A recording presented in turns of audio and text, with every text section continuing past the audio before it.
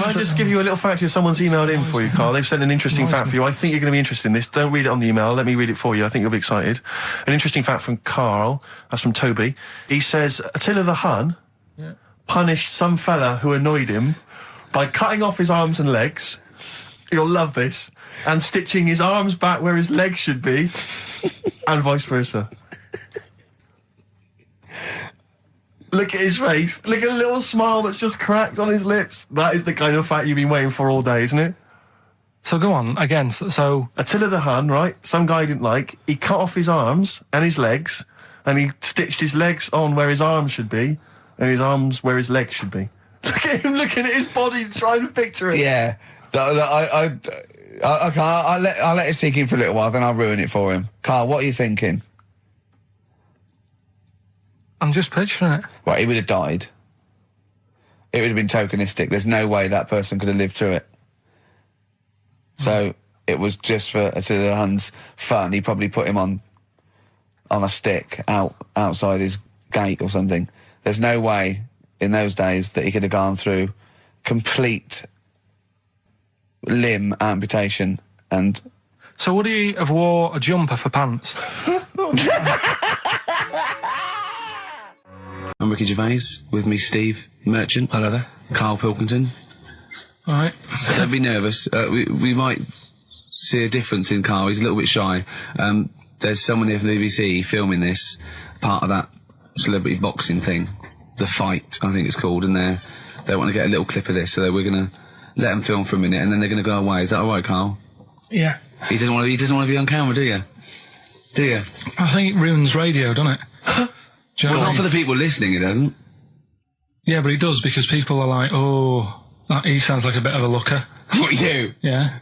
And then they'll see it on the telly, and they'll go, God, yeah, his head is round. It is round, though, isn't it? So... Guess what? I got a call yesterday, you'll love this, Steve, from MTV. And they were wondering if they could screen test Karl. That's outrageous. I'm loving it. And I was going, yeah, and I said, yeah, it's fine. I'll come down with him, and I was saying, what about this and that? And they were loving it. I called him up, he went, oh no. I went, why not? He went, well, I'm looking at my reflection now in the mirror. He said, I shouldn't be on the telly. What would you wear for your screen test, Karl? What kind of look would you try and cultivate? Because you've got to bear in mind that the audience out there, they don't know what you look like. So, would you be a snappy dresser like, say, Jonathan Ross, or would you go for your kind of street cash look? Can't wear a suit. You can't wear a suit? Don't hold it well. So, I'm thinking, I don't know, I'll probably wear my woolly hat, because that takes some years off me. It does. He looks about 10 with a woolly hat on. Yeah. Okay. And, is it quite a cool woolly hat, or has it got a bobble? It's charcoal. I'd say it's in colour. Yeah, okay. And I'll probably wear me anorak.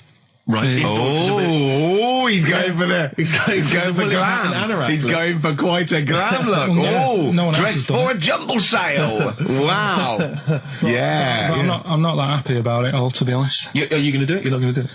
Well, I'm sort of stuck in the middle, because throughout my life so far, I've never planned for anything, right? It's just always happened. Yeah. The time, you know what I mean, being in plays at school, never planned it, but when I did it, I went down the store. It was a triumph, yeah, we all remember that. So... As I remember, you did Little Donkey. Did Little Donkey, yeah. And then later, someone was filming at the back. Was it your dad's mate? My dad's mate, well, yeah, and on the camcorder, he listened to it back, watched him playing it. His dad says, just off camera, what does he say? I don't want to say it because I'm in charge of the show and I'd be irresponsible. He looks like a right twat.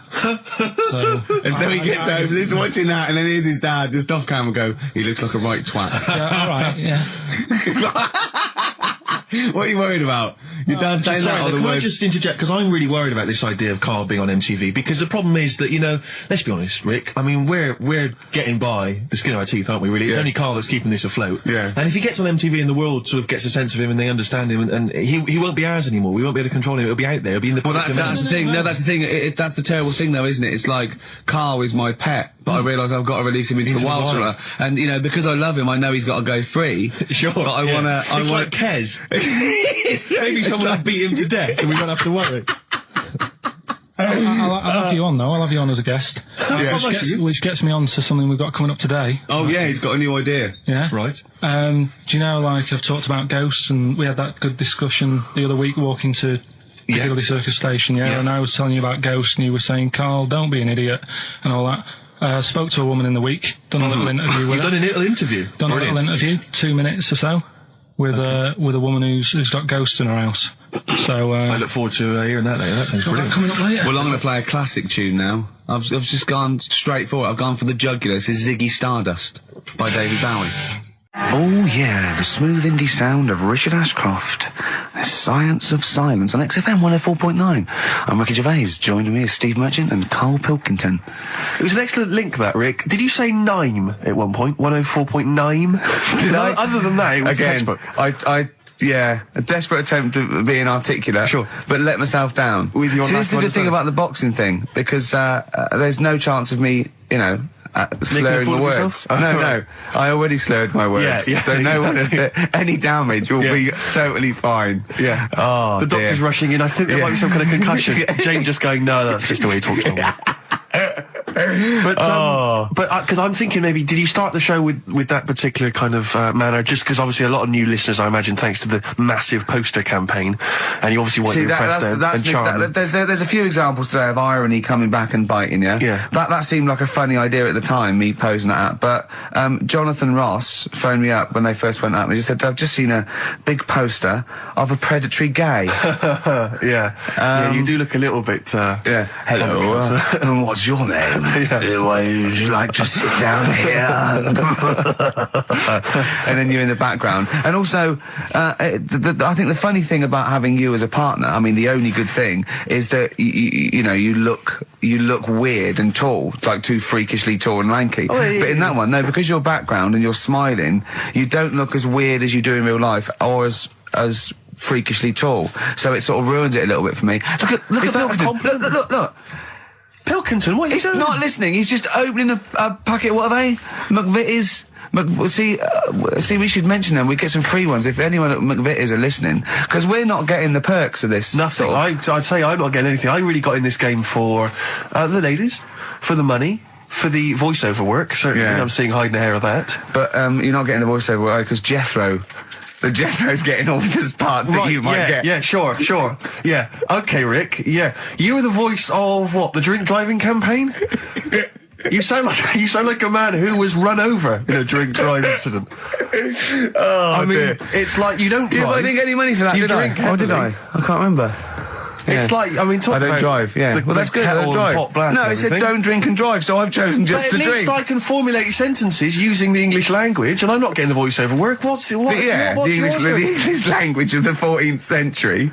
Well, it's better A, English language, and English language.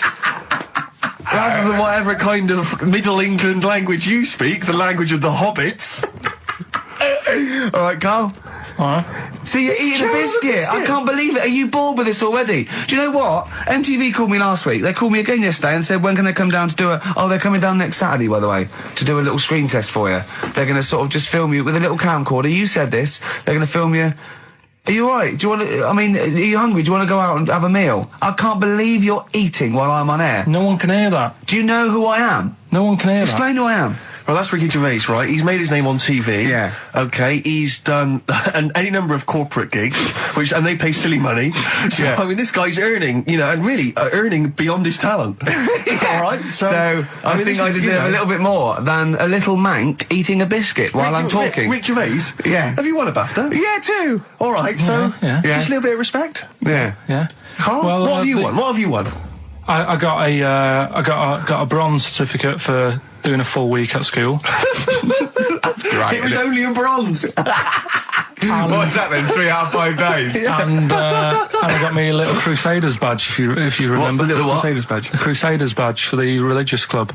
So I was that the fella that you went and played You had to go ping and pong convert ball, so Muslim, they wanted to did you? talk to you about God. yeah, Yeah. You got a Crusaders badge, did you? yeah, that's Oh, why I you went. actually That's got a why I badge joined. That's why I joined. For the I badge. like the little badge. Did 4 weeks, then packed it in. But we were talking about MTV, right? And I was feeling a bit nervous, wasn't I? About like the way I look. Right. And what have you. And then I watched a bit of Celebrity Big Brother and all the fuss that Mark Owen's getting, and he's not that good looking, is he? He's very. I want to be Mark Owen's mate. If anyone who knows Mark Owen or Mark Owen's listening, I want to be his mate. I think he's brilliant. I think he's a nice lad, but what I'm saying is, right, all the girls go mad over him. Yeah. And he's not that good looking, is he? Well, no, he's got. He is in a certain way, isn't he? That sort of non-threatening sort of... Yeah, but he's not stunning, is he? Do you know what I mean? No, but no. Well, what's your definition of a stunning? Yeah. Well, who do you like? Someone who you look at and you go, God, they're good. Which looking. bloke do you fancy? What bloke do you think's attractive then? So if I was into men, Yeah. in fact, you can still say a bloke's a good looker without fancying him. Who do you think is know what I mean? attractive? Probably. I mean, it depends what you're looking for. No, just look. Just look. Who you think there's is different looks as of well, course, isn't yeah. it? Who do you say was attractive? Who do you say was like stunning in your definition? A good-looking lad. Yeah. Good-looking lad. Oh, look at him over there. He's.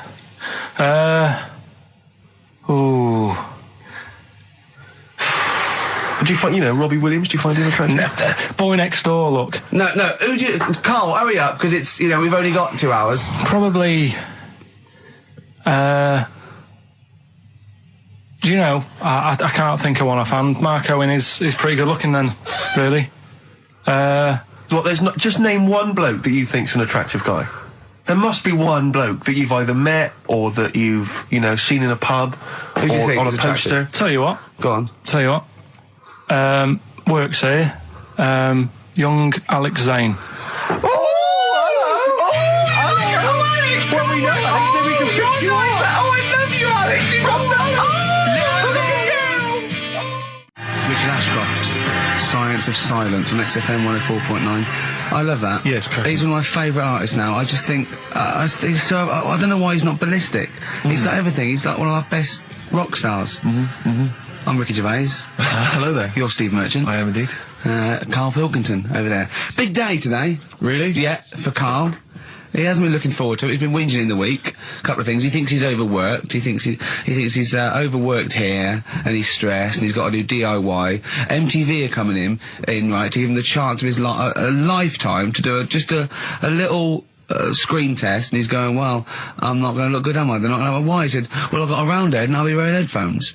And he's not made an effort. He thinks, they'll put him off. He said, they won't even press record. He's got a spot on his head. I mean, you know, Carl, also... you're not looking forward to it. You're not excited about it. It's a great opportunity. Why is it a great opportunity? to get on MTV? No, but look, money for old folk. yeah, but look what's happened to people like Jeremy Speak, or whatever his name is. And all Jeremy that. Spake, yeah. Yeah, and... yeah, slightly different. Why is it? Well... See? You're making it in the industry, and you've got something to give. He happened to be around when they were filming an airport. Well, Do you see the difference? all right, the other one then, who's on a boat. Same thing, she's although at doing least she had a incredibly skill. well. She had a skill, you know. She can sing, you know. Well, it's just... I think it can all go wrong. Do you know what I mean? Of course he can. So can sitting in your little room moaning about nothing happening in the world. You know, he wanted to stop educating Ricky because nothing happened. He said, look what happened last week. I scoured the net. He said, all I found was a dog in a car wash and a parrot and a vicar. Right? I'll tell you what, there ain't much more going on this week. We're talking... listen, me and Steve, yesterday, we took a day off to prove you wrong, and we've come up with two of the most incredible things I told you about, and they're amazing. So there are things out there. Always, but just go for truth. Go for truth and science and discovery. The fact is stranger than fiction. You don't have to revert to sort of like God and ghosts. I know, yeah. Do you know what I mean? But the funny thing is, you know, like... the last couple of weeks I've been saying there's not much going on. Yeah. I found out when I was looking that there was a day in 1930, right? It was a Good Friday. There was no news. There was nothing going on. They had to put a music video on or something on the telly because there was nothing going on. Play a record. We're going to play some classic tracks today. This is Debaser. Pixies, Debaser. I was looking forward to playing that. Came and said, Carl, I'll play that. I was looking... he put it on. Lauren just called through and said we played that in the last half hour. Embarrassing. Yeah. So It's really what is the embarrassing. point of having a producer if he doesn't check things out? So, I mean, it's a good track. I mean, I'm sorry if you heard that twice in the last hour. Go on, So go on, I'm what going you to say to that? listen to everything all the time. I've been running around. I get in early on a Saturday. You got in about the same time as me. I went out and bought you some biscuits, so you're happy. I put the coffee on. Yeah. I've sorted what prizes we're going to give away. I've been running to the library getting you certain tracks. Yeah. I can't listen all the time. I'm doing my best. Well, I'm not sure it's good enough. I mean, I'm worried when MTV come in, if they've heard this kind of shoddy production, they're going to start to wonder what MTV you're... Is it- plays the same songs every 5 Yeah, no, minutes anyway, sorry, so- are you sort of overworked? Mount Everest? Go on. I need more. Right, well, there's a problem. Yeah. because people are leaving rubbish up there and that. And like people, whoever owns it is saying, "Oh, Whoever owns it. he's saying, forget this. They're leaving a mess and all that." But do you know why it's called Mount Sorry, Everest? what was that? That's one, is it? That's one. There's rubbish on Mount Everest. No, How many people go up there? Are we talking about people dumping old tellies and washing machines? Who's fed up? The Yeti? What are you talking about? No, I mean, that isn't what I'm educating you. I'm just telling, this is part of the story. I'm just telling you. It's just a bit of context for you. Like they're leaving loads of rubbish up there. Well, they're not leaving loads of rubbish up there, are they? No, they are. They're apparently Not like right prams and washing machines and seagulls flying everywhere. I don't know. Anyway. I don't know. But anyway, do you know why it's called that? You know why it's called Mount Everest? Why it's called Mount Everest? I know the mount bit.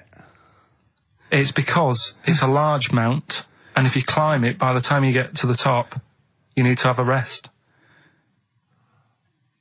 And that isn't the educating bit. I'm just telling you. It's not true.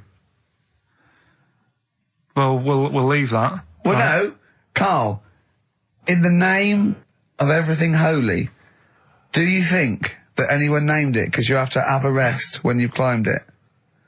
Well, we'll see. We'll see what people say on email. But Well, it's definitely not. But anyway, that's one thing that I kind of thought, that's interesting. I'll remember that. I'll teach Ricky that, so you've learnt that. Right, now, are you familiar with this thing that they can do if you're dead, right? No, not if you're dead. It's like if you're ill and you know you're going to die, right?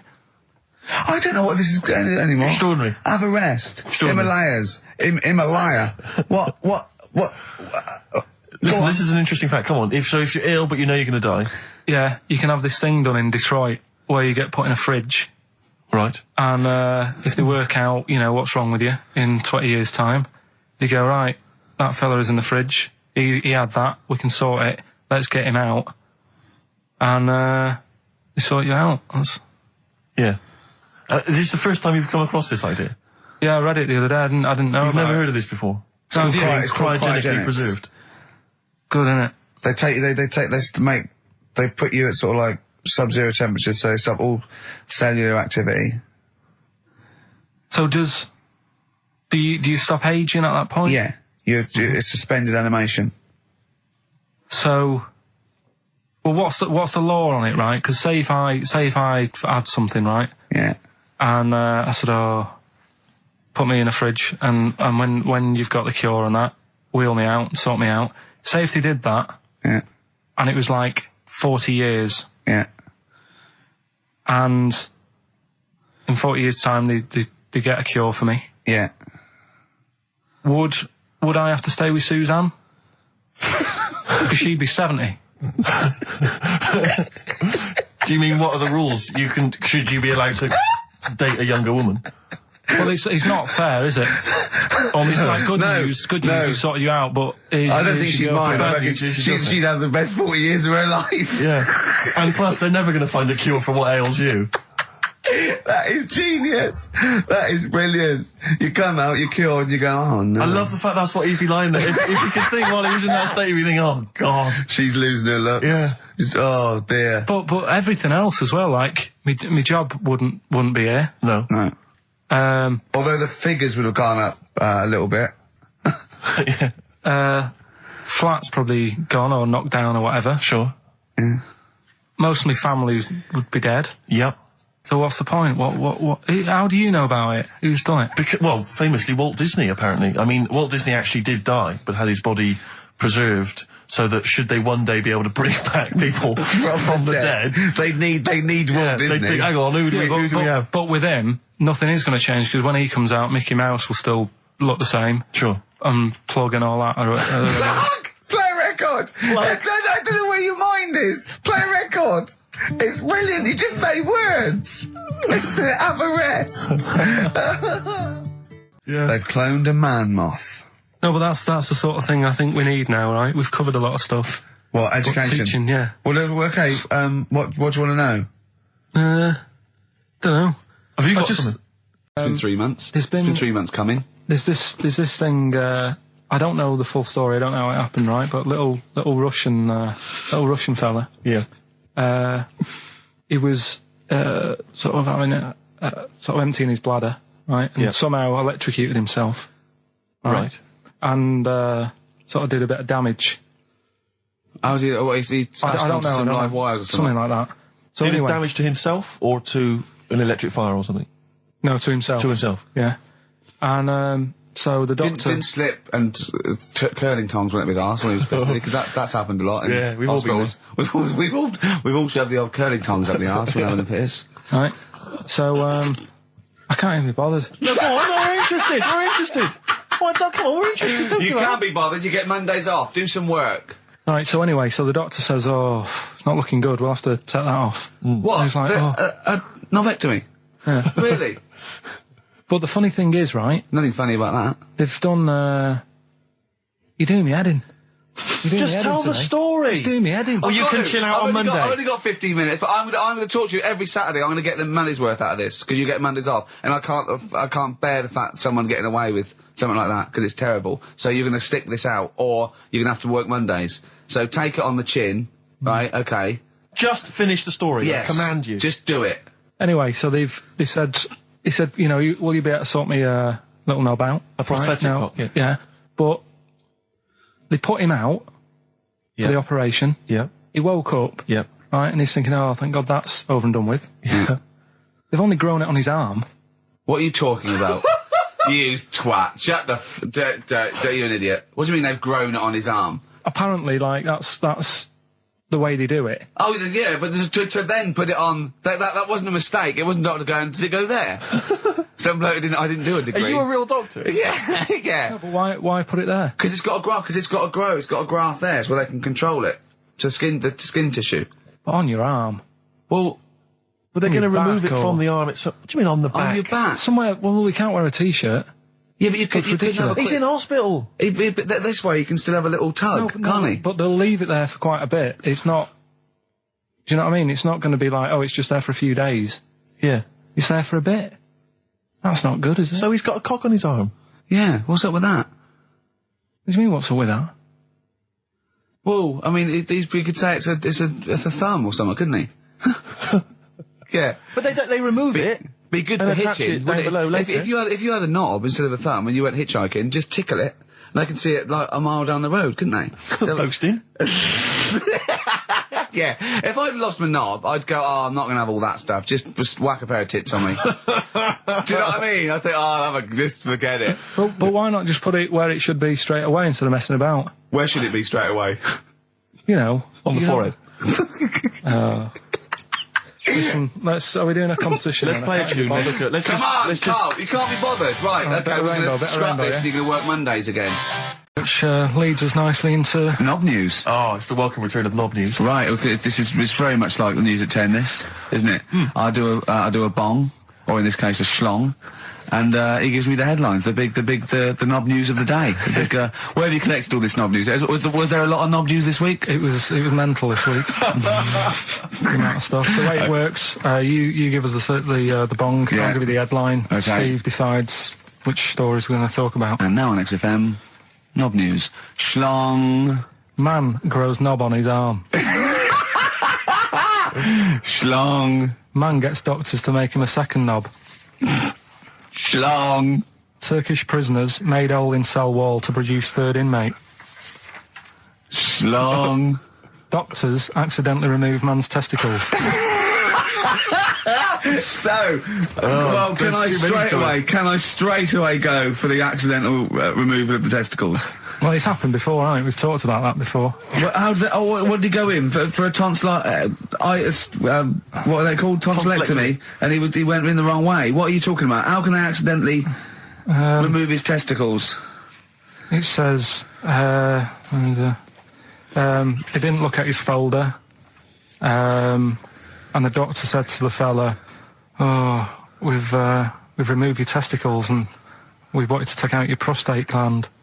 So that's what happened. There's the story. This is what I mean. That's why I don't like going to the doctors.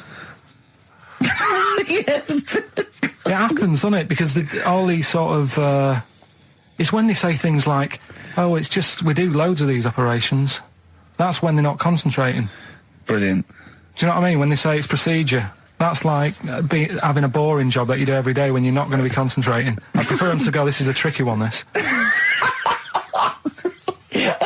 what you mean. I sort of do know what you mean. People, you watch TV programmes about, like, you know, removing someone's second head or whatever, and there's like the best surgeons from all over the world. It's televised. They can't make a mistake. They can't go, we took his legs off by mistake. Whereas the fella who's having a prostate's like, oh, do you want to do it? I'm sick of doing them. Yeah. And they're probably doing a crossword whilst writing it. Of course they are. I've seen that actually in operating theatres. They're doing a crossword. That's what I mean. Yeah. There's a fella who was in a coma for 20 years.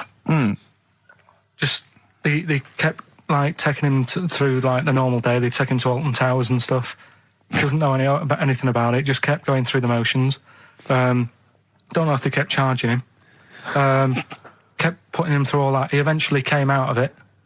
20 years. And went, stop taking me to Alton Towers, it's shit. I just thought, imagine how much post he had. Eh? How much post?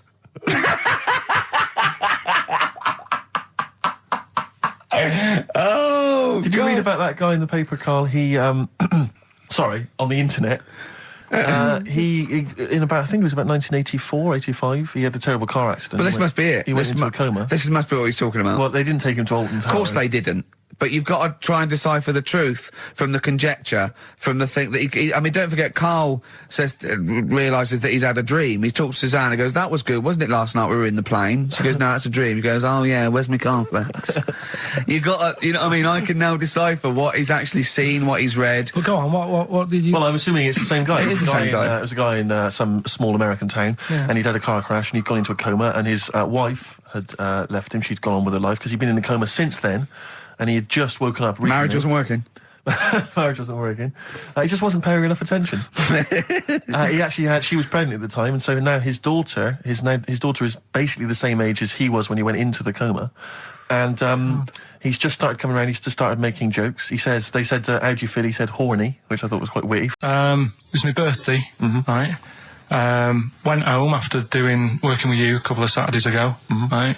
Girlfriend was like, open your card, and I said, no, it's my birthday on Monday, I'll open it. You obey by the rules, certainly on birthdays. Birthday rule. Well, there's no point. Well, exactly, chaos leads that way. Yeah, right, so... Not an anarchist, never has been. So anyway, she was kept going on, and it was doing me head in, so I said, all right, I'll open it. Yeah. So I opened it, ticket fell out. Surprise holiday to one of the Canary Islands. So... And what was your reaction? I mean... The first one was, we haven't got enough money. Right, for this, but I didn't want to ruin it, so no. So I didn't go on about that, and I said, oh, it'd be great, so I can't wait. So, did you say it in that tone of voice? Well, it was good timing because I was tired and everything, and I'm not a big holiday fan, but the timing was right. Yeah. Do you know what I mean? It's the same as last night. I don't always like a curry, but last night... You're in the mood. You get that sort of, oh, yeah. Curry, you had a feeling. Yeah. You thought, oh, and then lo and behold, later you were eating the curry. It's weird, isn't it? Isn't it weird, the paranormal? Isn't it weird? They work in mysterious ways. Yeah. So anyway, right, the island, if I was on Wish You Were Here, I'd probably say it's a bit barren. Okay. Not much there, but if you get a hotel, you guarantee good weather. Right. Are you? No, what I mean is, it'll be a good holiday.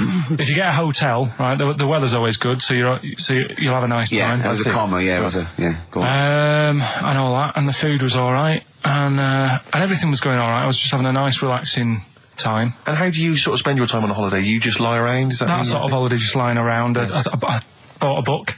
You bought a book? Yeah. Okay, ghosts? No, it was short stories, right? About it was ghosts? it was about like special days in our time and time before me and stuff. Oh, yeah. And it was like, it was telling you about how I think it was 1814, the Thames frozen up. Yeah. And all these stories are told by eyewitnesses. Yeah. Right? So there's some fella who was around in 1814 and the Thames was frozen and people used to put market stalls on there and they'd do the shopping. It was like an Oxford Street. Was that Mad Liar Charlie?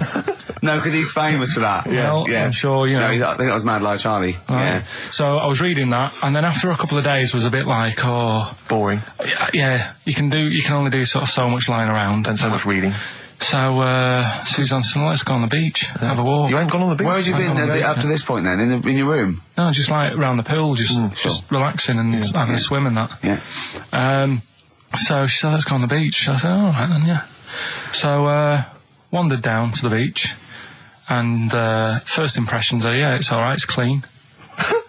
Sea Your looks good. criteria is so basic, it's brilliant. Right. Hotel, yes. Roof, good. Food, adequate. Beach, clean. Next. So I'm walking along and everything's good, and there's a woman feeding fish bread, which I thought that's different.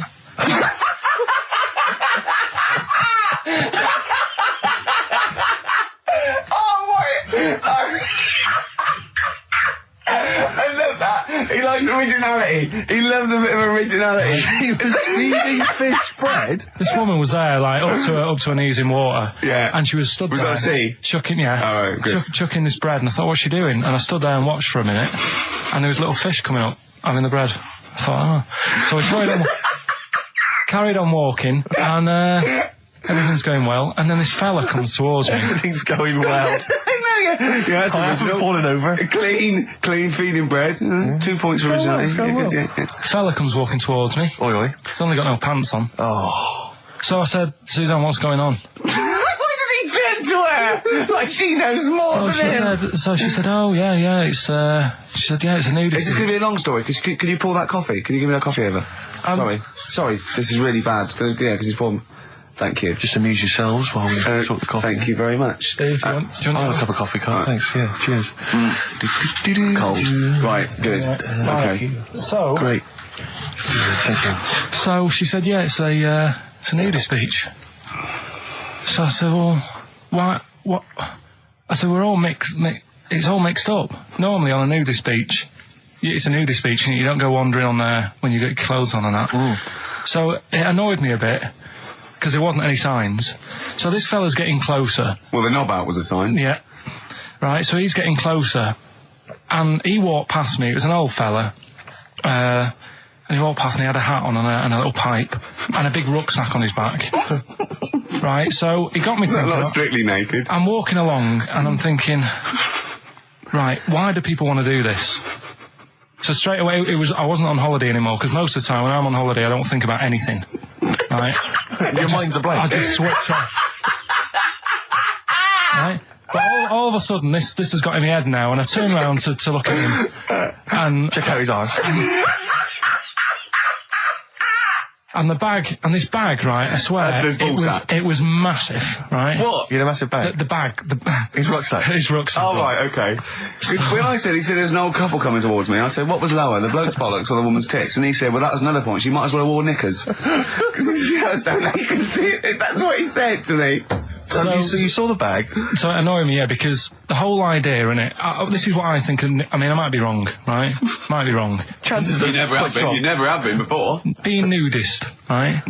What's it all about? So I'll tell you, on that point, Carl, let's play a tune, let's come back and we'll discuss... What are we going to play? We'll discuss that very issue. We've got some ideas, we did chat about this last week, Carl, in your absence. Alright, well, we'll play the Coral. Okay. It's a good one, this. Yeah. Coral, Dreaming of You, on XFM 104.9. I'm Ricky Gervais, with me Steve Merchant and Karl Pilkington. If you just joined us, Carl is walking down the beach, and a man has just passed him with his knob out. Yeah, his testicles out and his huge bag, apparently. Right. Now, we'll sum this up, quick, because we did talk about it last week. You did call me and tell me some of these things, and we sort of mentioned it last week, but you just want to say just give us your thoughts on nudity. Well, what I don't understand is, right, nudity, I thought it was all about, sort of being free. Yeah. Natural, letting the breeze, blow around you and that. That's all I can think is of like the bonus of doing it. But you can get that by just having a pair of shorts on, right? Because I'm not one for getting my kit off. It's just something a bit weird about it, isn't it? Normally, if I go for a walk on the beach, I'll put a shirt on. Sure. But leave it unbuttoned. Yeah. Oh, right, yeah, tease the ladies, sure. Do you know what I mean? Yeah. But it just feels a bit weird. So it's best to cover your back anyway, because the sun and all that. Advice, yeah. But when I saw him, and I thought, well, right, is he doing it to sort of be free and be comfy and all that? And then I thought, but he's carrying a big bag, right? I've got a pair of shorts on, and I'm not looking at him thinking, I bet he's really comfy. Do you know what I mean? I wasn't going, I can't wait to get home and get my shorts off. They're really annoying me, these. So, and that's just it. I don't get what it's all about. Yeah. Sure. Yeah. Sure. Well, okay. Well, my advice to you is don't go to nudist beaches again. Well, I didn't go again. That was, Like I said to you, though, the reason I did this yeah. was to get that kitchen, right? Now, Brilliant. as we speak now, right, Builder's in the flat. He's been annoying me. Of course he has. Of course he has. What's he been doing? When he turned up on Monday, right? Yeah. Wanders in, and the first thing he says to me is, said, the pub across the road, is it any good? I said, well, it doesn't matter, does it? You're working on the kitchen. Think of saying that to a builder. Probably making conversation. Probably meant, do they do a toasted sandwich? Because I've got a half-hour lunch break, not an hour, like Karl Pilkington. So I'll probably go and get a nice, you know, cheese and tomato sandwich. Is that genuinely what you said to him? Yeah. The first thing you said So to him? Suzanne had a go at me saying, why have you said that? He hasn't even started on it yet. I cannot believe that. You're unbelievable, Karl. And you say it's us that are rude, crass, I wasn't being thoughtless. rude. I just was letting him know. Do you know what I mean? I know what He they're up knows to. what he was there for. He had it down on his little docket. Do the kitchen this week. Yeah. He didn't come there and go, what did I come out for? Was it to go to the pub for a week? Why am I wearing these overalls? Yeah. Who's the little bald mank twat insulting me? Let me just check. Let me call the head office. I wasn't having a go, though. I mean, they should have finished it yesterday, and they're Yeah. there now, right, Yeah. on their own. And what annoyed me is they turned up late today. Hold on, Karl. I've just realised something. They're probably listening to the radio. This, I assume, tuned to XFM, isn't it, in your kitchen? Yeah, but they don't know it's me, do they? Do you know what I mean? No. They'd go, he's got a whiny mank voice as well. So's the bloke who owns this place. And the bloke who owns this place, when I said, what's that pub like across the road, said, well, you won't be bothering that. He's working on this. No, he won't be able to put two and two together, will he? You've suddenly, the penny's dropped, doesn't it? You've suddenly realised. Look at his face! Yeah. He's suddenly realised they might know it's him. And they could be listening, and they're going to clean you out, mate. Oh, if you are the builder working in, where is it? I won't say the address, but it's, Central London, isn't yeah. it? Go Yeah. mental. Have whatever you want. Opposite Seriously. that pub that you Yeah. like, that you're... That He'll you're probably be in there now, so he won't be listening. oh, insulting. You know what I mean? Insulting a That's a further British insult. workman. He should So have been in just go today. mental. He should have been at 8 this morning, Just which annoyed go me anyway. mental. Why? I really don't understand why they've got to start so early, right? Yeah. But he said he'll be there for 8, turned up at 9:30, right? Wanders in, and what annoys me is he could have left all this downstairs. He had a paper under his arm, Yeah. one of those crossword books, and a pot noodle. Now, I'm not being funny, but most of them take quite a bit of time. A crossword book, he's not happy with just the one that's in the paper. If you're listening, if you are the builder that's listening now, doing Karl's flat, what about pissing in the laundry basket? All right, this is Karl. Did you witness a murder while you were doing this? Yeah. It was like that sort of Sliver film where that bloke had loads of tellies watching Yeah, people's sure. lives. So that was going on in my mind, and then I was washing up, and I picked up the plate, and I thought, oh, it's amazing, isn't it? The human body, the way you can just sort of, you know, I want to pick that up, and you do. Yes. And the way your hands work, right? Yeah. You've got 5 little digits, but it's just the right amount to do what Yeah. you've got to do, right? So I'm washing, I'm cleaning the plate. Sorry, Karl. Stop. It's just the right amount. Might be one of the most genius things I've ever heard said. I would love David Attenborough to phone you up and say, Karl, how do I word this about the evolution of the mammalian front limb? Just go, we'll just say it's the right amount. But it is. It is, One of course extra it would is. get in the way.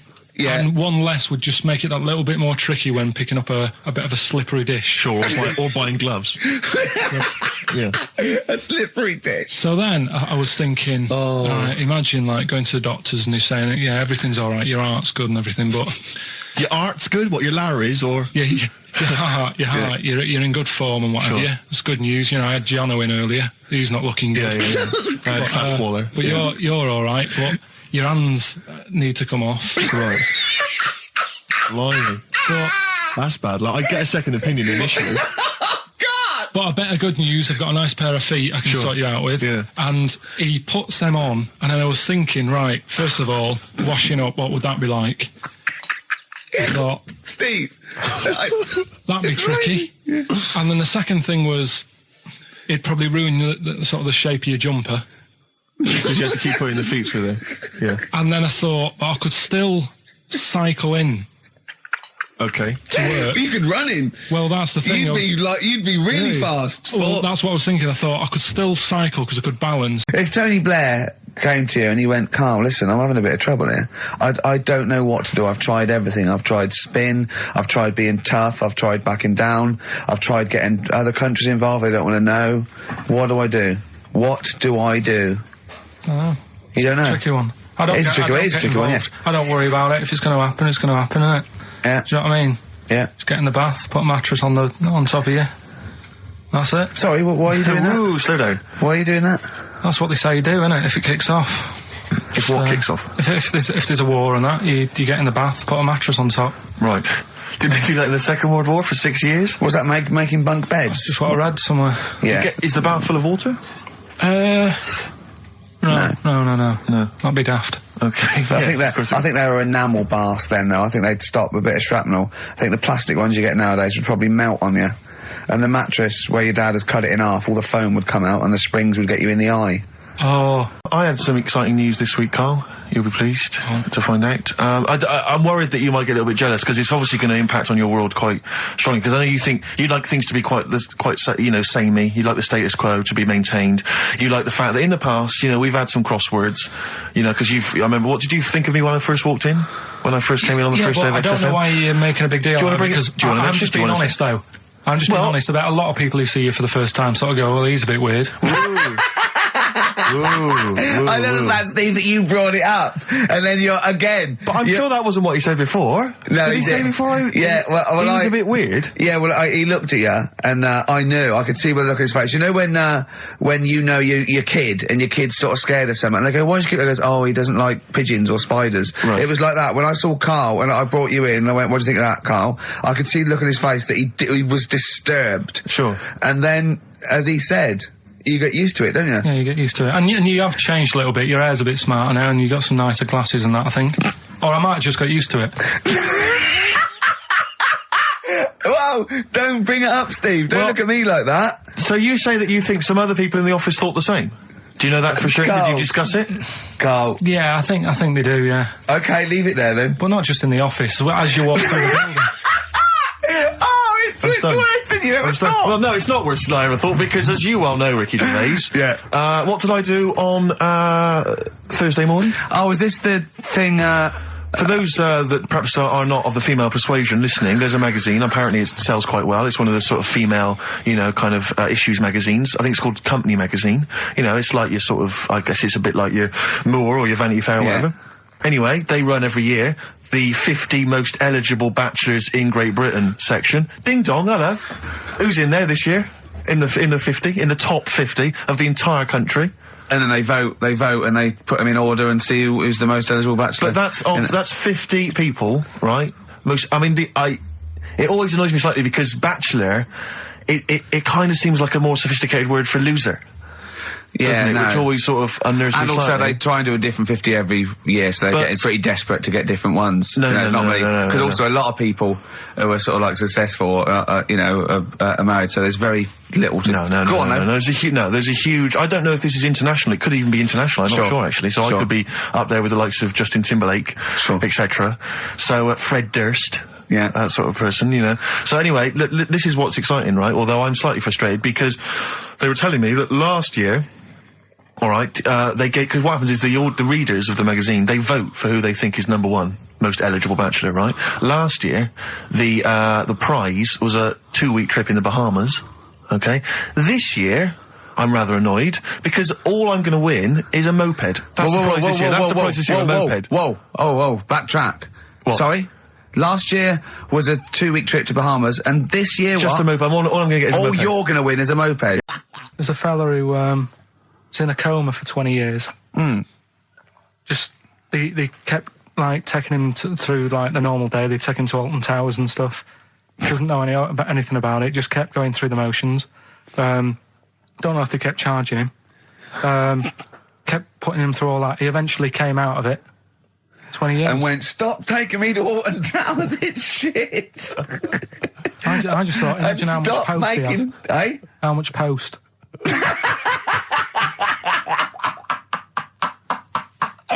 Oh, Did you read about that guy in the paper, Carl? He, sorry, on the internet. He in about, I think it was about 1984, 85, he had a terrible car accident. But this must be it. He went into a coma. This must be what he's talking about. Well, they didn't take him to Alton Towers. Of course they didn't. But you've got to try and decipher the truth from the conjecture, from the thing that I mean, don't forget, Karl realises that he's had a dream. He talks to Suzanne and goes, "That was good, wasn't it, last night we were in the plane?" She goes, "No, it's a dream." He goes, "Oh yeah, where's my cornflakes?" You got to, you know what I mean? I can now decipher what he's actually seen, what he's read. Well, go on, what did you... Well, I'm assuming it's the same guy. It is the same guy. It was a guy in some small American town, and he'd had a car crash, and he'd gone into a coma, and his wife had left him. She'd gone on with her life, because he'd been in a coma since then, and he had just woken up recently. Marriage wasn't working. Marriage wasn't working. He just wasn't paying enough attention. She was pregnant at the time, and so now his daughter is basically the same age as he was when he went into the coma.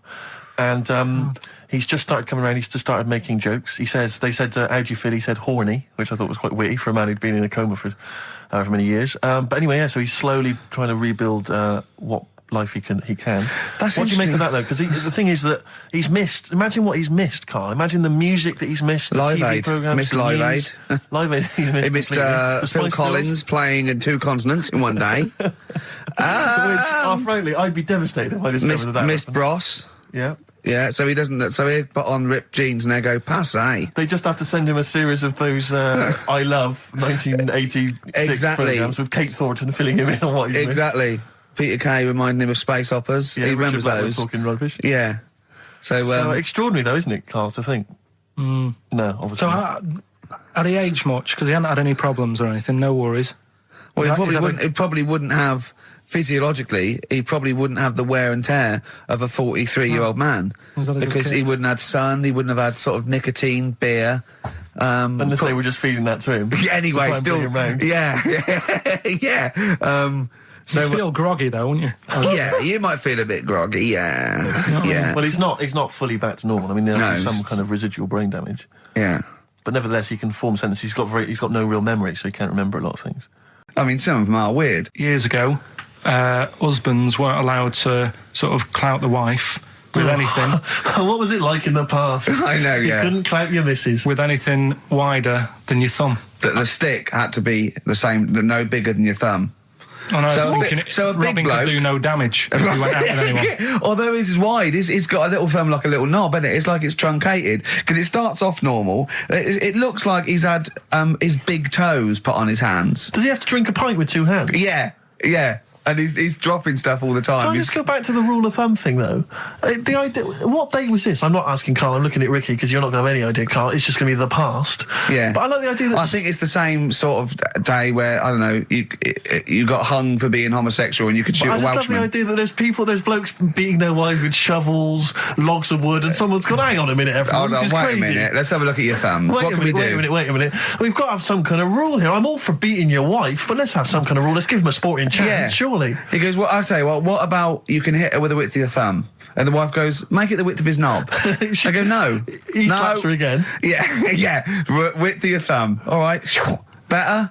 Yeah. You're wrong. That is so naughty. This show's been a bit naughty, I think. I don't know what's happened to us. I think it's like, sort of end of term sort of madness, but I think we've got to calm down here. We've been a bit naughty there.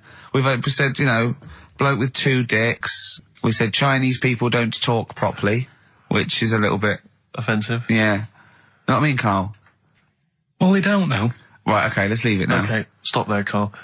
Karl does not necessarily reflect the opinions of XFM or any other human being. If you think that me and Steve have been being offensive, we are strongly behind the guise of irony, satire, and ignorance. Karl only has ignorance and hate. Yes. No, but as long as you say something good about someone, you can also say something bad about them. How does that work? Go on, then, give us an example. Well, Chinese. Yeah. Yeah? Great people. Right? Good. That's the women really good looking as younger people. No! What are you doing? I'm just saying, as long as you know what I mean, there's good and bad and everything. For every what are the old ones like? Yeah, they don't age well. What do you mean? The fella in Karate Kid, the teacher, was only about 36. We started this. Oh. That's D. Second one, he'll fit some chocolate to your feet. Can't think of any. I can't think. That's A. And do you think your kid will get that strawberry for me? WP. Right, so... Ricky.Gervais at xfm.co.uk. Some great prizes to be won. Yeah. So, well, first of our regular features with Carl, we've got Rockbusters. That's rolling. There's people coming in. They're getting them right. I don't understand it myself. As ever, Rick, you'll be amazed and confounded. So I don't know the answer, and I haven't looked at the answers. I just like that moment. It's like when you go down Christmas and you're excited about a present, and it's like some condoms. Right, Rockbusters then. Wrapping it up. It needs some work, that game, but I see it's got a lot of mileage. Right, here we go then. The first one, £42 for a torch. That's a bit pricey. Go on. That was D. Yeah. That was Daylight. Wait, I thought Delight, and I thought it doesn't work. second one. It doesn't work. I actually thought Delight doesn't work. Second one. There's no, wait. Dear Light, it doesn't work. It's Delight. Second one was... No, Carl, it doesn't work. Yeah, but if we're going to continue with this feature, you've got to tweak them a bit, right? People have got it. We've had loads of emails, more than ever. So, do you know what I mean? Let them decide. If they don't like it, they won't email in, but they're loving it. They've Right? all come from the same institution. Go on. He'll fit some chocolate to your feet. That was A. That was Aerosmith. Right? Aerosmith. You've heard of a blacksmith? But a smith is just a workman. It doesn't necessarily... No, you can have anything. You can have a locksmith. A smith doesn't just mean it does shoes. Right. Do you think... Aero Cobbler would have worked. Unfortunately, there isn't a band called Aero Cobbler. Get ready with a winner. Do you think your kid will get that strawberry for me? That's Wilson Pickett. Wilson Pickett. Have you got a winner? I'll give you that. I have to say that I don't know if these guys have won in the past, but they were the first people to email in. I mean, normally I just give it to anyone, but these guys, literally, you've given How the did clues, people Carl. get I'm Aerosmith? amazed. Everyone seemed to get Aerosmith. How? Everyone got D-Light. Everyone got Wilson Pickett. I'm absolutely stunned. You know, they deserve it. They deserve the junk prizes, right? So we'll give it to Jonathan and Louise, who, as I say, may have won in the past, but as I say, they were very, very quick. You've got to beat them if you want to win. And they're from Wrexham. Brilliant. So good luck to them. So that's I hope that they then. enjoy Jerry's yoga diet. Back next week then. Yeah. See you later. See ya. Cheers. Carl, what have you got lined up for us as the producer? Right, well, Rockbusters. Been off this week again. Has he? Yeah. Another week off? Another week off, yeah. No, I didn't have a full week off. I had 3 days off because I was working all over Christmas. Yeah. And still didn't stop working, preparing stuff. You've got a nice load of prizes there that I've sorted out. I had to come in especially to sort that out. Yeah. Rockbusters. Did you will rifle continue. through the drawers at Capital Gold instead of down there? Yeah. Rockbusters, we're still doing that. Yeah, you're bigging it up. Yeah. He's bigging it up. Yeah, still doing that. We've got that. Well, it's coming up to 1:30, and so it's time for Rockbusters. It's a structured show. It's a new leaf. This show in the new year is going to be structured. Set pieces, hitting our marks. Do you know what I mean? There'll be time checks, weather checks. A bit cold out. If you're driving, careful on that. So do the Watch prizes. out for traffic, like if it's bad. Yeah. Okay, well, again, an arbitrary selection of goodies. What are those politicians doing? Was that XFM News? Yeah. Right, what have we got? So we've got, for those that are a fan of the movie Donnie Darko, which a lot of people rave about this year, a sort of weird teenage movie, then there's a sort of sweatshirt there. It is actually quite nice. It's not bad at all. It's medium, so if you're a bit of a bloater, don't bother to apply unless you've got a friend already. We've also got here a Graham Norton video, certificate 18. Oh, that's so please don't phone up don't email in unless you're above the age of 18. Yeah. And that's, I think, the best of his TV show. Yeah. Look forward to that. It's a big stiff video, that, isn't it? It's a big stiff cock of a video. Thanks very much. I meant You meant the bird. Yeah. There's also a fairly mediocre British wartime thriller, Enigma, which a lot of people, it was hyped for a while, but it's actually interminable. I've seen it. The first series here of The Kumars at number 42 on DVD. I think that's award-winning, so that's available as well. We've got 2 CDs by the look of it. We've got Pulp's Greatest Hits, which I don't think sold very well, and so presumably they are giving that away. And Johnny Cash's current album, American For the Man Comes Around. There's some good cover versions there. Again, another big including, sell. A big sell. We're really pushing but this. it's quite kooky. Johnny Cash here does covers of things including Personal Jesus. Oh, right. by Depeche Mode, Mode. yeah. We've got Bridge Over Troubled Water, his version of that, Desperado. And anyway, it's not bad. That's probably the best treat in that bunch. Right. And, I'm assuming there's some questions there, Carl. Yeah. Right, here we go. If you're a new listener, the way it works, I'll give you a cryptic clue and some initials, and it sort of makes up a band. Makes more sense when you hear it, I reckon. Not particularly. Wow, not really. Although people do get it. I just worry about the state of our listeners. Go on. Right, so there's 3 of them. You email in ricky.gervais@xfm.co.uk. It's email only. I repeat, it is email only. We are too lazy to answer the phone. Yeah. Okay, here we go then. Number 1. There's normally 2 easy ones and a difficult one. Sure. So here we go. Number 1. Don't argue with him. He ain't going to change his mind. Don't argue with him. He ain't going to change his mind. Yeah, that's AA. AA. Yeah. So that's the first one. He's not going to change his mind. What do you mean, You've just got them written out, haven't you? Yeah, I'm just thinking about what the answer is, so I don't write the answer down. Don't worry, they get it. Yeah, don't worry. Well, you can't remember it. You came up with it. There's only 3. I know, it's weird, isn't it? No, it's not weird. It's incompetent. Right, the second one, anyway. I hope you get this. I hope you get this.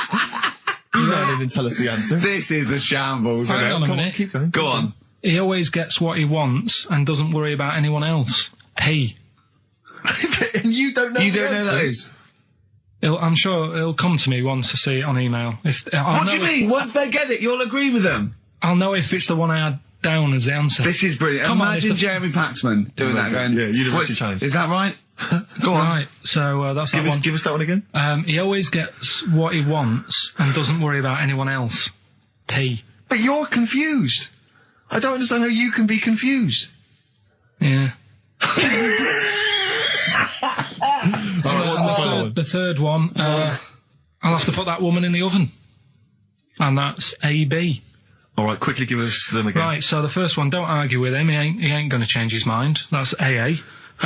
He always gets what he wants and doesn't worry about anyone else. That's P. And I'll have to put that woman in the oven. AB. All right. Okay. Ricky.gervais@xfm.co.uk. I'm going to play a classic track now by Neil Young, Alabama. It's beautiful. Neil Young, Alabama. Carl is still confused. He's waiting. He's biting his fingers, waiting for an email to tell him the answer to the clue he made up but can't get. I love that as an experiment. As a I mean, that would confuse psychologists, that you come up with something that you can't get. It's brilliant. Yeah, you came up with the question. You don't know the answer. And you expect them to, but you can't, and you made it up. Steve Merchant with 5 little hamburgers. Got 5 burgers here, yep. And so I don't know, how should we begin, Carl? Do you want to just look at the size of these burgers? Look, they can see it on webcam, can't they? They can see us stuffing these burgers into your mouth. And by the way, I'm filming this, Steve. Look, Brilliant. Look, I've got a little camcorder. We'll put this on unseen footage on a DVD or something. Or maybe on the website. On the Oh, Carl, what if you break the record? Okay, Carl, I'm coming round now to just monitor this and adjudicate. What's the web? If you want to see this on the webcam, what is it? XFM.co.uk. Right, okay. Hold on. Can I, Steve, I'm can not I do being that? funny. I'm not being funny, right? But I think I have got like a bit of a wheat thing. You've got a bit of a what? A wheat allergy thing. Don't give me that. No, seriously, my head's... I've been eating a lot of shredded wheat recently. And my head's got a bit bigger. Carl, I don't think you can let us down now, mate. So you just got to put that first No, one I can't put that like that in my mouth on its... I've got to break it up. I've got to break it up. Can't break it up. Can't break it up. It doesn't say you can't on the rule thing. It does. It doesn't. I can't look. I physically can't. Try it. I can't look. I'd have to be Jay Goody to get it. Seriously, look. Oh. Try it. Yeah, I know, but you're not approaching it right. That's it. Come on. That's all I'm saying. Keep going. God, he's not going to do one. Keep going. That's good work. Keep going. How does he get brilliant? Keep pushing. Keep pushing. Ease it Keep in. pushing. Get one in at least. Ease it Get in. one in at least. Get one in. Ease it in. Get one in. Push it. That's one. Let's go for another one. I reckon you've got to rip it up a bit. Okay, do that then. See how many you can get in. You've got to get in 2. No, just one.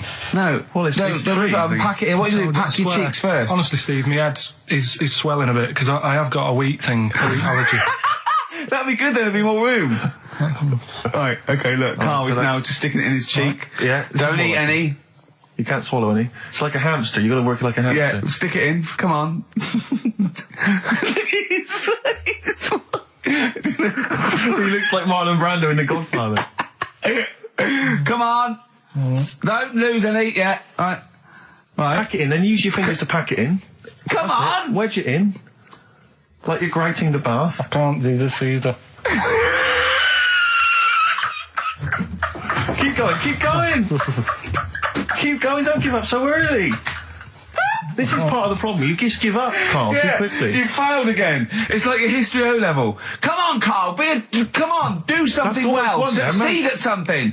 Push it in. You've got nearly a half a burger there. Oh, I'll come round there. You're chewing. Don't chew. I've got a bit of food. I don't know what he said, but... Is that a What, is that a whole one? No. No, it's not. I can see bits left. Come on, Carl, come on, keep working at it. We keep working at it. But there's so much space in your mouth, I can see it. He's going red. Okay. Okay, we do another one. We'll do another one. That one then. We're doing a... Oh, are you alright? Are you going to be sick? Are you alright? Alright? Oh god, should we play a record? He's making my eyes water now. Oh. Okay, I'll find a different dear. one for you. Find a different one for What him. about most grapes eaten in 3 minutes? I'll go. Do you want to do that? Grapes are easy, aren't they? That's easy. Great. Come on, grapes are easy. Come on, don't make him laugh. Come on, He's choking. come on. He's choking. Oh, Come on, quick! keep going, Carl. Come on, come on, come on! What happened? Did he just throw up? No! Don't make him laugh! Oh, Come on, we can make wine. Come on, Carl. You're doing so Come on, well, Carl. mate. I want to go. Come on, only... Why are you making him laugh? That was a world record attempt. Come on, he's over the... Keep going. Come on! You got 25 seconds. Come on. Oh, I think that was a shame actually because you were doing well, but something went wrong. I know, and I think those are bigger grapes than the ones I've seen before. They're quite big grapes. Look at his face, he looks so despondent. Come on, Carl, 8 seconds. Just a few more. 5, Come on, what's the matter? 2, 2, 1. It's all over, Carl. It's all over. Better count how many you did. Just you can get good at this. We can get good at this over the weeks. I think that was a fairly pitiful attempt, actually. I really thought you had a... It's interesting, actually. These are harder records than you might think. Yeah, I know. 6, 8, 10. How do you feel after that record-breaking attempt? Not happy with that. What are you not happy about? The fella who did it, was he in hospital and just had loads of grapes? I was bored. I'm sure he wasn't producing a radio programme, that's for sure. Well, to be fair, neither are you. What was tricky about it? What did you find hard? I think having Ricky standing over me, Yeah. sort of shouting, "Go on!" isn't normal. No. But did that... So that wasn't... He hasn't eaten any. Hold on. That's 50 left. That's quite a poor attempt then, by the seam of it. Would you think about trying to maybe do that again in a couple of weeks? Would you do some practice and try that again? No, leave it. Leave it to the experts. And I noticed a tricky point. Maybe sort of when you had about 50 seconds to go, you seemed to be spewing things into the bin. What was that? Again, mainly Ricky standing over me. So 88. He's got 88 left. Okay, so what's the mental arithmetic there? Because we put how many in? It was 150 in the thing, wasn't it? What did I say? What did I say I had left? well, I'm not doing it again. 88. So He had 88 left. There's 62. God, you're only at 62. What's the matter with you, Carl? There's people starting you at 62. That is rubbish. That's disappointment. let's leave that. So you failed on 2 world record attempts there. 62, and the record's that is rubbish. What were you doing? Oh, yeah, but like I said, I've got a small throat. I can't drink a drink quick. Ever since the Mr. Freeze Pops when I was 6, that I nearly choked on, I nearly died on, I can't go back. It'd be like asking, I don't know, someone who got run over to play Frogger or something. I think we've discussed the news before. I don't understand the impulse at all. I do find it bizarre. I mean, there's a picture there of 3 men nude in a pub. Yeah. Just having a chat. Yeah. Just on the chat. Oh, look at Carl. Carry him But around what's those pictures. I mean, okay, fair enough walking around outside, but indoors? In a pub? Nude? Well, it must be a nudist Hop on a pair pub. of shorts. That must be a nudist holiday, I assume. As opposed to, like, the local. There is, though, isn't there? There was a thing in Bazaar magazine the other week where there was a picture of some people. They've got an airline of their own now. What, nudists? Nudes. Nude airline? So you can get on there. And your holiday starts as soon as you get on. Sure. And, but what's the point? Well, I'd be worried just about banging against things. You know. So to speak. Yeah, my shoes and things. Or spilling the hot when the waitress comes along. The air might she spill hot coffee? Yeah, it's a good point. Does she have to be nude? Do the stewardesses have to be nude? I don't know. But that bit as well where they walk down the aisle and they have to check if you've buckled up. Yeah. She's like, excuse me, miss, can you just... And over 50s, it's always over 50s. Right, yeah. So it'd be an old woman on the plane. Yeah, yeah. It'd be like, can you just lift your left hip up so I can see the belt? Yeah. Yeah. Oh, God! Yeah. Oh, Imagine dear. if you've got to go into the crash position. Oh, God, yeah. You know? The last thing you see is your John Thomas. John Thomas. As you go crashing into a mountain. When I went to the BAFTAs with you, and I wasn't really enjoying it, you were I like... can't... He's what? No, You you didn't are tell such us an this. ungrateful... There were so many You're people. like a little charity case. You're like... Oh, I had God. chicks queuing up around the block. You'd wanting usually come. have to. I know, You but I someone told like you you. would have to write to Jim or Fix It or Esther Ranson to get them to meet us sort of people. And now it's on your doorstep. I'm amazed that you didn't enjoy it. Why didn't you God. enjoy it? You got to walk down the red carpet. You went in. There was George Best, one of your footballing heroes, was there. A load of other big names. You sat there in prime position. You came backstage with a load of other big names. Hey, you had a lovely bit of grub. You were filming this thing for the DVD you were making. That's you, a cameraman on our DVD. And yet you think, now you look grumpy because you had a couple of pints and I can't believe So it. tell us why you didn't enjoy it, because the ceremony, what didn't you enjoy about that? It was interminable, wasn't it? Far too long. Wasn't it awful? 3 so boring. hours. I thought you were going to say something. Really? Sorry. 3 hours. Yeah. I mean, I suppose for you two, at least, you know, you were going to get something. Sure. Yeah. But with me, it's like... I mean, I've never graduated or anything, so... Have you not? I'm trying to think of a situation. Basically, I sat there for 3 hours knowing that I'm not going to get anything out of the night. Yeah. Right? Now... no one Did you? told Sorry, me. when we invited you and you said yes, did you think you were up for an award? No, but I thought we were going to be sat round tables having a nice bit of food, whilst people are going up there winning awards. Yeah. But 3 hours of the same thing over and over again. I mean, if a film's 3 hours in the cinema, you go, well, it's long, but, you know, I wonder how it's going to end. Yeah. But this was just like the same thing over and over again. Some guy going up, thanks a lot, cheers for the bit of brass. And then going down, sitting down, the same thing over and over again. Honestly, right, I'd say it was one of the worst things I've ever had to do. No, I enjoyed the night afterwards when we did have a bit of lamb and a nice bit of veg and that. That was all right, and I went home and I was happy, and I got the little freebie bag that you're talking about that we're giving away. Yeah. Which wasn't much good stuff in it. Oh, all right. Right. No, What would you have done on that Saturday night? Suzanne What said- would you have done or the Sunday night rather? What would you have done had you been at home? I would have stayed in with Suzanne, right, watching telly, having a nice bit of pate on toast or something, cup of tea, watching 24. But instead, I had to buy an expensive suit, so I didn't show you up, right? Jesus, what are we doing? Yeah. How much did you spend on your suit? Well, in total, right, because, you know, the shoes and the suit and the shirt and the tie, it was about 600 quid. That's the most expensive evening ever. And that's what I'm saying to you. And the daft thing is, it's dark in there. I don't know why you've got to wear a nice suit. You can't wear a tracksuit, for goodness sake. It's dark in there. No, just the shirt and that. It doesn't make you a better person wearing a suit. No, doesn't Do make you you a know what I better mean? person. No. We're not claiming it made you a better person. No, but that annoyed me. Yeah. I'm sure if there's a doctor listening or a nurse, they will clarify that if they pump you with all sorts of stuff, it wants to come out. Right. So you're sat there having a serious chat. It's a quiet hospital. The woman next door with the blue hands suddenly starts seeping gas, right? Well, I start laughing. Because if there's one thing that makes you laugh, it's that. It's a 98-year-old woman with blue hands farting. So you try to hold it in because it's a really quiet hospital, and it'd be obvious that that I was laughing at, and I didn't want to be mean, but it was funny. And then it got me talking about my auntie, because my auntie Nora, she same thing, pumped her with loads of drugs. She used to have a cabinet next to the bed is like boots. She's got loads of stuff, right, for all sorts of stuff. And I mean, she's not that old, but she's on loads of stuff, right? She's a bit coked up, is she? She called up my mum once.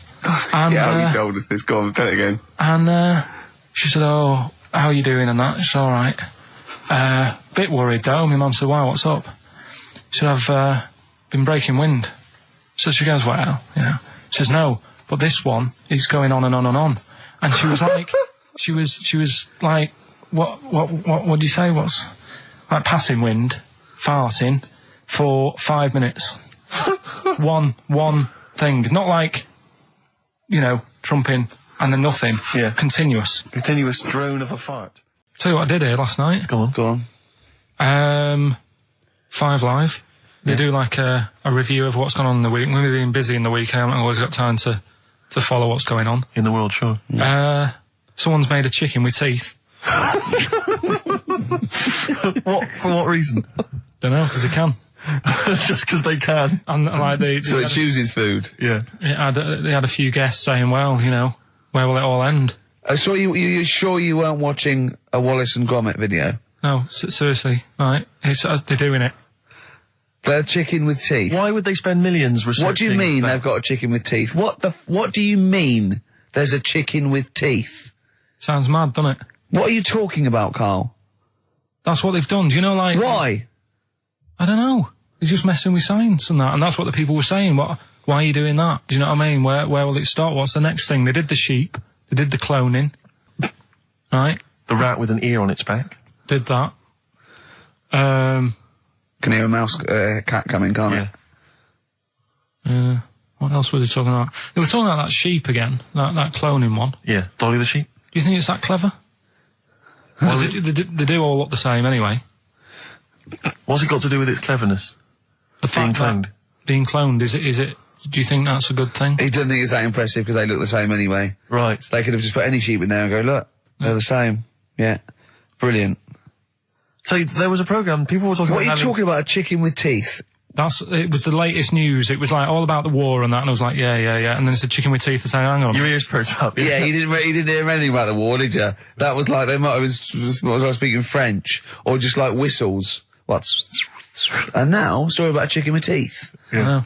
You stop washing up, maybe someone can let us know, you know. Oh, God, don't open the floodgates. No, but I'm just saying I don't know the full thing. Of course you don't. Surprise. They just touched on it. Yeah. Anyway, other stuff I did do proper research on in the week. Go on. Having testicles done. Having your testicles done? Yeah. What does that mean? Same magazine that was doing the hanky coverage. Letting you know what all that's about. Sounds like a great magazine. How can we get him as a pundit on these news shows like Newsnight? Do you know what I mean? Sky News. On there, wouldn't he? Just on there, just ask him what they think. Wouldn't that be amazing? Is there a producer out there that would take a chance on Pilkington? It's Pilkington, Raggy Omar, Ian Hislop, and they're a panel of people, and they just ask people. Yeah. Yeah. So you can have your testicles made bigger.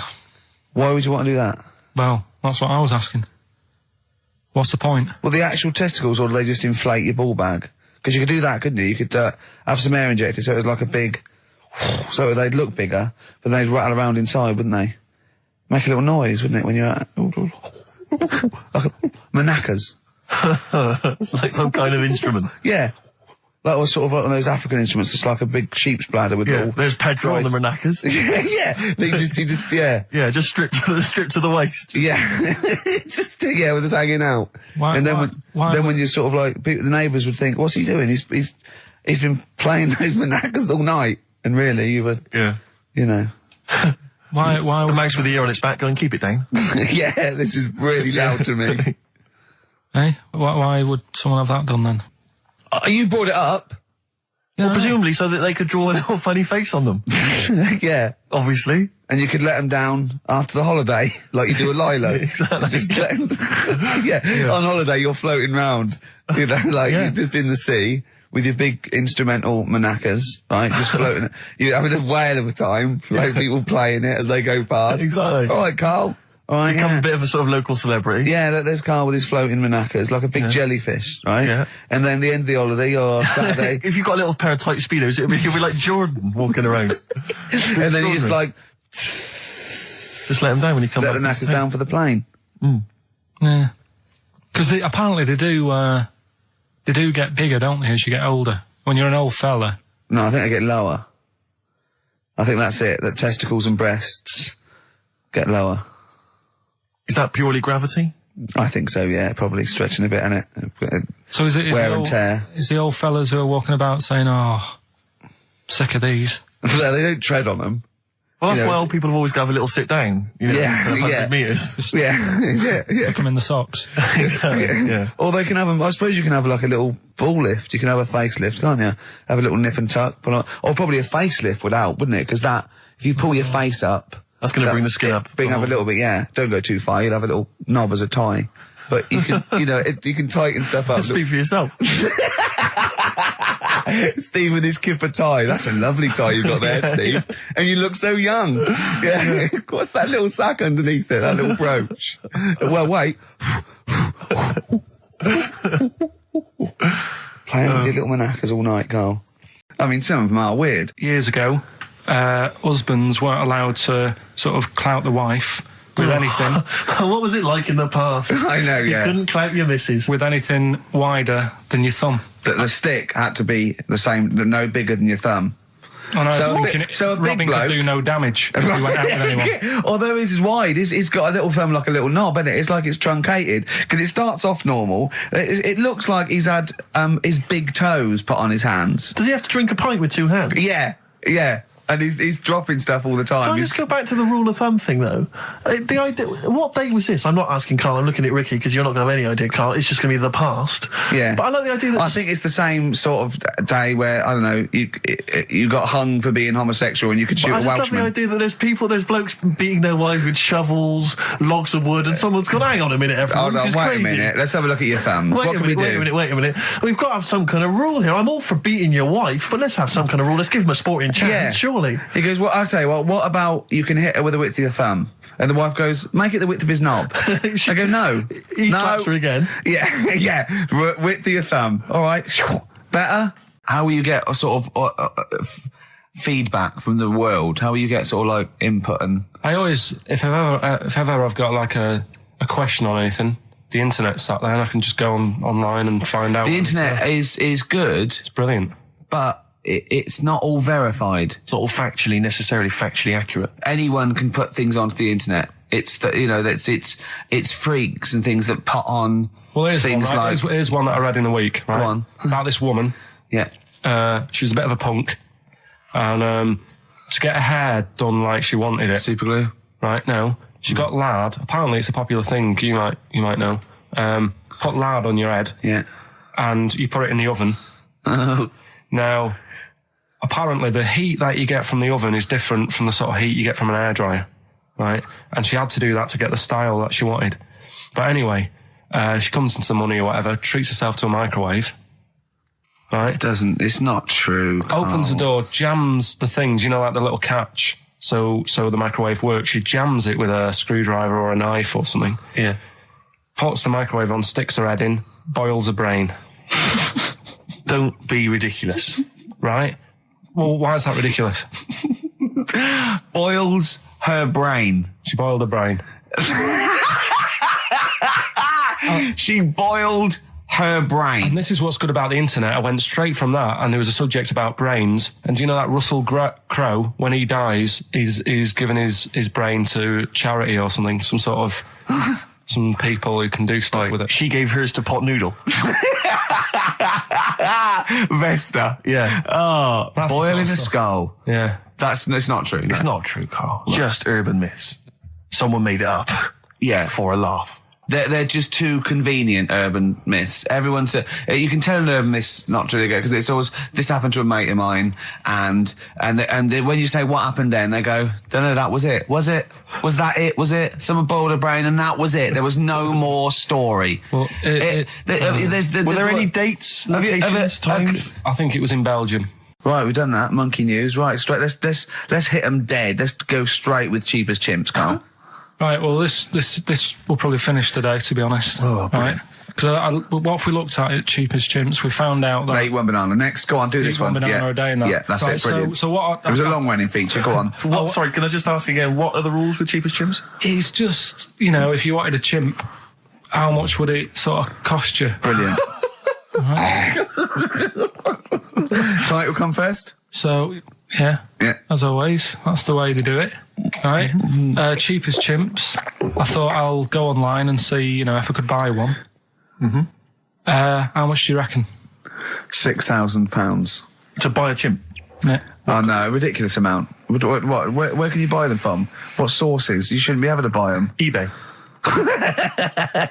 What do you mean, buy a chimp? From who?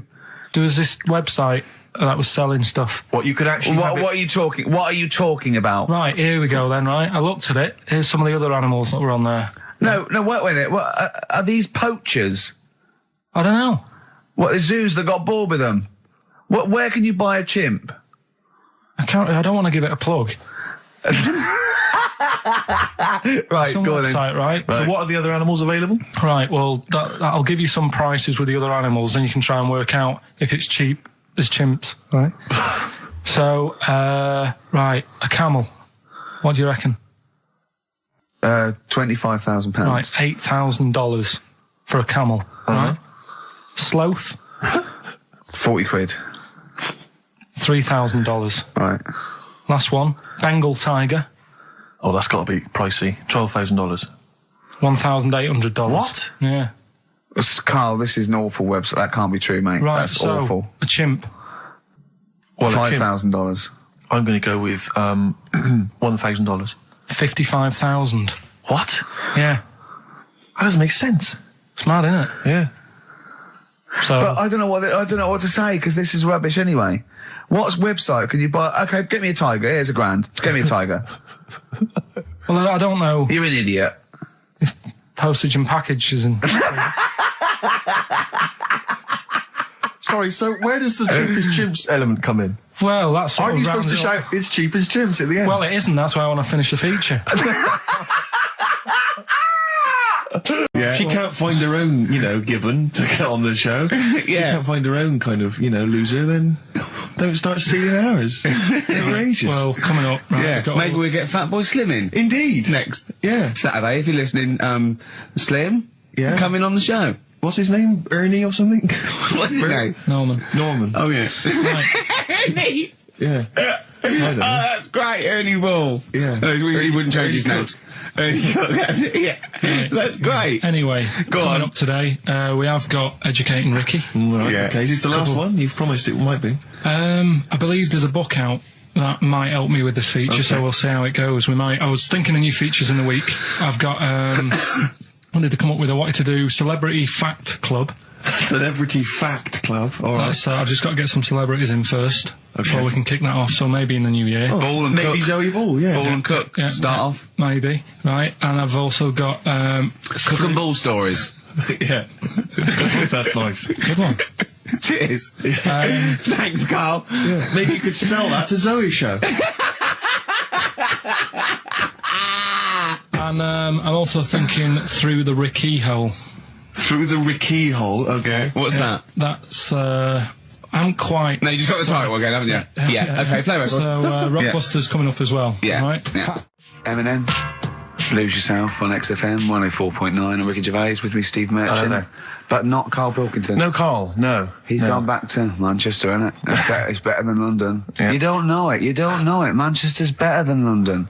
Instead, Claire Sturgis. Claire Sturgis round of applause for Claire, yeah. Thanks. the Thanks. posse- the Yeah. posse's- Yeah, I he's will- coming there in sort of the camouflage gear and is that quite trendy? Is that what the kids Did are you know, wearing it's now? funny. Someone actually mentioned Or that are this you on morning. manoeuvres? Yeah, I am exactly. actually, taking time out this morning from what I normally do. Sure. I missed the second half, talking like that, of Celebrity Boot Camp. I don't know what that Coolio. Is it? The fella from Milli Vanilli. What, the one that's not dead? No, the one that killed himself, Steve. Okay. No, I just want to clarify for people. A lot of people don't realise that one of them is dead. Right. I thought it was important to mention it. Actually, yeah, I didn't know. I'll be honest with you, I hadn't thought it through. No. It was a piece of interesting Milli Vanilli trivia that I had, and I wanted to slip it in.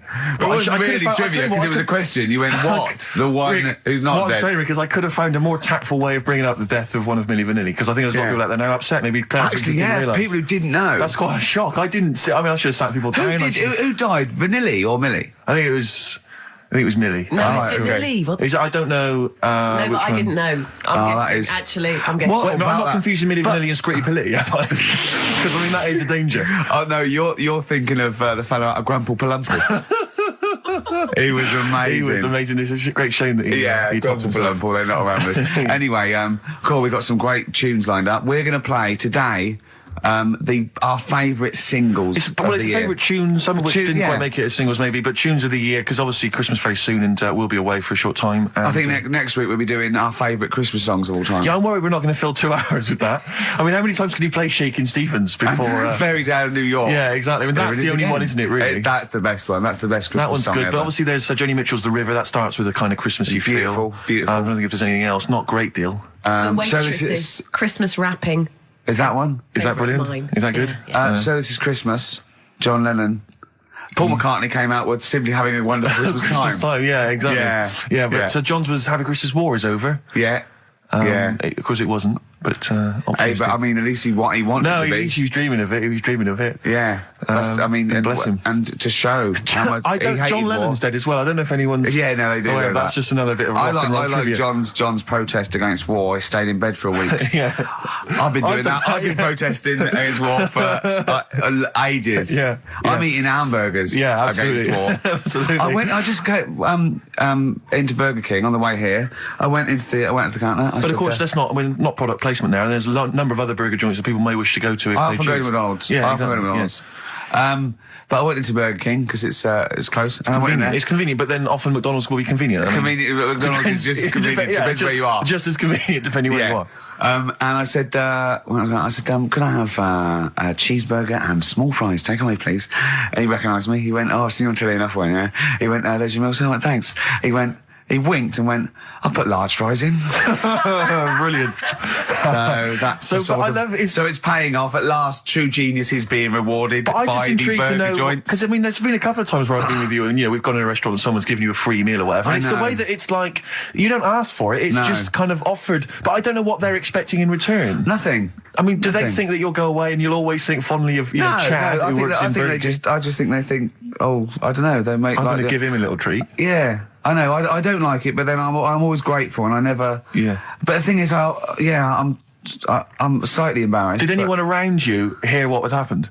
No. Because I imagine the resentment, just the whole room No, turning they on didn't. you. I had to go around telling them. Yeah, I went. I said, "Excuse me, did you hear that?" He goes, "No." I go, he just gave me the free thing because I'm on the telly. And I went, Yeah. "I don't recognise." I went, "You don't recognise me?" I'm terrified now that that someone could be listening at Burger King HQ. You know, I'm that assuming little this fella- is an unorthodox procedure. and you that know. little fella's got But fired. we know they know it's Leicester Square now because I just mentioned it, so they know which Burger King it is. Oh my god. I don't know. What was his name? Ralph Littleton. He had a name badge. Yeah. Number 342. Well, I just hope Littleton doesn't get in trouble. So, what are we going to that play could be a first? sad Christmas for him. He's probably keeping his whole family afloat. But it's Springsteen. Well, tunes of the year. I mean, I know people dismiss Springsteen, but as I say, the gig I went to see earlier in the year, I made it. in the Sturgis end. couldn't It was believe we were quite going to play Springsteen. brilliant. She was- I just think, leave aside what you think is cool and trendy and the fact that he's older now or Really? whatever else. Really? Just leave all that behind Yeah. and just listen to the tunes because, he remains a great musician. Lonesome Day? Lonesome Day is the current single and it's the first track on the album. Free chips. Absolutely. That was the record before us, and here we are, pre-recorded, because we did this a few weeks ago, because we're not here at the moment, are we? We're away in that. I'm Ricky Gervais, with me Stephen Merchant. Hello there. And Karl Pilkington. Well, He's not actually with us. No. He'll be in some of the best of clips. Turns out Chris Moores is a bit of a prick. See you next week. Yeah. oh, chimpanzee that monkey news. Okay, monkey-related news from Karl Pilkington. Right. Do you know the monkey that went into space? Yeah. Yep. It happened in 1958. Right. Now you know that. Yeah. Yes. What did he do next? What did he did the do monkey do next? Yeah. One appearance on Celebrity Squares and it was like forgotten. Right. Yeah, cut a novelty record. Yeah, just like Rick Waller. I'll tell you what happened. He got back and all that. He got back. Heroes welcome. NASA sort of said, you know, you did a good job. And that's where a lot of people think, you know, it all ended. Sure. Yeah. But NASA were like, well, hang on a minute. We spent a lot of time, we've trained him up and stuff. So he's like, you know, he's saying, sure, you know, I've learned a lot, I've still got it all, I've kept it all, I know what to do. So they said, right, we'll use you. So he turned into like a bit of a trainer at NASA. We wanted to send you out on the top of an organ. yeah. Put on this little bellhop outfit. Could you smoke fags? Yeah. I'll have a go. So they were getting in new monkeys. You know, the main man at NASA was saying, can you teach us the sound? He's going, of course I can. Do you know what I mean? I remember it all, I know what's going on, I'll tell him what buttons to press, what to do in emergencies, that sort of thing. It was technically sort of employed by the army. Right, can I just fit in here? I don't know the story, Carl, and I might embarrass myself here. You've got an army of people out there that will probably send me an equally deranged email from a different website, but I'm pretty sure when they sent the monkey into space, it was to monitor his physiology. He didn't press any buttons or learn to dock or take off. It was just the effects of weightlessness and space on basically a primate. I'm pretty sure he was tied in with electrodes to his head.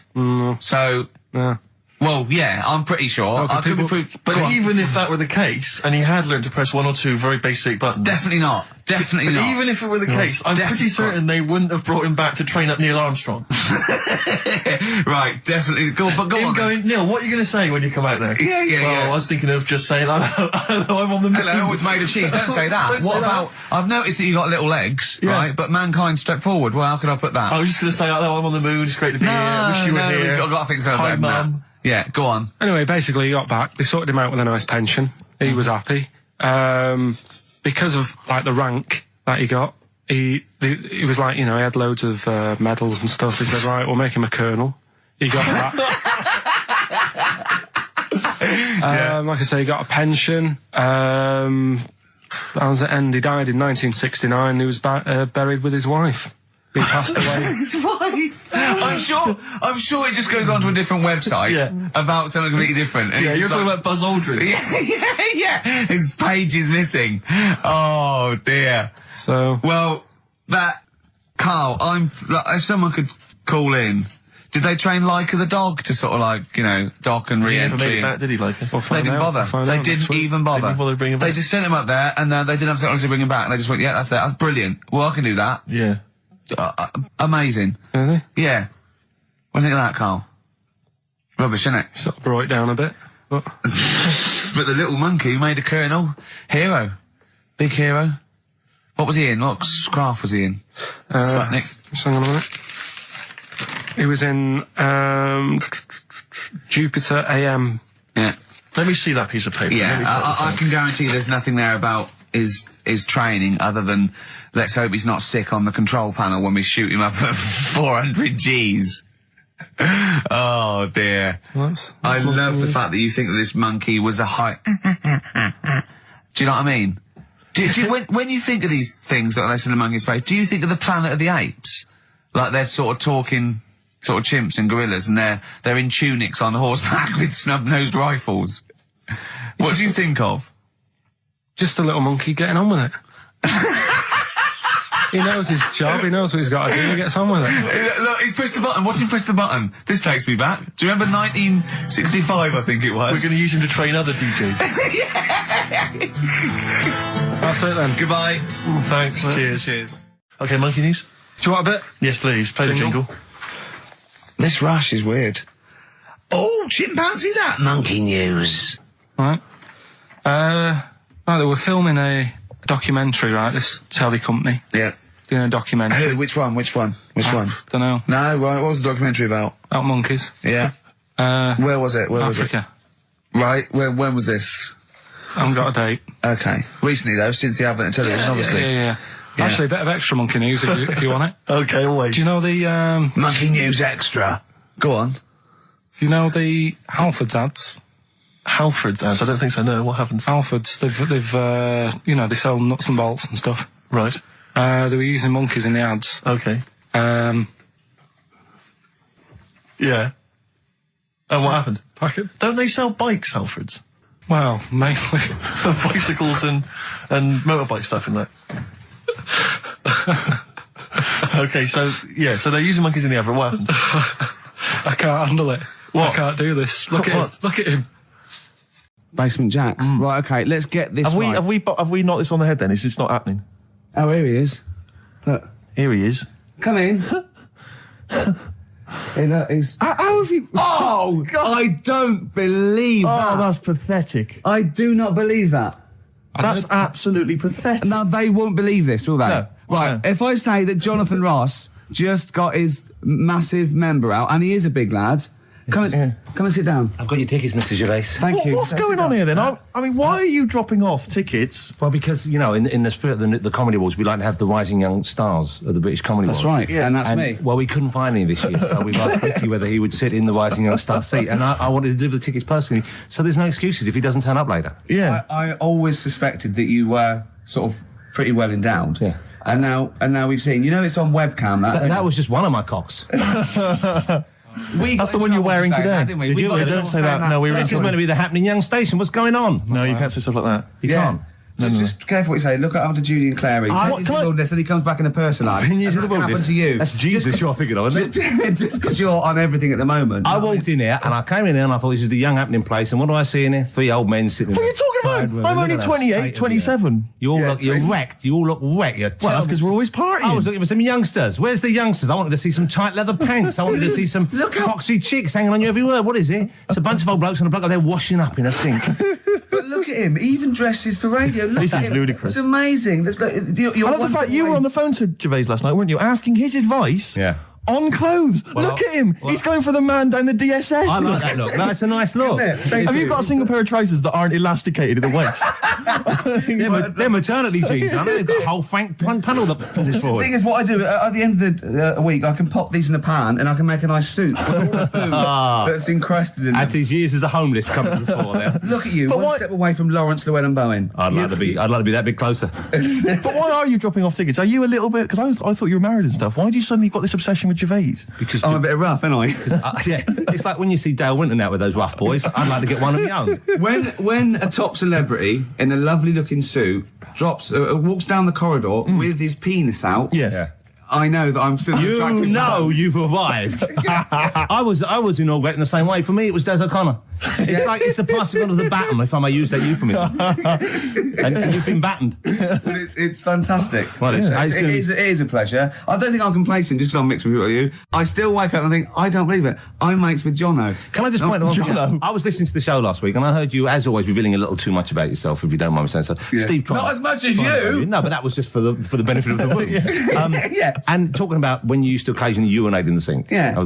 When you were around my house last time, and I came in, and you looked a bit shifty. No, please reassure me. It was more ownership. Yeah. I was like, I went to my territory, and then other people that come in, that go, has Gervais been round here? It's like just marking my territory. Because my coffee the next morning had a hazelnut tang to it that I don't remember putting in. Can I just say something? Because I mean, I used to, mention to you, Gervais, when we first started getting involved in the business. Yeah. I should say, if there was one celebrity I'd like to be friends with, it's Jonathan Ross. Yeah. Lo and behold, Ricky's befriended Jonathan Ross. I'm nowhere to be seen. But Not Ricky invited told me- round. Ricky told me that I could be his friend, providing I never extended the arm of friendship. Right. to you. Yeah, if you ever... I thought as much. He tries to keep everyone else down he works with, from the office, all the other shows. He tries to keep them down. He said, I didn't even want I'm you to number come one. in. I wanted Yeah. to meet you on the steps. Yeah. I didn't even want to tell him you were around. But you called. He went, who's that? And he saw your name come up and he went, well, can I meet him? Well, you're all coming tonight, aren't you? This isn't Radio 2, by the way. These links are way too long. This is snappy radio. We have to play out... Yeah. You might The be kids have lost interest. But the kids want to hear... R for rabbit, right? So anyway, my dad says, yeah, well, we can get in there for free. Of course he did. Clever. Right? So we parked up on this little country lane, right? No one about. We How walking much down, did it go in? Like £2? about £3 each. Yeah. But he said, well, yeah, but if you don't have to pay, do you know what I mean? You enjoy it even more, don't you, when you're walking about and you're thinking, I've got this £3 in my pocket, no one's having it. Yeah. Right? No, looking over shoulder for a bloke with a peak hat saying, can I see your ticket, please? I wouldn't enjoy it more, no. Go on. Yeah, but you don't worry about it, do you? You got a bit of money now then, Rick. You've changed. So anyway, so we had to walk across about 4 fields. For 3 quid! Right? And what happened was, we're walking through all these fields and what have you, big grass and muddy bits and all that, 'cause it'd been raining, and climbing over fences and stuff. And we're in this field, right? And I look to my right, and there's about 30 cows all staring at us, right? And Suzanne started to panic a bit. She said, we shouldn't be here. And Dad says, of course we can. We're allowed to go wherever we want. You know, all this land, it's ramblers' rights and all that stuff. Yeah. And take a cow if you want, unattended. So Serves him right for leaving him in the field unattended. I'm having one. And keep us fed for a week. Anyway, these cows start surrounding us. Surrounding us. Oh, brilliant. Oh, no. Face off. And Suzanne's panicking, going, this isn't right. We're not going to make it to the fence in time. They're moving faster than us, and he started sort of running a bit. Wow. And it's like some kind of bovine West Side Story. A gang of cows coming at you. Don't worry about it and stuff. But my dad had to sort of stand there and like wave a stick at him. Of course. And we got away, but Suzanne was like having a bit of a sweat on. Got away. Saying, we could have got killed. Sure. And my dad saying, no, it never happens. And I just wondered if it does, if there's a risk of... Yeah, it is rare, but there's been a couple of cases of being trampled by cows. They're not aggressive, they sort of run through you. Well, they're aggressive if they've got a calf. They don't have kids. What? They had kids with them. Kids, yeah. That's goats you're thinking of.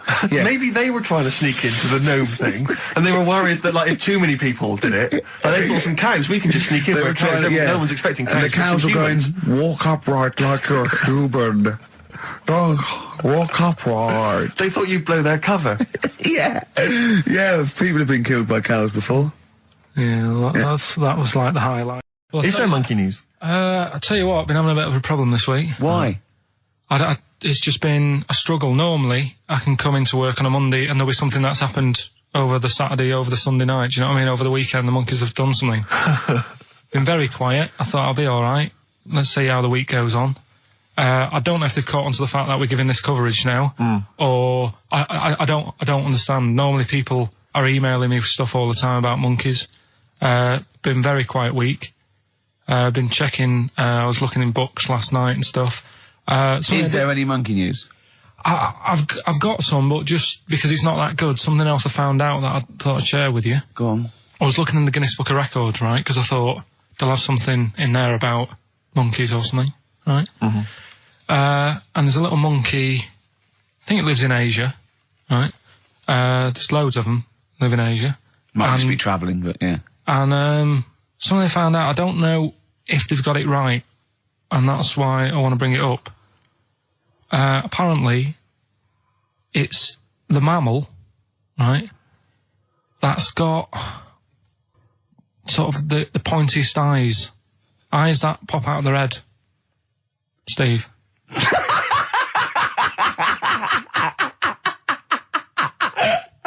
Now, the thing is, right, I thought that's interesting. Yeah. Apparently, it's the biggest with the sort of goggle eye type thing. Right, yeah, go on. Apparently, they come out of their head 1.6 centimetres. 1.6 centimetres? What, you mean they protrude? Yeah. They protrude from the head at 1.6. Okay. What? How long? Have you got a ruler, Rick? 1.6. He's having a go. I'd say I'd be a little bit annoyed if the monkeys beat me. Well, I don't think it has. That's what I'm hoping. Is there anything we can... I mean, what's 1.6? Oh, can you...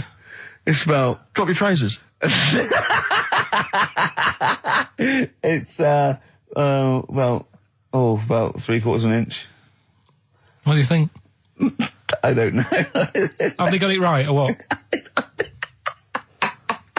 Maybe I should come down to Monkey World with you next week. So anyway, so that's not the monkey news. That's just something that cropped up. And Sure.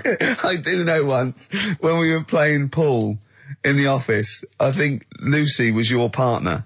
Yeah. It was me and Ash versus you and Lucy. And you were having trouble because his glasses kept slipping down. So Lucy pushed his glasses up his nose, but the glasses touched his eye. Do you remember that? Yeah.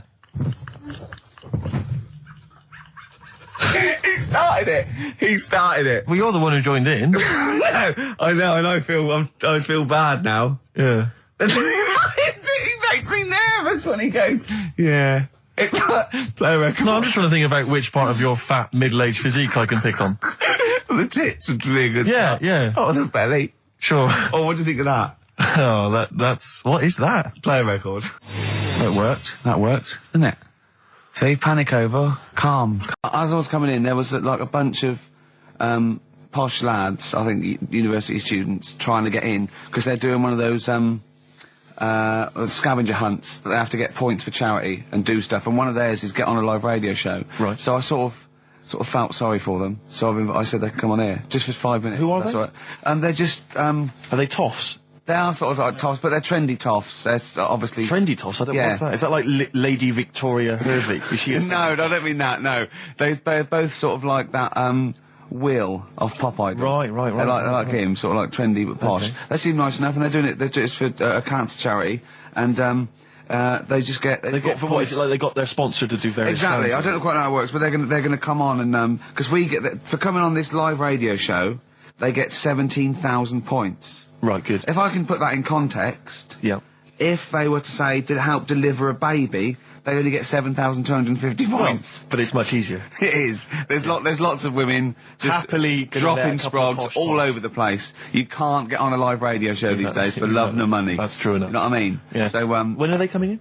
Carl said they're going to just 1:30. I had a word with them. Okay, what did you make of them? They are posh, Really? but they said they're going to wander about and go and see if they can deliver a baby and that, and then come back here for 1:30. And I don't know if it. I hope they don't leave a baby sort of half out. You know, if they've got it. You know, they're push. Sorry, we're gonna have to shoot off. We've got to go and see. we've got to play an instrument in a marching band for 8,500 points. Well, I did say be here definitely at 1:30 because I don't want you getting in the way of the white van questions. And the other thing is, right, they get 7,500 points for delivering a baby, but they get 9,000 points if they cut Peter Stringfellow's hair. Well, he's very precious about his hair. It's a more delicate operation, isn't Absolutely. it? There's more that can go wrong. That's true enough. Take an unconventional animal for a walk in a park. What is an Unconventional animal? I think that could be a dog that just doesn't play by the rules. Yeah, that's a dog that's into Slipknot. Yeah, that wheeze in a urinal. Yeah, exactly. Standing up. Exactly. Yeah, well, I'm looking forward Well, to yeah, that. I'm sure they're lovely guys. Good luck to them. Yeah, we'll see you later. Well, we're back, and there's a few more people here. Absolutely, well done. Yeah, yeah. Well observed. Yeah. Do you want to say hello? Hi guys. And what are you doing here? This is Mark and James, or Sco and Belch, and we're here. Sorry, your name's what? Sorry, say the last bit again. Oh, what? Sco and Belch. Sco and Belch? Yeah, that's right. Do you want to explain that? No. No, from the drinking story. games, I imagine. Yeah. We've got worse names than that, but it's radio, so. Sure. Now, you're presumably students? We've just well, we kind of graduated. We've been in work like about a year or two. And what do you do? I work for a management consultancy. I work for a distribution company up in Birmingham.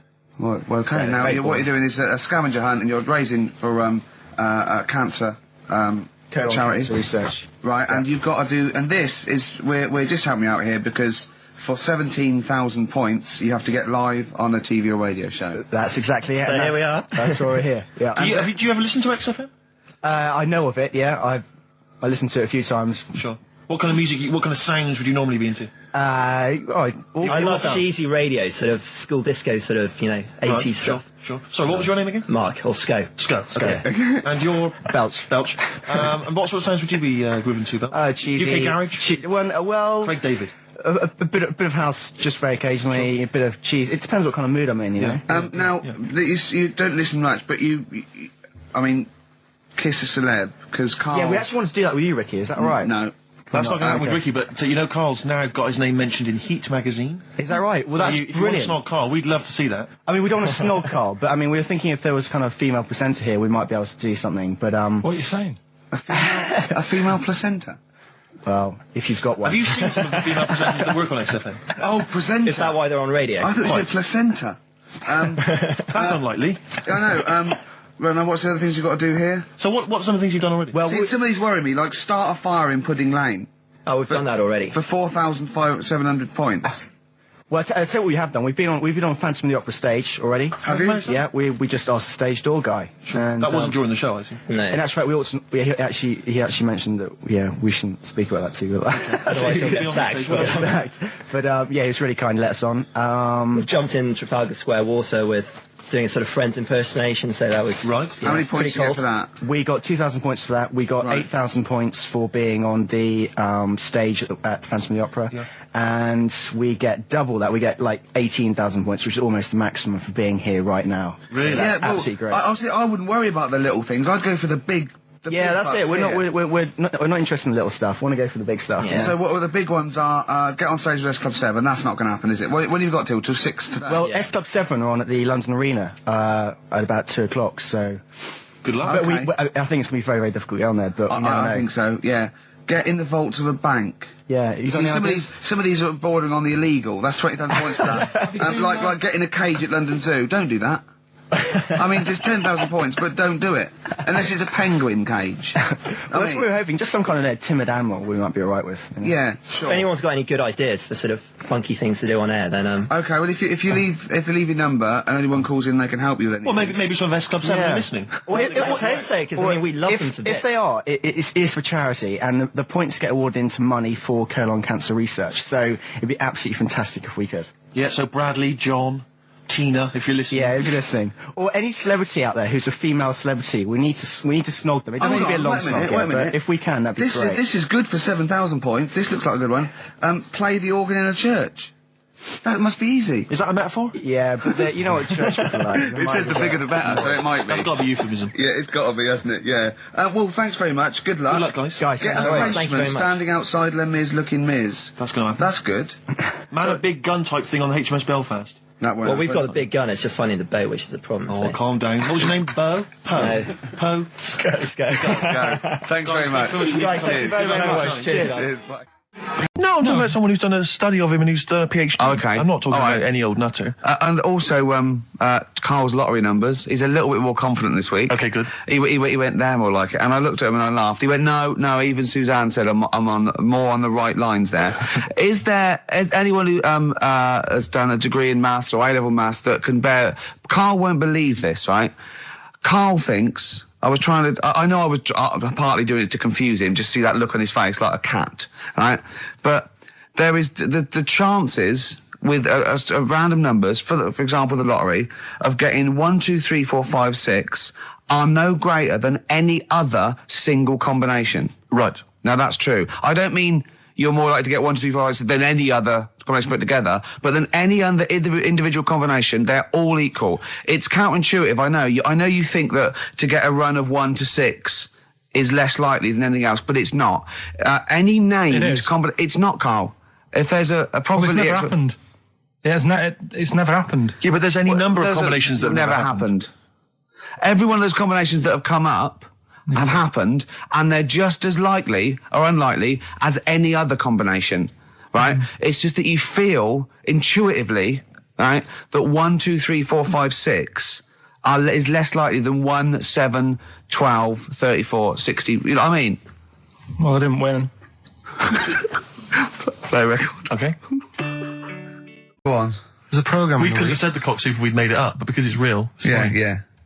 We also couldn't have said the cock soup if we'd have meant a male penis. Thankfully, we don't. So. We mean a little chicken. You go on. Yeah, this programme was on. It was Wednesday night, something. About this little lad. It was a fella and a woman. At the same time. What was it, like a cartoon with a secret identity? By night? What do you mean? He had both by day a sets? boy, by night a woman. He had it all. What'd you... Sorry, wait. So he had male and female genitalia. Yeah. So what do you call someone that's born like that? Weird. Yeah. Now, what's the term for it? Go on. You know it. We've talked about it before. Aphrodite. Really? So close. Hermaphrodite. Yeah, hermaphrodite. Yeah. That's weird, don't it? Yeah. And he had the ball. Yeah. And he had the... Well, what happened was he was born, right? Obviously. And the doctor said, there you go. Lovely little boy and girl. So the mum was like, what? So he said... No, I don't think the doctor was sarcastic. Yeah, what? I don't think the doctor was sort of dissing them. Yeah. There you go. What do you mean, doctor? I'll have a look. There's the cock, there's the minge. All right, see you later. What are you going to call it? But doctor, what do you mean? Have a look. He wasn't sarcastic. He didn't give Doctor, clues. tell me what you mean. Give me a straight answer. He probably went, oh shit, she's got a cock. He didn't go... He wasn't sarky to the parents. No, Anyway. no, but I'm just getting across. Do you know what I mean? I always had a little bit just to... Yeah, I know you spice do. it Yeah. up, You should spice be it a up. newsreader. Be brilliant. So there's a little kid lying there. Yeah. And the mum says, you know, what am I going to do then? So the doctor, I mean, I'm condensing this. It was like an hour long. Sure. Yeah. Yeah. So he says, she said, what will I do? And the doctor said, well, he's not sort of well hung. Right. Oh, So he's better. not sort of well on. This doctor I assume has been struck off since for saying these things. It was a real doctor. It wasn't Dr. Fox. Yeah. Right, go on. So the doctor said, so I recommend that we make it a woman. Right. So they sort of do a little bit of... Jiggery pokery. Yeah, a little bit of work. And I don't think that's true, Carl. No, it is. It was on the programme.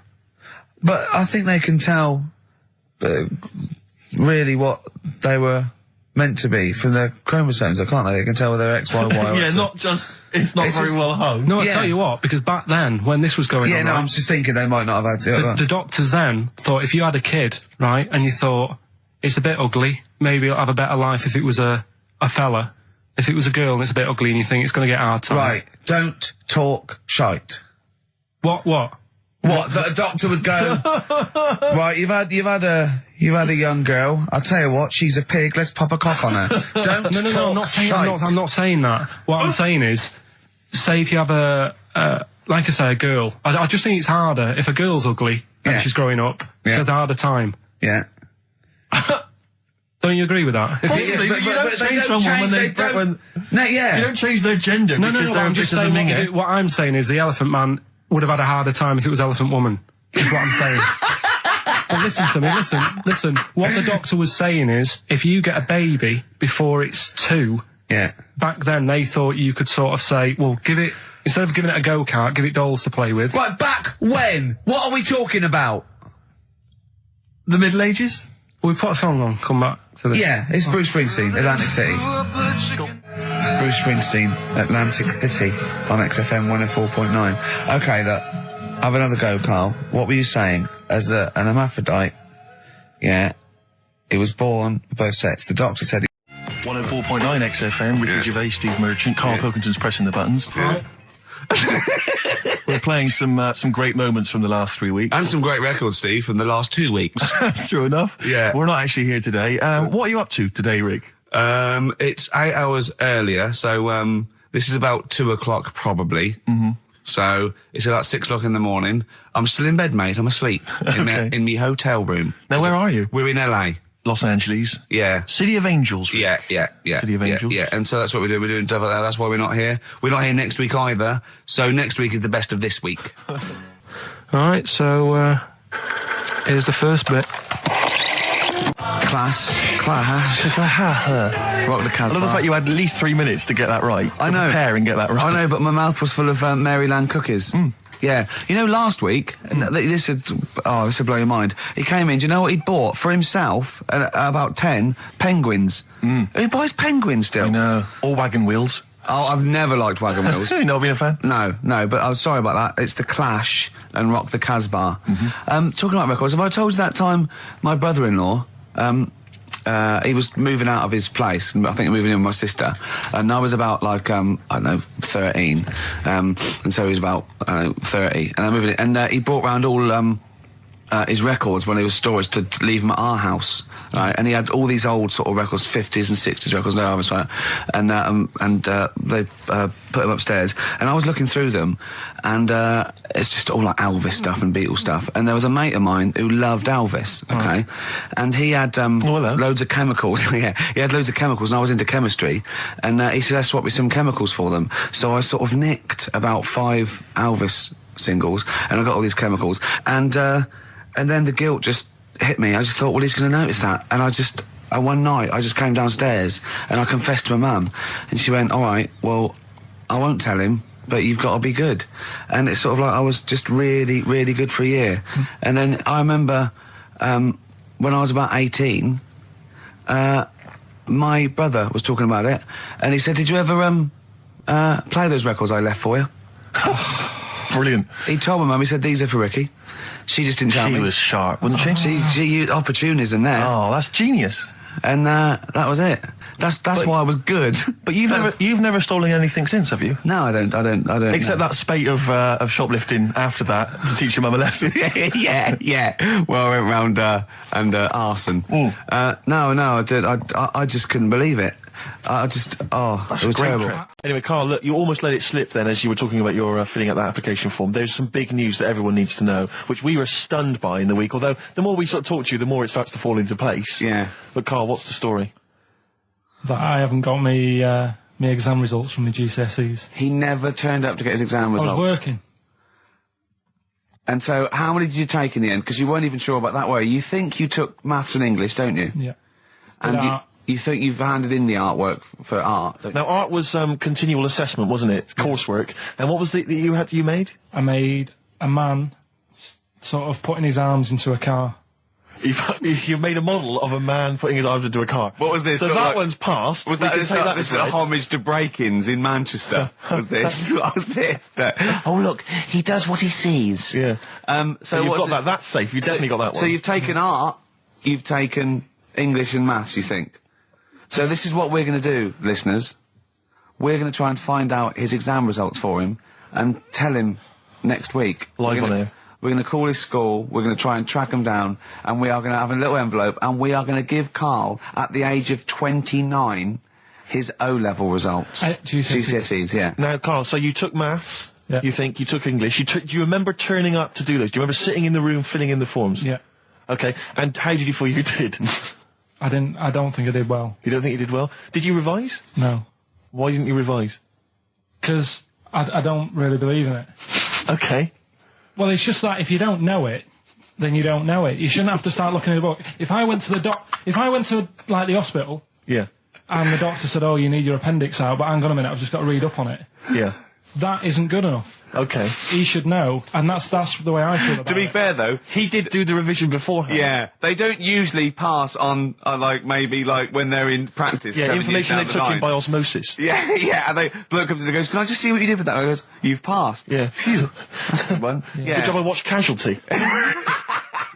Brilliant. His homework was to come up with one of those stupid lateral thinking problems. We maybe should give an example of the. Romeo and Juliet. Right, Romeo's asleep on the bed, Juliet's on the floor, covered in water and broken glass. What happened? And you ask all these stupid questions, and it's Romeo's a cat and Juliet's a goldfish. Again, awful. What am I thinking? Yeah. Yeah, go on then, Carl. Right. Yeah. There's a bloke lying on the floor, right? He's cut his head, blood's coming out of his head, and all his mates come running up, and they're all stood round him. Yeah. And they don't take their hats off as a mark of respect. That is outrageous. Why didn't they take their hats off? I'm laughing, but it's probably as good as the real absolutely. ones. A bloke's fallen with his... Yeah. He's lying on the floor. Yeah. He's dead. Yeah. His mates come running up. Was it important that his head was cut? I don't know. I mean, would it have been okay if he'd have been wearing a hat? He wouldn't have been dead if he was wearing a hat. What's your answer?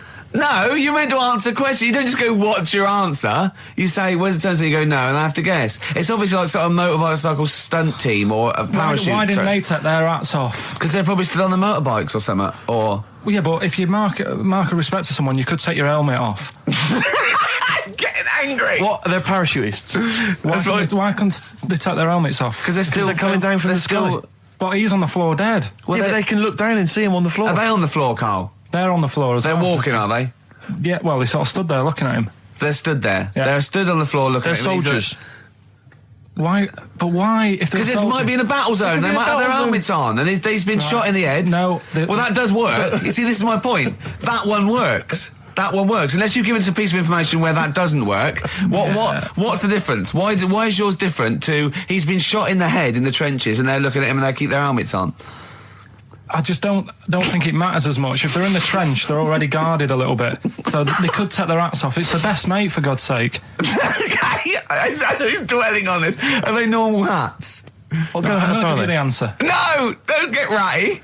What kind of hats are they? Baseball hats? If I told you what sort of hats they are, you'd have the answer. Wow. Okay, I've got to guess what sort of a hat it is then, have I? Right. Is it a trilby? No. Is it a bowler? I know what it is. What? They're spacemen. No. Oh, that's a good That one. one works as well. This is my point. I like that one a lot. It works. He's fallen on the moon, and not that the moon happened, it was set up, wasn't it, in the studio, we know that, yeah. Okay, Carl, what's your answer? Builders on a building site. Why is that different to soldiers? Because bricks don't fall in wars. But bullets fly! Right. Let's play a record and we'll come back to it, Carl, while you think about what you've done. Oh, yeah. From, who was it from? Mike Heel, who sent me a little picture of a little Japanese fella from a film who said looks like me, and he does a little bit. But he says, please can you make Carl laugh? I've never heard him utter as much as a snigger, and I'm worried he may have a genetic disorder. Well, I mean, he has got a genetic disorder, obviously, but he was giggling then.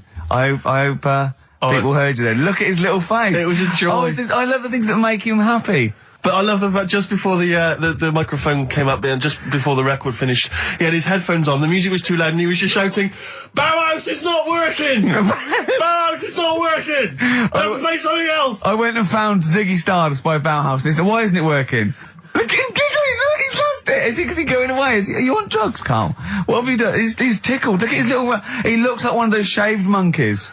Look at his little, oh my God, I've never seen a forehead glow. I know, it's extraordinary. Oh. And he's got that red shirt on as well, so the whole of him is just a big glowing... Carl, what are you trying? What are you putting in? I'm going to see if I can get this to work. Go on then. Hang on. Brilliant radio. I hope Dr. Fox is listening because I think he's eating his words right now, Steve. Right, I think I've done it. Well done. That's excellent. Right, what Let's play doing? Bauhaus now and let's try and compose ourselves. This is Ziggy Stardust by Bauhaus. Yeah. Actually, a bit of extra monkey news if you want it. Okay, always. Do you know the Monkey News Extra. Go on. Do you know the Halfords ads? Halfords ads? I don't think so, no. What happens? Halfords, they've you know, they sell nuts and bolts and stuff. Right. They were using monkeys in the ads. Okay. Yeah. And what happened? Packet. Don't they sell bikes, Halfords? Well, mainly. Bicycles and motorbike stuff in that. Okay, so they're using monkeys in the advert. What happened? I can't handle it. What? I can't do this. Look at him. I don't care what he's doing. Well, basically, right, there was a load of hassle because they were using these monkeys in this Halfords advert. Yes. Right. And what happened? Get to the point. It turned out there wasn't a problem because they were mechanics in the first place. Well, they were monkey mechanics? Yeah. What are you talking about? Mental. What are you talking about? That's not a story. Right, anyway, listen, let's get back onto They were mechanics in the first place. Right, listen. Right, so they're making this documentary. Right? And stumble across a little gang of... Come on! Just... Get on with it, please. Little gang of monkeys. That's Yes. the first time I've ever laughed. I'll hear that. I know. Well, brilliant. What do you want, a cake? Come on. Can we play a song? Oh, I don't understand what is wrong with you, you freak. It's making me laugh. Just tell us the story. All right, then. All right. So anyway, right, so there's this documentary being made. They found a little gang of monkeys. Right, play a song. I don't know what's going on here. I apologise. It's just if you were looking forward to monkey. Got to hide your love away. According to the Beatles on XFM 104.9. I'm Ricky Gervais with me, Steve Merchant. Right, Carl, come on. Monkey News. Everyone's composed. The jingle, please. Oh, chimpanzee that! Monkey News. Excellent. Okay. Right, where were we? We were just start again. There's some people making a documentary. For what? Okay, Making a documentary in a jungle and that. Right. Stumble across a little gang. Okay, come on. All right. A little gang of monkeys. Yeah. Oh, come on. So the camera crew are there filming it. Yes. Everything's going normal. It's all fine. Nothing odd about it. Okay. They're not running a restaurant, they've not got any barber shops, nothing. No. Just regular monkeys going about their business, yeah. So anyway, what normally happens is the monkeys sleep with the partner. They already do what?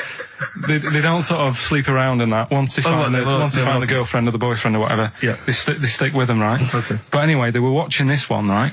And it's going around a bit, sleeping around. Oily. And it was getting fatter. They thought, this is a bit odd. Yeah. Right? So, followed it round. And, see it having it away. Turns out, little prostitute.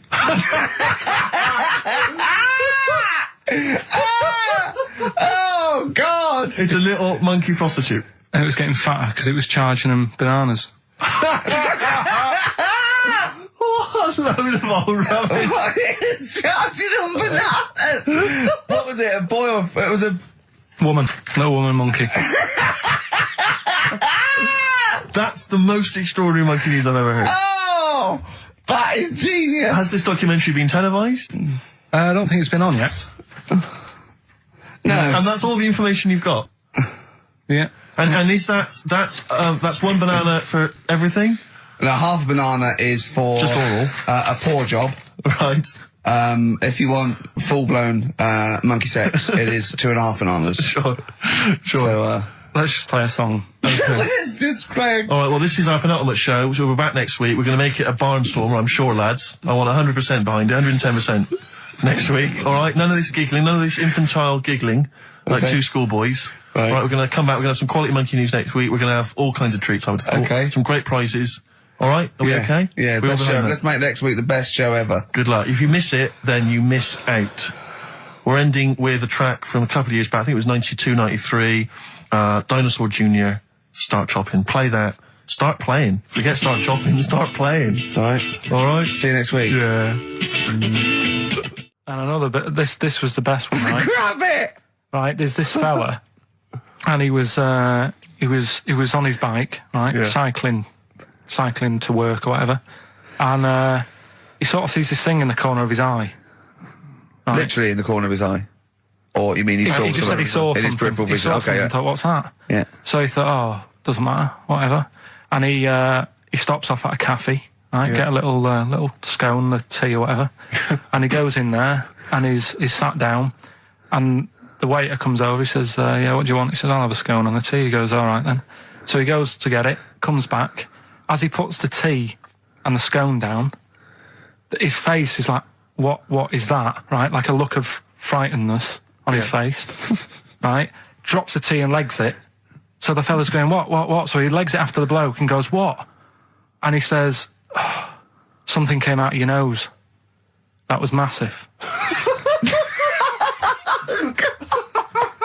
Sorry, something came out of the Listen, guy's it's all true because people would have watched it, so don't start saying it Sorry, didn't but hang on, I happen. just need to clarify. The guy on the I bike... don't believe he ran away. Wait a I minute. don't believe he legged it. I don't believe he had a look of frightenedness on his face, and I don't believe he said something massive came out your nose. and I don't even believe he had a cup of tea and a scone. These are the things that I think are embellished. But who had something coming out of his nose? Was it the guy serving the scone? The one who was on the bike who ordered the scone. Yeah, but what was came it? out of his nose. What was it? Came out of his nose. Right. So he goes home and he thinks, I've got to sort this out because it's not good and that. So he But what? No, it was out of his nose.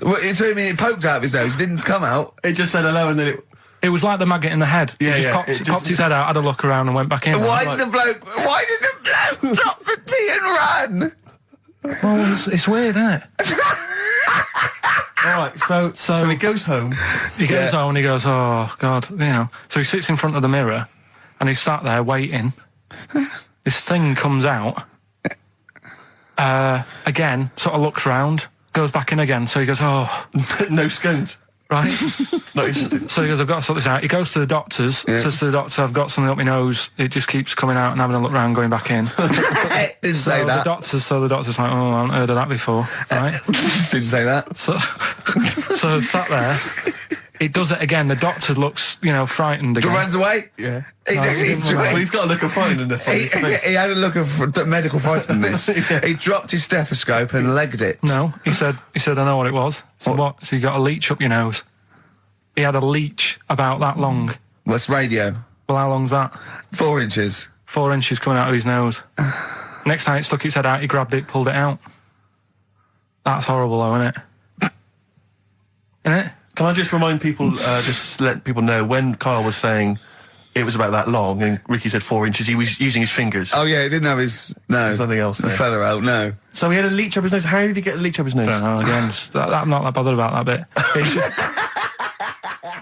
Buy it if you want, not bothered, think about it. Come back, right, come back if you want.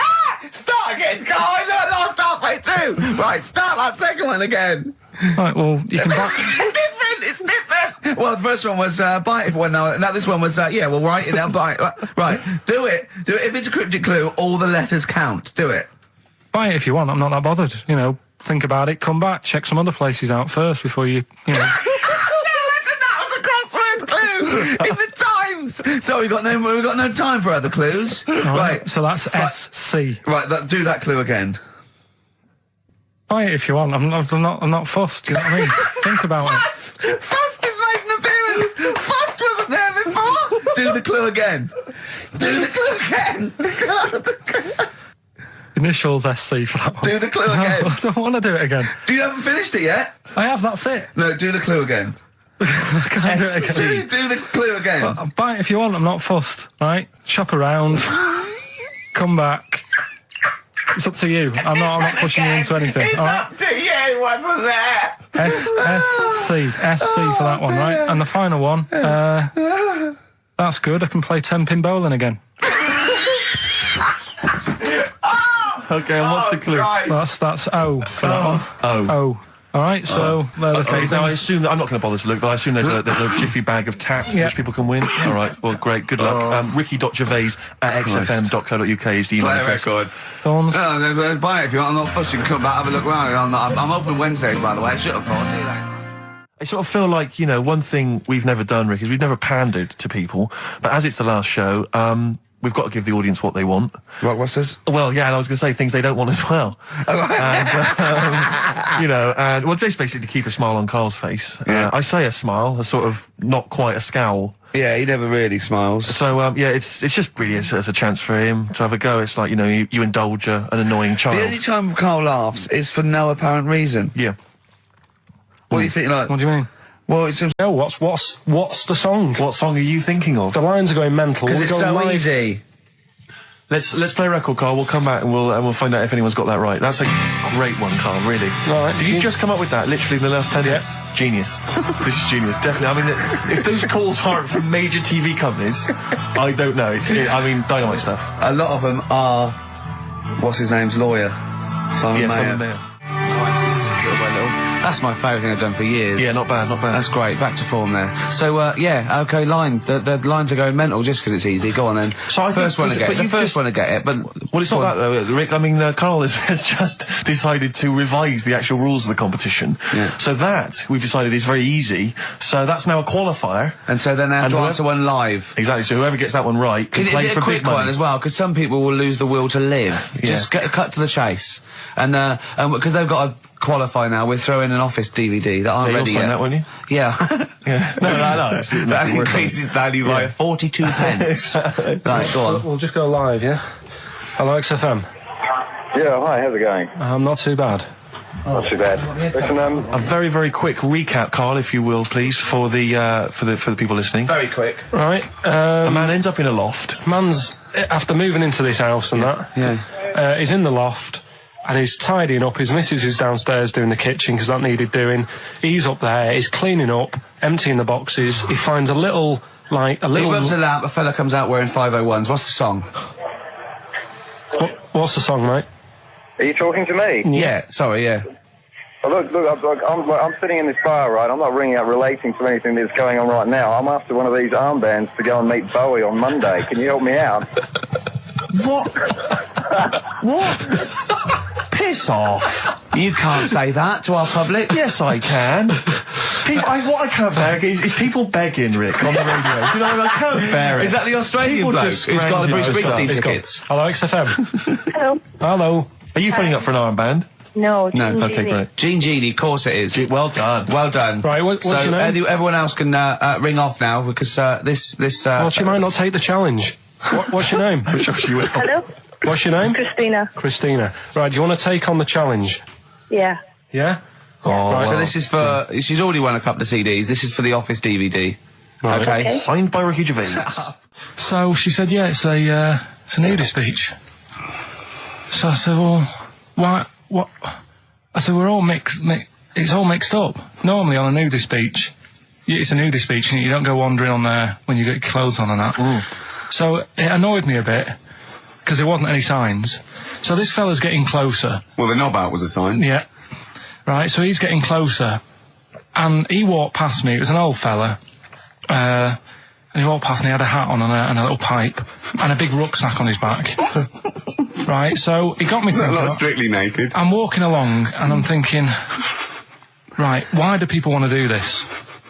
So straight away, I wasn't on holiday anymore, because most of the time when I'm on holiday, I don't think about anything. Right? Your mind's a blank. I just switch off. Right? But all of a sudden, this has got in my head now, and I turn around to look at him, and check out his arse.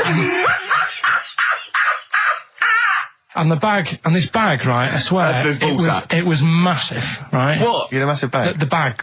His rucksack? His rucksack. Oh, right, okay. When he said there was an old couple coming towards me, I said, what was lower, the bloke's bollocks or the woman's tits? And he said, well, that was another point. She might as well have worn knickers. Because I was so naked to see it. That's what he said to me. So you saw the bag? So it annoyed me, yeah, because the whole idea in it, this is what I think, I mean, I might be wrong, right?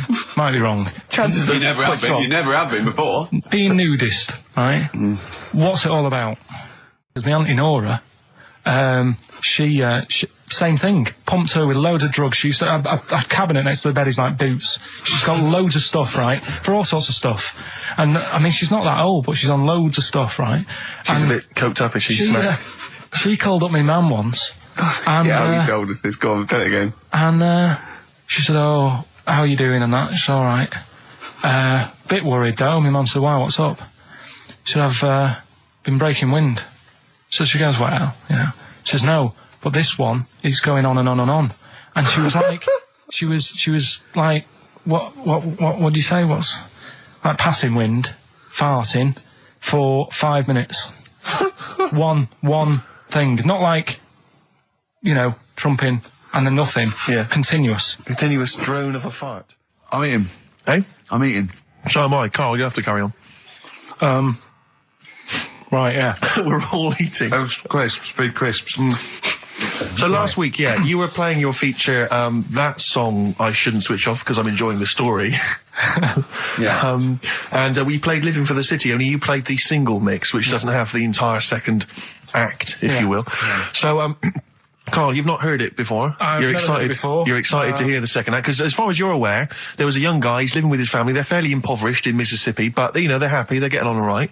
But you're not even aware that he's moving to the big city. No, it just fades out. Well, that's the city in question. I mean, I've liked this song for, must be, you know, 3 or 4 years, and I've always listened to the single version. I had no idea that I didn't know the full story. So, yeah. It's not, I mean, and I know your attention to detail, you like to know the full story, like, where everything was. Well, the whole idea of the feature is to say, you know, you've got to listen to the song. Where was the lead plate thing? Where was the lead plate thing? That was like a few years back. Where was it? In Britain and Scotland. Yeah. It was a problem all over the world. They had to deal with it. You're making it up now. Is it something you saw in Lord of the Rings? Yeah. Right. So anyway. Yeah. So the Lion and the Witch, Go on. Go on. So far then, what did we learn in this story from We Stevie learned so Wonder? far from Stevie that there's a young lad, as I say, he's got a family, he's fairly happy, except they're very poor, and they struggle to get by, but they're happy, they're doing it anyway. He's moving to the big city. Carl, this is the bit you didn't realise. Just play the track. Okay, here we go. So this is halfway through. This is now, halfway through the tune now. This is, you've not heard this before, have you? Let's go. Sorry, I accidentally played an episode of Kojak by mistake. We were going to play a song. Carl, what did you make of that then? Yeah, what's happening there then? Eh? He was living with his family. He was fairly impoverished. He's moved to the new... bus he was on, was it? Right, so what's your take on it, Carl? After hearing that, what I've worked out by it, the first part that we heard last week, everything's all right, but it's not that great living in Mississippi, right? So he goes, I'm going to go to New York. There's plenty of work there. Yeah. They'll sort of accept me as, and everything. So he goes there, and the weird thing is, he's hardly, been in New York for a second. He gets on a bus, all of a sudden some cop is arresting him. He's like, what's going on? And then he's got 10 years. I mean, what you can't hear, because the levels are quite bad. I mean, I work with sound. I can't really hear what's going on. You're criticising Stevie Wonder, I'm sort of guessing that he didn't pay his bus fare or something. And 10 years. He got 10 years for that. I really don't know what was going on. And the last one... got that one. That's terrible. That's terrible. Okay, quickly. Oh, God. And the last one is, that bloke who does... Come on! It's making me laugh. Come on, Carl, be professional. Right, the last one. Right. I can't do it, it's making me laugh. Oh, come on, I'll come and read them then. No, hang on, Come on, Carl. Right, here we go. They don't do this on Blockbusters on TV, do they? No, come on. That bloke who does sport on telly, he's got a little kid, right? Initials DC. What? Is that I'm the completely clue? confused by that. Was that the clue? Yeah, that bloke who... Play the jingle. Oh, is it? Is it? Brilliant. Oh, chimpanzee that monkey news extra. Is there monkey news? I tell you what, I've been having a bit of a problem this week. Why? It's just been a struggle. Normally, I can come into work on a Monday and there'll be something that's happened over the Saturday, over the Sunday night. Do you know what I mean? Over the weekend, the monkeys have done something. Been very quiet. I thought I'll be all right. Let's see how the week goes on. I don't know if they've caught on to the fact that we're giving this coverage now, or I don't understand. Normally, people are emailing me stuff all the time about monkeys. Been very quiet week. Been checking. I was looking in books last night and stuff. Is there any monkey news? I've got some, but just because it's not that good, something else I found out that I thought I'd share with you. Go on. I was looking in the Guinness Book of Records, right, because I thought they'll have something in there about monkeys or something, right? Mm-hmm. And there's a little monkey, I think it lives in Asia, right? There's loads of them live in Asia. Might just be travelling, but yeah. And something I found out, I don't know if they've got it right, and that's why I want to bring it up. Apparently, it's the mammal, right, that's got sort of the pointiest eyes that pop out of their head. Steve.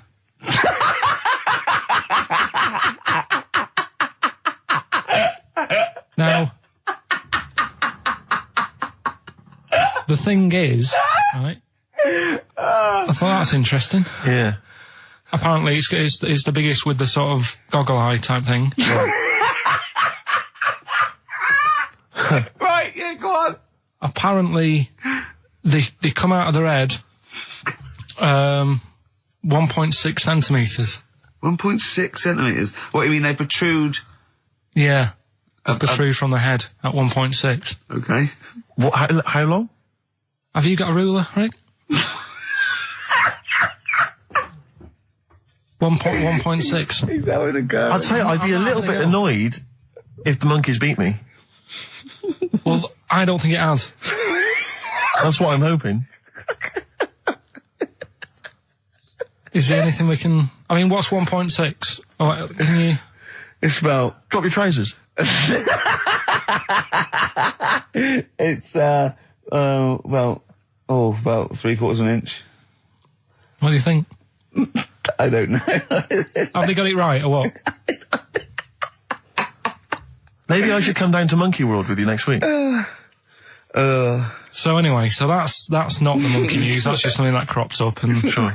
I do know once, when we were playing pool in the office, I think Lucy was your partner. Yeah. It was me and Ash versus you and Lucy. And you were having trouble because his glasses kept slipping down. So Lucy pushed his glasses up his nose, but the glasses touched his eye. Do you remember that? Yeah. He started it. Well, you're the one who joined in. No, I know, and I feel bad now. Yeah. He makes me nervous when he goes, yeah. It's not play a record. No, I'm just trying to think about which part of your fat, middle-aged physique I can pick on. The tits would be a good Yeah, start. yeah. Oh, the belly. Sure. Oh, what do you think of that? Oh, that's... What is that? Play a record. Is that monkey news for this week? Have we not got any other monkey news? Well, it's just, it hasn't been that good. I mean, the one that I found out here, because we've covered so much in the monkey world, right? The fact that we've done a monkey that was a sort of half man, we've done a monkey that got a decent job in a train station. Can you think of any of the other? Well, that's just some of the great monkey news from the past. That's what I mean. So that's what you got to compete with. So even though this is quite amazing, just tell us. Another monkey's got married. Oh, not another monkey getting married. What do you mean? It's got another one. You know, it was knocking about with some woman monkey for a bit. A woman monkey. They decided to, you know, get married. Yeah. They did. What do you mean they decided to get married? Was it pressure from her parents? They had a good do, and Good do. I love the spread. I love that. Peanut vol-au-vents. Yeah. Celebrated in a pub, and then they both went off to the cage that night. That's what I mean. Even though that is quite impressive, But because it's not true. Or it's a joke. It's nothing. It's not. on an Nova website, official sort of news website. 2 monkeys have married in Romania after a whirlwind romance. Well, that's... After a whirlwind romance. God, yeah. Yeah, a quick one hanging onto the rope. Yeah. She was in the tyre. Yeah. He saw it. Yeah. He went, I'll have a go at that. They go, we got to marry her now. Yeah. Her parents came in and said, did you just shut He was in a zoo knocking one off. She went, I can do that for you. Yeah. Yeah. Guests say the monkey bridegroom was scared by the number of people attending the wedding and refused to get out of his cage. So his bride was, Not bloody Hello Magazine again. No, it was no. I think it was like last minute nerves. Right, like right, you know, right. Legit, I'm yeah, single second now. thoughts. It's like you know, it's the big step. Yeah. But his bride enjoyed every minute of it. She was loving it. Yeah, she sure, looked lovely, by sure. the way. She looked lovely. Yeah. Did she? Oh, good. Reports she only appeared to have problems with her veil and dress. Do you see? You know, this is. The guests I hope they didn't include ruin it like Anthea Turner and maybe get sort of sponsorship PG tips or something. Totally, with strong plum brandy, so they got them drunk as well. So they carried on the celebrations at the pub, and the bride was taken to her new husband's cage at night. I apologise. Play a record. I'll tell you what winds me up. What? Monkeys getting married. I know. And I'm not getting any action. And I got bigger eyes. Cheeky freak of the week. Right. Well, couple of bits. I don't know which one to use as the main feature for this week. It's not good, is it? Well, there's been another one born. What? Little kid. Who won? 4 eyes. Insult. Just a guy who wears glasses. Come on.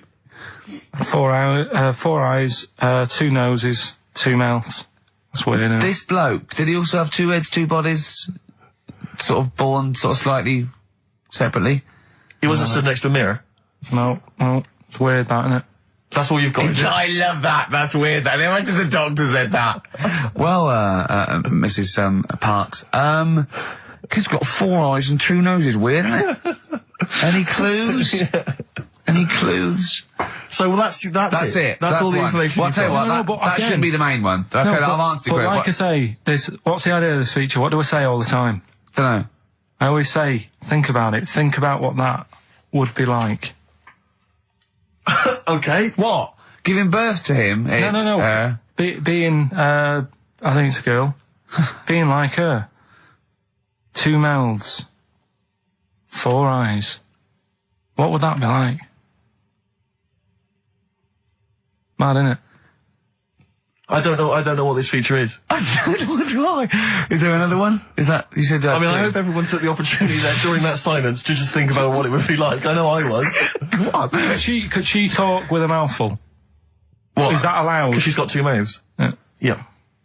Would that be alright in her house? She'd be eating Yeah, one, she can talk with one mouth and eat with the other, I Right, well, suppose. listen, the main one, right? You've thought about that. That's good. The main cheeky freak of the week. I haven't got all the details.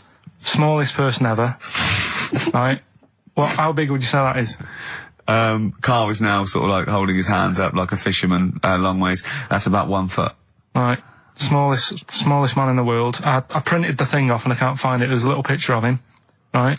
The odd thing was... But why have you asked me how... Did it say, or was it a picture of him? I didn't really read it. Of course you didn't. Jesus. I just saw it and thought, that's... What, you straight away assumed it was natural size? No, it was that big. But what do you mean it was that big? Little fella, like that. But why are you doing that? What? It was a page with a little fella. How do you know that was natural size? No, it was, because he said it's world's smallest man.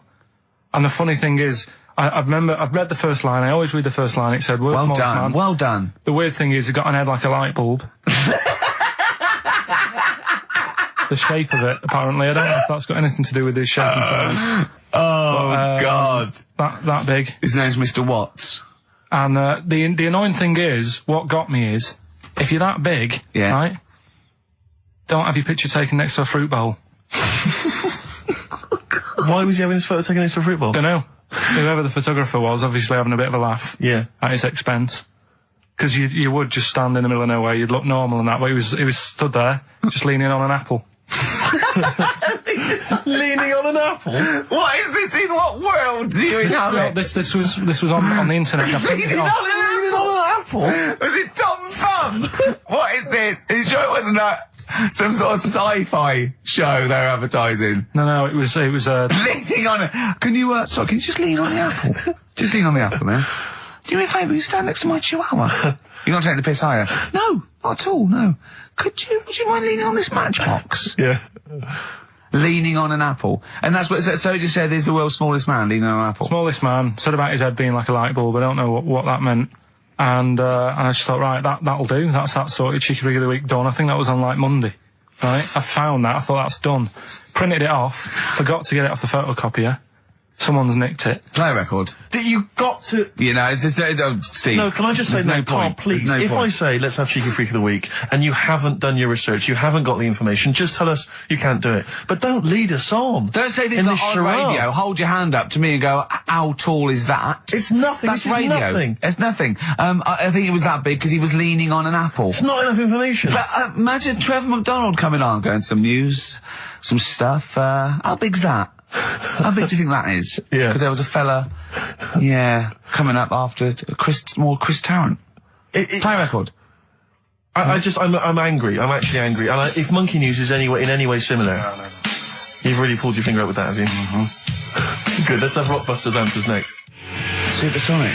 Oasis on XFM 104.9. Right. Getting through it. It's the Rockbusters. Right. It's the Rockbusters results, really, because this is a very important result. It's whether they stay in the Premiership or are relegated. This is the playoffs for Karl. Okay? You need 3 points. You need 3 points to stay up, Karl. Go on. Right, had a lot of right answers in that. Right, okay, that's in your favour, you know. Okay. The first clue was, the doctor said part of the foot and the leg was no good, so he took them off, he threw them away. Yeah. The initials TB. Yeah. Right? Go on. Tony Bennett. Alright, that's Tony Bennett. Tony Bennett. Tony Bennett. Yeah. Okay, that's a warning, that's a yellow card. That is a yellow card, but you can still get the points. Right. Because his name's not Bennett. Tony, brilliant. Tony, perfect. A pun. Knee, his name's Tony. Perfect. Bennett, no, his name's Bennett. See? Well, he's in London this week as well, so I don't know if it's sold out. I won't mind. Are you on drugs? Or did I actually crack your head? Did I actually give you some brain damage? Because you're worse than usual now. It's like, go on. Right, the second one. That's a Scottish fella. We've got to speed this show up. Hang on a minute, hang on. I've just got to make sure it's right. We don't want to look stupid. Right? That Scottish monster has got a bit of a tan. I don't think we can look stupid with material like this. TD, that Scottish monster's got a bit of a tan. The answer there, the darkness. I'll give you that. Right. Well done. And the last one. Goal. The 60s singer, he had a heart attack the other way whilst having it away. You won't be seeing him again. The initials FNM. That's Faith No More. Adam Faith. Right? No! Doesn't count! Why not? Adam Faith No More. Right? Adam Faith No More. So, sorry, what is the clue? Is the clue Adam Faith, or is it Faith No More? Just Faith, I suppose. Just Faith No More. As a 60s singer. So we got that. That's that. Safe for next week. Who's the winner? What do you make of it?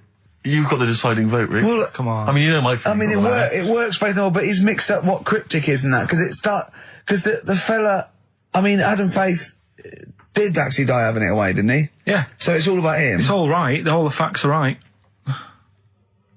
Anyway. Okay, I think he's got a reprieve. I think I'll give it to him. I think I've got to give it to him, Steve. I think I have.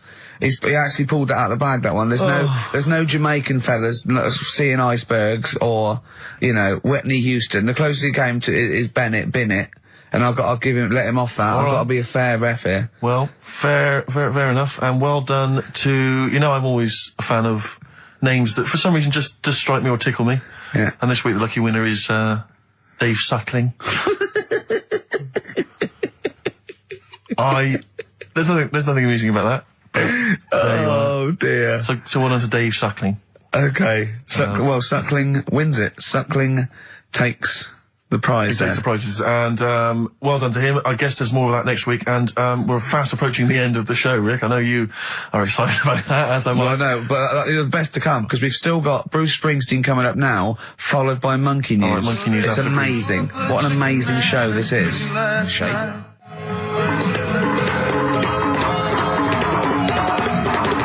Chimpanzees at Monkey News! Excellent. So, Monkey News time on XFM.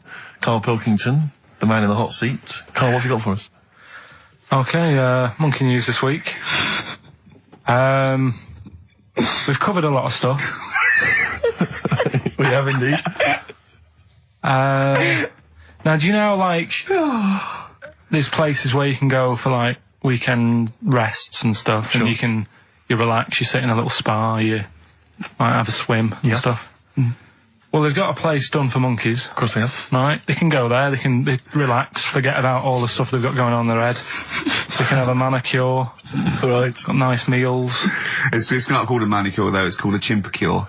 Beauty treatments. Yeah. Right? They look good and stuff. Yeah, well, look good, feel good, yeah. Now, you might think, well, that's pretty normal. Well. The bit I haven't told you about is actually run by a couple of chimps.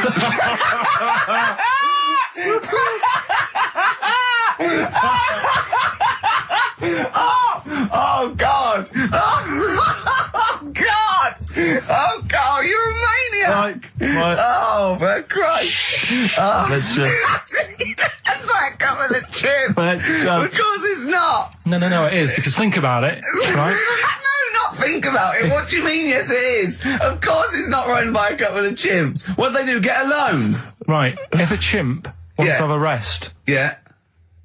where would you go to? A place that's run by humans that don't know what chimps' needs are? No! My point is this, how did they get it together? How did two chimps, Mr. and Mrs. Chimp, went for a loan and said, I'll tell you what we need, a spa. I think it started off quite simple, right? Just you know, basic stuff. But they've expanded over time because it's become so popular. It's gone mental down there. Sure. Go! They've all heard about it. Now, the thing is, the problem is this, right? That isn't even the top and bottom of it, right? Christ. The problem is, it's been going on and on and on, right? It's been earning a lot of money and stuff. The monkeys are happy. The monkeys that go there are loving it. They're telling friends and stuff. They're all coming to it. Now, the problem is, it's this little monkey, little man monkey and a little woman monkey, right? Yeah. It was sort of girlfriend and boyfriend. Sort of. It's an open relationship. They can play around if they want. Well, the problem is they're not married, right? Now, trouble brewing. The lad monkey, fella monkey, he's getting quite old. Mm. And the problem is, because it's his name that's down on all the stuff. All the forms. Let him finish. I'm getting scared now. Let him finish. It's his name on the business, and the problem is his missus is kind of like, what's going to happen? Sure. Where are you getting this from? Internet. Carl, I don't know where to start. Now, This is the... Can we just hear the end? This is ridiculous. So the problem is the female monkey is worried that the male monkey she's worried. What's going to happen with the business? What's going to happen? Of course. Right now, What do you mean, the business? the health There isn't spa, a business. It's a joke. health Rick, spa. you're not listening. His name's on the form. The male monkey's name, it's in his name. Now the problem is the woman monkey has got some kids, but because they're not blood relatives, it's not going to be handed down to them. And the court, They're kids from a previous monkey marriage. yeah. Right. So that they're not going to get it. Let me just check this out. Yeah, otherwise you don't want to check the facts, otherwise you could look like a twat spouting shit on the radio. Please check the facts for scientific And security. they're just a bit worried because they're saying that the people in Ohio, which is where they've got the little health thing going on. So that makes it more believable that it's Ohio.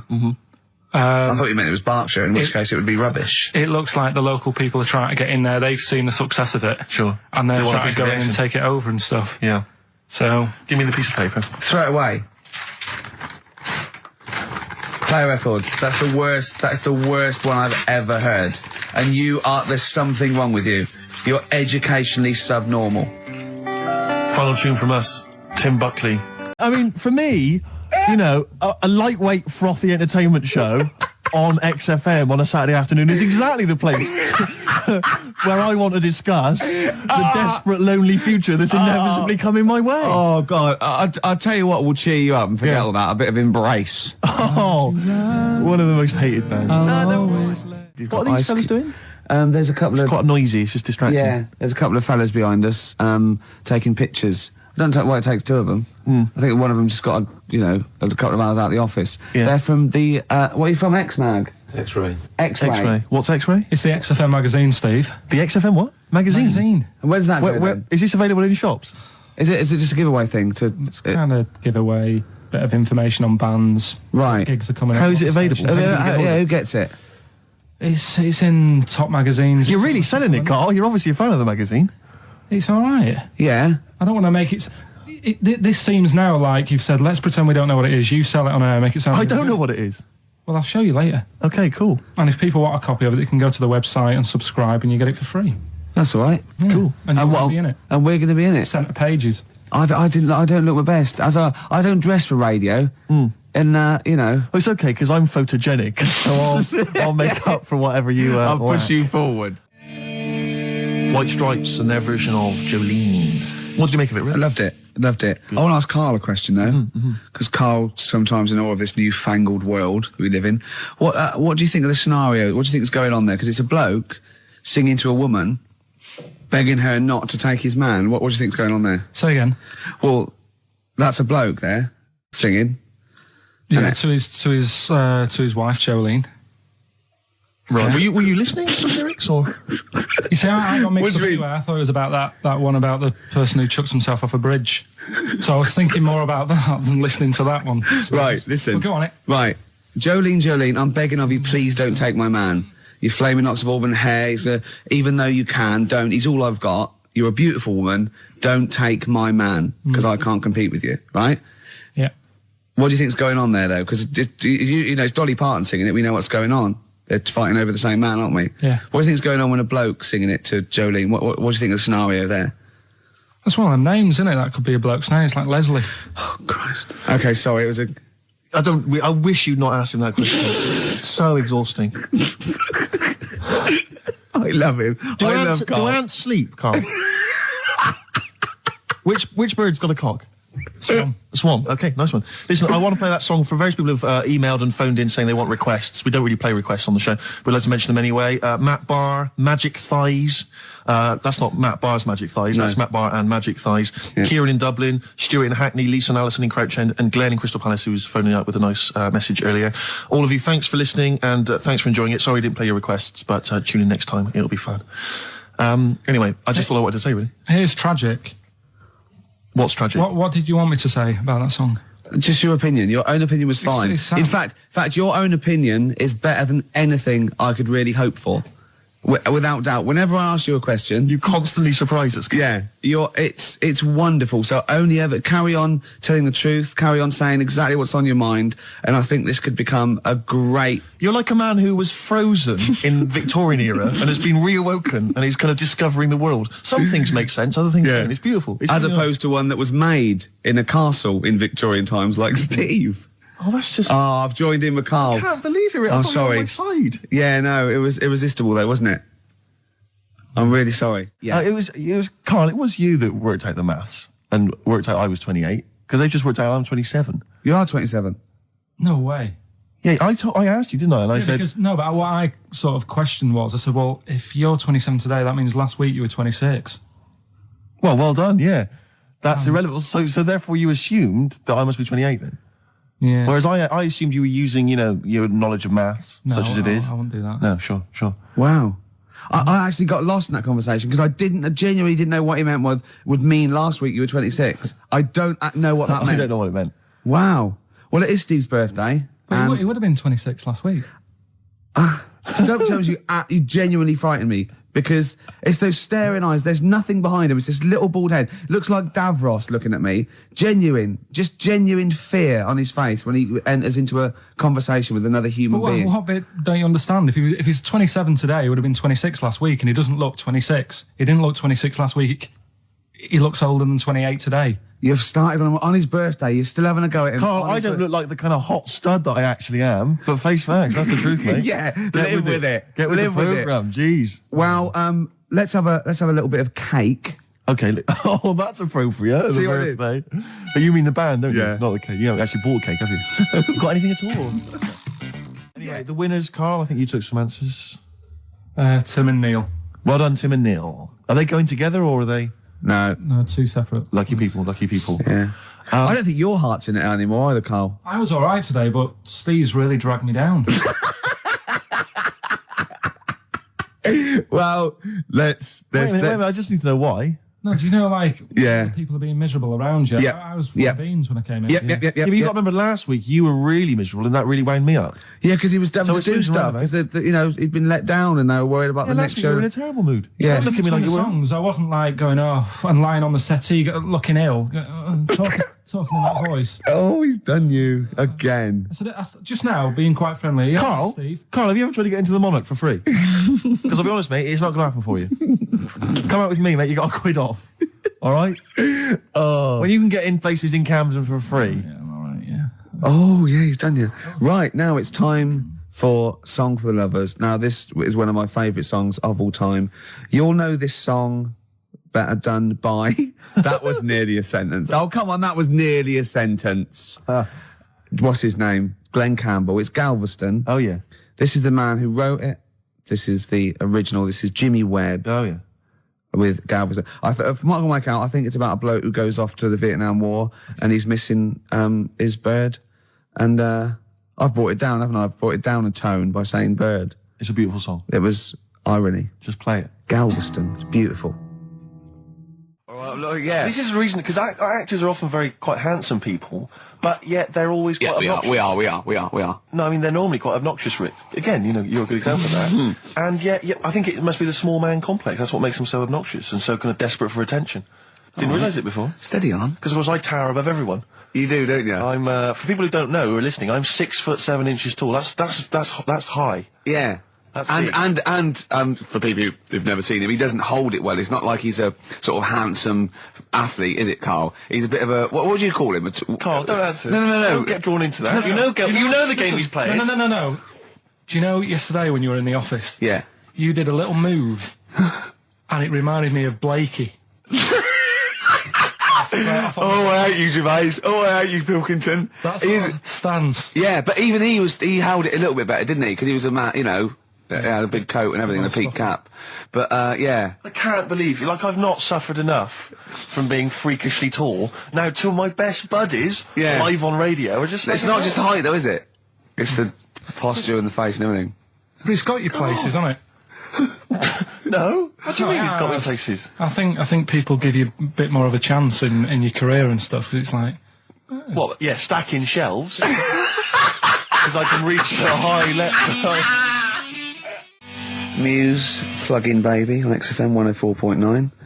Rick, Gervais, go on. Well, yeah, but I know you guys are laughing about the height thing, and for those that have only just tuned in, I am 6'7" tall, which is tall and that's big, and I pride myself on it in a way. I've worked hard, I've not smoked, I ate well, Yeah. It's an accomplishment, but obviously I didn't have much involvement in it. I just am, and it's a curse because mainly the problem is that you can't get stuff, you can't get clothes, you can't get shoes. Yeah, he's size 14 feet. Yeah, but it is genuine, and I don't know. I mean, it costs a lot to buy a pair of size 14 shoes, and so I don't. I mean, if you were genuinely poor, I don't know how you'd afford to be tall because the clothing costs more, everything costs more. I've seen this in comics that you'd actually go to school in a barrel, wearing a barrel with just braces. It'd just be a barrel, and you'd have sort of flip flops, and you'd take a mule with you. They all had a mule, didn't they? The but poor people always think like you'll be in a pub or something, and people just think they can talk to you about it. They just think, hey, you lanky, it's just like because it's like they. But that really annoys you, doesn't it? Well, it annoys me because it's like they think I should be proud of it. Like, well, exactly, but they don't think that this is not a disadvantage. This is not a disability, is it? You're taller than most people. It might get disability. No. If you were 8'3", it'd be slightly debilitating. You would, but disabilitating. What? Disabilitating? Yeah. No, you're a medical man, aren't you?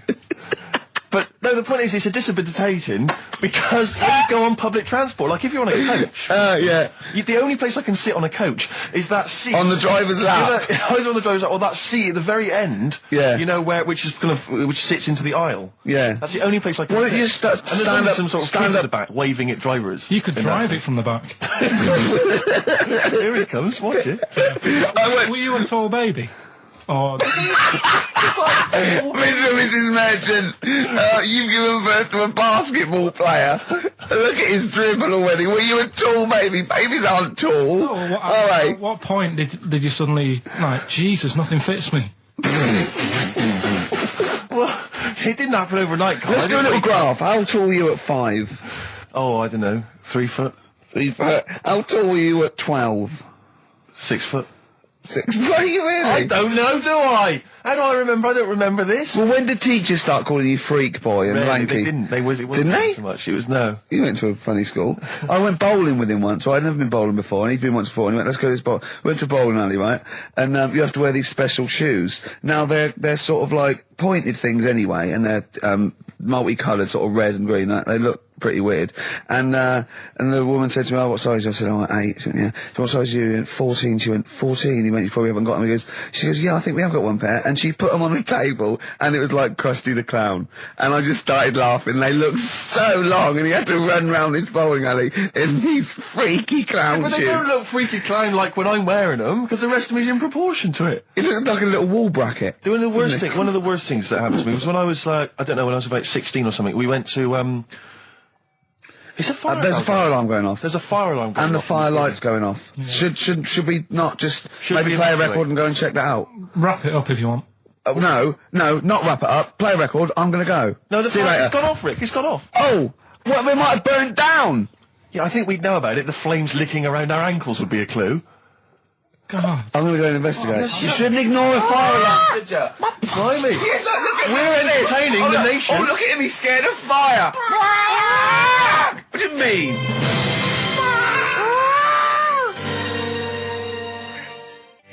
Lars, and there she goes. What a great start to a show. We've had 20 minutes of some of the best banter, chatter and music and anecdote anywhere on the dial. You're damn right. High five. Yeah. Sweet, man, sweet. Oh, what are we talking about? Well, I love that track. It's lovely. They've got a bit of the Liverpool gene pool, haven't they? That sort of doddy. You know what I mean? I like the Scouse sort of look. You know, the Cilla Black and the Stan Boardman. Yeah, it's particularly unique to Liverpool. It's sort of happy and teeth and ears. And, it's happy and teeth and ears. Yeah. Oh, brilliant description. Yeah. Happy and teeth and ears. Yeah, that's just 3 of my friends.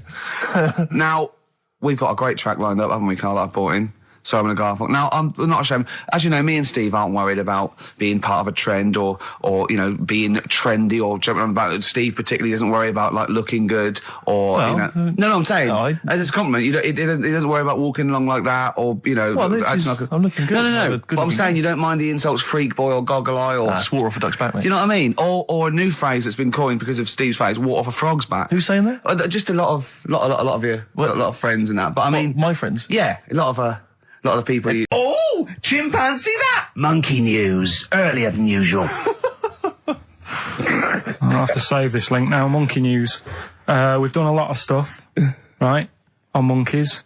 And most of it has been... Is bollocks.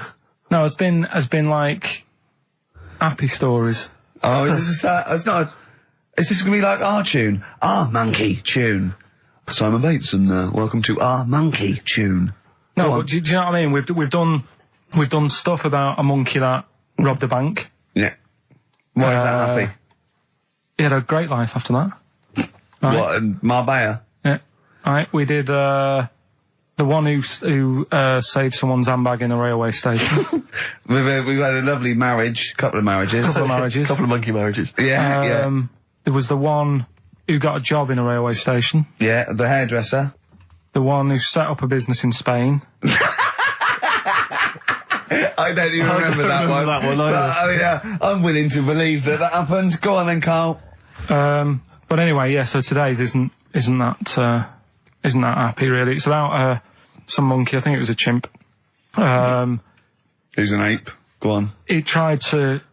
I mean, the story sets off at a sort of a weird thing. Yeah. It's something about he went to Russia to do some business. What are you talking about, Carl? It jumped past that bit though. It didn't start there. What are you... Do you know what I mean? It didn't tell you what he was doing. It just said, there's this monkey, went to Russia. To do some business. Do some stuff. I don't know. Bit of monkey business. And, anyway, didn't work out. So, they were furious. We wanted a surgeon, you send us a monkey. Anyway, ended up being homeless. Oh. No, you're joking. So it was taking a turn for the worst. What, couldn't even get into like a tree hostel or anything like that? That's the problem. And, God. ended up homeless. Got in with some tramps.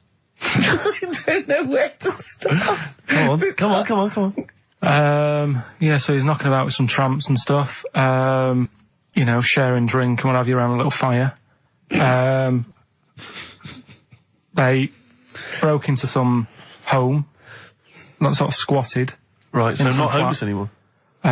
Problem was, yeah, he had a roof over his little area he had. Yeah. And he goes, oh, this is good. This is, we're having a good time. This is sorting me out. Yeah. He had his He mate. said that in Russian though. What was he eating? I don't know. It didn't say. But they're in this house. Well, he could only be eating sort of like, fruit, nuts, vegetables. They classically sort of don't eat, pork pies and. But they've got drink McDonald's coffee. in Moscow now, so. Sure. You probably chow down on that. Yeah. Yeah. Anyway, there was a bust. What? There was a bust in the flat that they were squatting in. All the other tramps sort of knew what was going on, legged it, left little chimps out there, got arrested. And they thought it was a real fella at first. They were like, get him, he's obviously just a scruffy bloke who hasn't had a shave and stuff. Yeah. Yeah. Hasn't shaved his back for a while. Or his face. Yeah. His head. Got him down the station. And the boss was like, what's going on here? We've got a monkey here. He was like, what? So you arrested a monkey? Well, so the arresting officers hadn't noticed all the way to the station that he kept slipping out of the handcuffs and was going for the entire journey. They didn't notice till they got there. What, did they put a hood over his head maybe and just like, I don't know. I'll give you the story if you want. There's the headline. What is it? What's the headline, Steve? I don't want to see it, but... The headline, this is once again from supposedly reputable news organisation Ananova, homeless monkey arrested in Russia. Did you read on, or did you see the headline and make up that whole story? It's most of it is there. What isn't there? What bit isn't there then? I think Steve can have a look over it, check it out and stuff. Point out the embellishment for me, Steve, will you? Well, what it doesn't say is that the police didn't realise it was a monkey. That's what I was guessing. Really? That they got it back and they said, what are you doing? We've got a monkey here. And they go, yeah? Yeah. Oh, God. There's some more monkey problems in the week. Have you seen the Alfords advert with monkeys in? No. There's a new advert out for Alfords selling bikes and stuff. Yeah. Got some monkeys in it. It's caused an uproar. Why? People are saying it's, dressing them up in tracksuits and that is, it's Taking the mickey out of Manchester. It's, you know, it's not nice for the animals and that. So there's been loads of But complaints they get a about free it. bike or something, do they, I imagine? I think they kept the tracksuits. Yeah. But, Show that's record the after thing, this though. cheeky freak of the week. No, I'm just saying we're not doing this to sort of, again, take the mickey out of the animals and stuff. These are true stories and that. But yeah, coming next, Freak of the Week. I'm Ricky Gervais, with me, Steve Merchant and little Karl Pilkington. Getting excited because it's his special time of the week where he gets to talk about a cheeky freak of the week. Well, just get Rockbusters out of the way, right? Because I've got to put these prizes in the post bag now, so I'm shooting off. Yeah, because you got to go early. So I don't know how you do your job. You went to Manchester, you went to Madeira, you had a day off because your trousers were wet and you had a cold, and now you're shooting down to Cornwall. You're leaving early. How do you get your work done? And you've got one job. Me and Steve have got loads of things to do. The man fast let me work. Like I said, the prize is ready and packed up. Here. No one's being affected by me shooting off early. Right? Okay. So, Rockbusters answers, got to get them out of the way a bit earlier. Right? So, here they are. First one. He's got American coins all the way down his spine. Yeah. Why would that be? Right? Initial was N. Nickelback. I got all these. I got all these this week. Right. Second one, Jeremy Beadle has got arthritis. What's going on there? Stiff little fingers. SLF, stiff little fingers. Yeah. And the third one, Foxy, Shipman, and No, and a country and western singer, you said. Now, what's the initial? SD. Yeah, so Spin Doctors. Yeah, I got that. And then I said to you, why is it a country and western singer? And you said Dr. Hook. Why is it Dr. Hook? Why does that give anyone the clue Dr. Hook? A country and western singer. It's just what was in my mind. Well, there we are. There you go. So we'll change this to Rockbusters, or What Am I Thinking? You could have had Dre. What's in my mind? You could have had And the Medics. All right? Yeah. Just think it through. Who's the winner? The winner, very lucky, Sandra Cassidy of Leon C. She gets all those great prizes. You know, we've actually had people emailing in saying, this is the worst Rockbusters ever, because it was too easy, it was boring. Oh. This is just, don't shoot the messenger. Oh, dear. Other people saying, it really has run its course. Some people genuinely agree. Oh, Karl, this must hurt, mate. Stinging attacks on you. Some people just slagging you off generally, saying that you whinge all the time. It looks like Steve was right when he sort of like poo-poos your ideas. So when he wheezed on your bonfire. Someone else, I swear to God, someone else emailed in and said, don't bother sending me the prizes, take them to a charity shop, or pawn them, give me the money, I'd rather have it. So I don't know what to say, Karl. I just wonder if it really has run its course now. All right, well, we'll see what you come up with next week, then. Let's see what you do. Let's see what you come in with. Sure. Oh, yeah. At 5-1. I'm guessing you'll be popping in with another hip-hop track. Full of effing and jeffing. Well, I won't bring it into you, I'll do it myself at home. Because obviously that makes it easier. Obviously you can't cope. Oh, dear. Are you actually going to be here next week, or are you still going to be in Cornwall? No, you see, there again, I'll be back in time. Oh. And in the week, when I go to, Cornwall, see the Monkey World. Yeah, you're 2 days past the Monkey World. That still work. Yeah. Still work? What? You're going to interview some of the monkeys? I love that. I love that. You were going, could a monkey live without bones? And so I'm going, Karl, please, just look at the monkeys and eat your ice cream. And that's work, is it? Right. Right, are we having Cheeky Freak of the Week? Do you want to do it? What time have you got to shoot off? Could do with shooting off sort of soonish. Okay. To be honest. This is not radio. Have you ever heard that on a radio show? Chris Tarrant going, I can't shoot off right now. I couldn't get a later train. I know! Why did you get a later train? There isn't a later train. So I couldn't get to Cornwall tonight if I had to. If I had to finish this show, I couldn't possibly get to Cornwall. Rubbish. Of course there's a later train. Oh, I've booked it now anyway. Right, well that's the point, isn't it? Yeah. You're not thought whatever. I don't think the show's lost anything. I think we've still had the, Freak of the Week's coming up now. Oh! And, bit of Outcast. Yeah. Outcast. Hey Ya on XFM 104.9. I'm Ricky Gervais. With me, Steve Merchant. And over there, Karl Pilkington. Now we've got a new feature. Well, I don't know if it should become a feature every week, Rick. I'm not sure it's got legs for that. No. But maybe in the absence of Rockbusters. Basically, was looking through the pigeonhole, and we got a lot of stuff sent to us, a lot of junk, stuff we don't really want. And a lot of people, for some reason, they send us... Begging letters, a lot of that.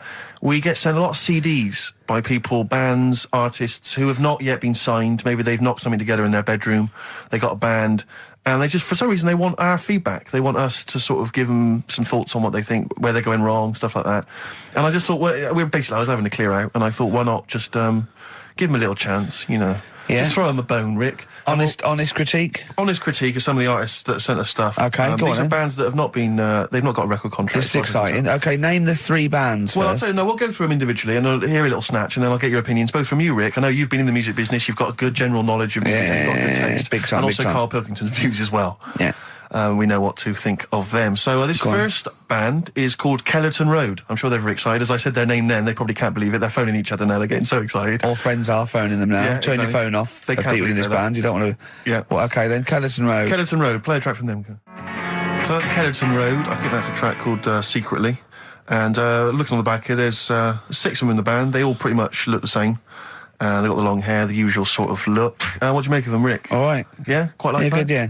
I mean, bit generic. The chorus was a little bit simplistic, but I like good production, good Yeah. good Reminds you of musicianship. something maybe like the Thrills, that sort of thing. Yeah. I mean, yeah, good. Jukebox or junk box? What's a junk box? It's just, I'm just trying to make it sound snappy. Jukebox or junk box? Don't, because you haven't got it. Don't ever stick to what you're good at. Okay. What, being sexy? Just sort of watching Doctor Who and stuff. You like that, don't you? Yeah, I love it. Okay, then, right, what's the next one? So, well, let's just ask Karl Pilkington's opinion. Karl, what were your thoughts? Yeah, it's all right. Yeah? Yeah. That's it, is it? Yep. Is that why you're no longer right for the enemy? Go on. So what's this next one you've got for us then, Karl? Toffee. Toffee? It's called Born Depressed. Oh, dear. Brilliant. Is it about you? There we go, I Toffee. quite like that. Yeah? That's sort of a bit glammy, bit underground. Yeah. What do you make of the name, Toffee? I don't like the name. It's not great, is it? No, but I quite like that track. Quite like the track. I'm If just that's looking at the representative. CD, they've made it themselves, and basically the band feature on there completely nude. Oh. What do you... Well, we know what we think of that. What do you think of that, Karl? I'm happy with that. Let's have a look, though. Have a look there. That's no point, is it? There's quite a lot of blokes and there's one naked lady. Oh, just having a look, though. Just... Yeah. What are you looking at the blokes? What are you looking at? Why are you looking at the blokes? That's Knob. just having a look. But you look at their knob. I can see by the way your eyes are looking. I'm looking at the woman's knob, though. Well, she won't be happy with that. No, that's a bloke, Karl. Yeah, that's where you've been going wrong. Yeah, that's the woman. Yeah, Yeah. that's what I was looking at, that one. The woman's knob, so that's all right. Yeah. Good. So Rick, hit parade or shit parade? I don't know if it's going to be. I don't think it's going to be a hit yet because I haven't got backup. But I think we're looking more about whether they get A record deal. Do you think they deserve one? Yeah, I like. Thumbs up for both of them. Okay, well excellent. done. All right, well done. And Karl, play the last one then. What did you make of it? Sorry, we didn't ask your opinion. We weren't interested. Like to see him on CD UK. Just like that on the CD cover. Okay. And this last act, I think, is this right? Picture Centre? Yeah. Picture Centre. Picture Centre. My favourite. You like that? Yeah, that's my favourite out of all of them. Good. There's a bit of Amy Mann in there. A little bit Cocteau Twins. Yeah. No, really good. I really like. Really good. Really intriguing that. Karl Yeah. Pilkington? Yeah, it's all right. If you didn't like it, what would you say? It's weird, though, isn't it, music? No, do you know what I mean? It's like, it depends what you're doing. Do you know what I mean? That's all right. If you're just having a game of crib or whatever, it's just on in the background. That's the thing with music. I don't think you can sort of slag any of it off. It's times, and it depends what mood you're in and stuff. Yeah. So this it's is a pointless pointless. feature. It's a pointless feature. We'll do it well, I again didn't come up with it. No, I don't. All right, don't slag it off. then. Okay, we'll do that again then. I was quite enjoying that, but okay. No, do you understand what I'm saying? Well, That it's not worth having an opinion about music. Well, I'm not that bothered. I'm just saying. imagine if he was on the panel of Fame Academy or Pop Idol. Yeah. That'd be great. He'd go along, and Nicky Chapman go, yeah, you've really improved. I really like that. I don't know what you're wearing. Dr. Fox, you were hot, baby. I loved it. Like your legs, like all your boobs and all that. Brilliant. Come to Karl. Not bothered. All right. Yeah. Brilliant. No, we'll keep it up. Play a record. Yeah. Oh, come on. This is my favourite. Can I change? Well, this is my favourite out of all four of them. Lynyrd Skynyrd. Yeah? Yeah. Yeah. Slam dunk this puppy. jet and roll over DJ on XFM 104.9. All right? Carl, just an email, a question for you. Can you please let me know which school Carl went to? What school did you go to? Cessav. What? Cessav. Cessav? Yeah. What does that mean? It was on Cecil Avenue. Cecil Avenue in Manchester. Yeah. It's just he says, I'd like to know so that I don't send my kids to the same place. He also says, he says, P.S., does Carl look like Gollum in Lord of the Rings? Yes. He does, doesn't he? Yeah. Yeah, that's very good. Yeah, in fact, I was just putting a little bald wig on you, wasn't I? Like he needs one. Yeah. So, if you Just want some a of the fun and games we have when the songs are on. Yeah, did it hurt? Just a little bit. The bit that worried me is when you said, let me just staple it. Yeah, well, I was trying to get it under your chin because it looked funnier. And he was scared. Oh, I remember do you remember I did that thing with the tea towel? Have you told Steve about that? I don't think I have. It's not something I'd shout about, to be honest. Go on. Went round his place. Mm-hmm. And he said, oh, before you go, I must try something. Because I couldn't get squeezing hard enough. I can't, because I'm not strong enough to hurt him anymore now, or am I? I think I can take it a bit more than I could at the start. Yeah, so I wanted to squeeze his head more. So what did I do? So he said, just hang on, I've got a tea towel. He brought a tea towel in now. I need something sort of long and thin. What can I get? He's asking his girlfriend, where's that there? Comes in with a spatula, right? He puts the tea towel on my head and manages to sort of put the spatula in and turn it round so that the tea towel is tightening on my head. Yeah. Using little pressure, would you say, from you? Yeah, just little. It's brilliant. It was like a tourniquet, and I just turned it a little bit, and he screamed almost straight away, didn't you? It hurts. But why did you think that was good? When would you need to use that tool? I knew. I did it on my other bald mate, Rob, who was over, and he screamed as well. Because he just put a tea towel round, like a little bandana, just stick the wooden spoon down the back, just turn it, and it's even half a turn, isn't it? And it really... Hopefully children listening will be trying that on their friends. No, they won't. Don't try that at home. I didn't go to school much because my mum and dad had a caravan. Right. No need, is there? No need when you've got that sort of fun at home. Yeah. I used to just go away for weeks. Really? Yeah. Is that true? Yeah, honestly. Where'd you used to go? Port Maddock. But And so you didn't go to school much? No, I did, but not as much as everyone else. No. How many holidays were your parents having? What was their income that they could... No, my dad used to work nights, and he used to travel back, because to Manchester from Wales, it wasn't that far. And Manchester to Wales? He used to do 4 on and 4 off, so me and my mum were, like, loving it. But what Port Meredith? Port Maddock. Port Maddock. Just down the road from Port Merion, where they filmed The Prisoner. Right. Oh, so that's cleared up for me. Yeah, location-wise. So what did you do then? You were in this little 2-berth caravan on the back of a Cortina estate. Right. Well, what was it? What was the car? I want the... What was Granada, Full Granada. Full Granada. What are we talking? 1980... Yeah, 82, 83, 80, right? 84, 85. Okay. And you in the car, down there, park up. Yeah. What was it? What was Port Meredith? Port Maddock. Port Maddock. Remember Ruth? It's just, Oh, yeah. it's just a holiday camp. Yeah. And had an arcade and a beach. I was loving it. Yeah. But, so of the 52 weeks of the year, let's assume, I don't know how many weeks you take off normally for holidays anyway. Let's just say, I don't know, you go to school 45 weeks of the year maybe? Generally, most kids? No. Bit less. Bit less than that? 42. How many weeks would you say you actually spent in school? Well, how many weeks do you have off for summer? Well, we'll work that out. That's what About I mean. 6 off for summer, about 3 for Easter, about 3 for Christmas. Put it this way, I'm surprised I'm not Welsh, to be honest. Right. Because I was there more than was in Manchester. Did the school authority not come and check you out? No, they didn't. Didn't get Manchester, I suppose they didn't care, did they?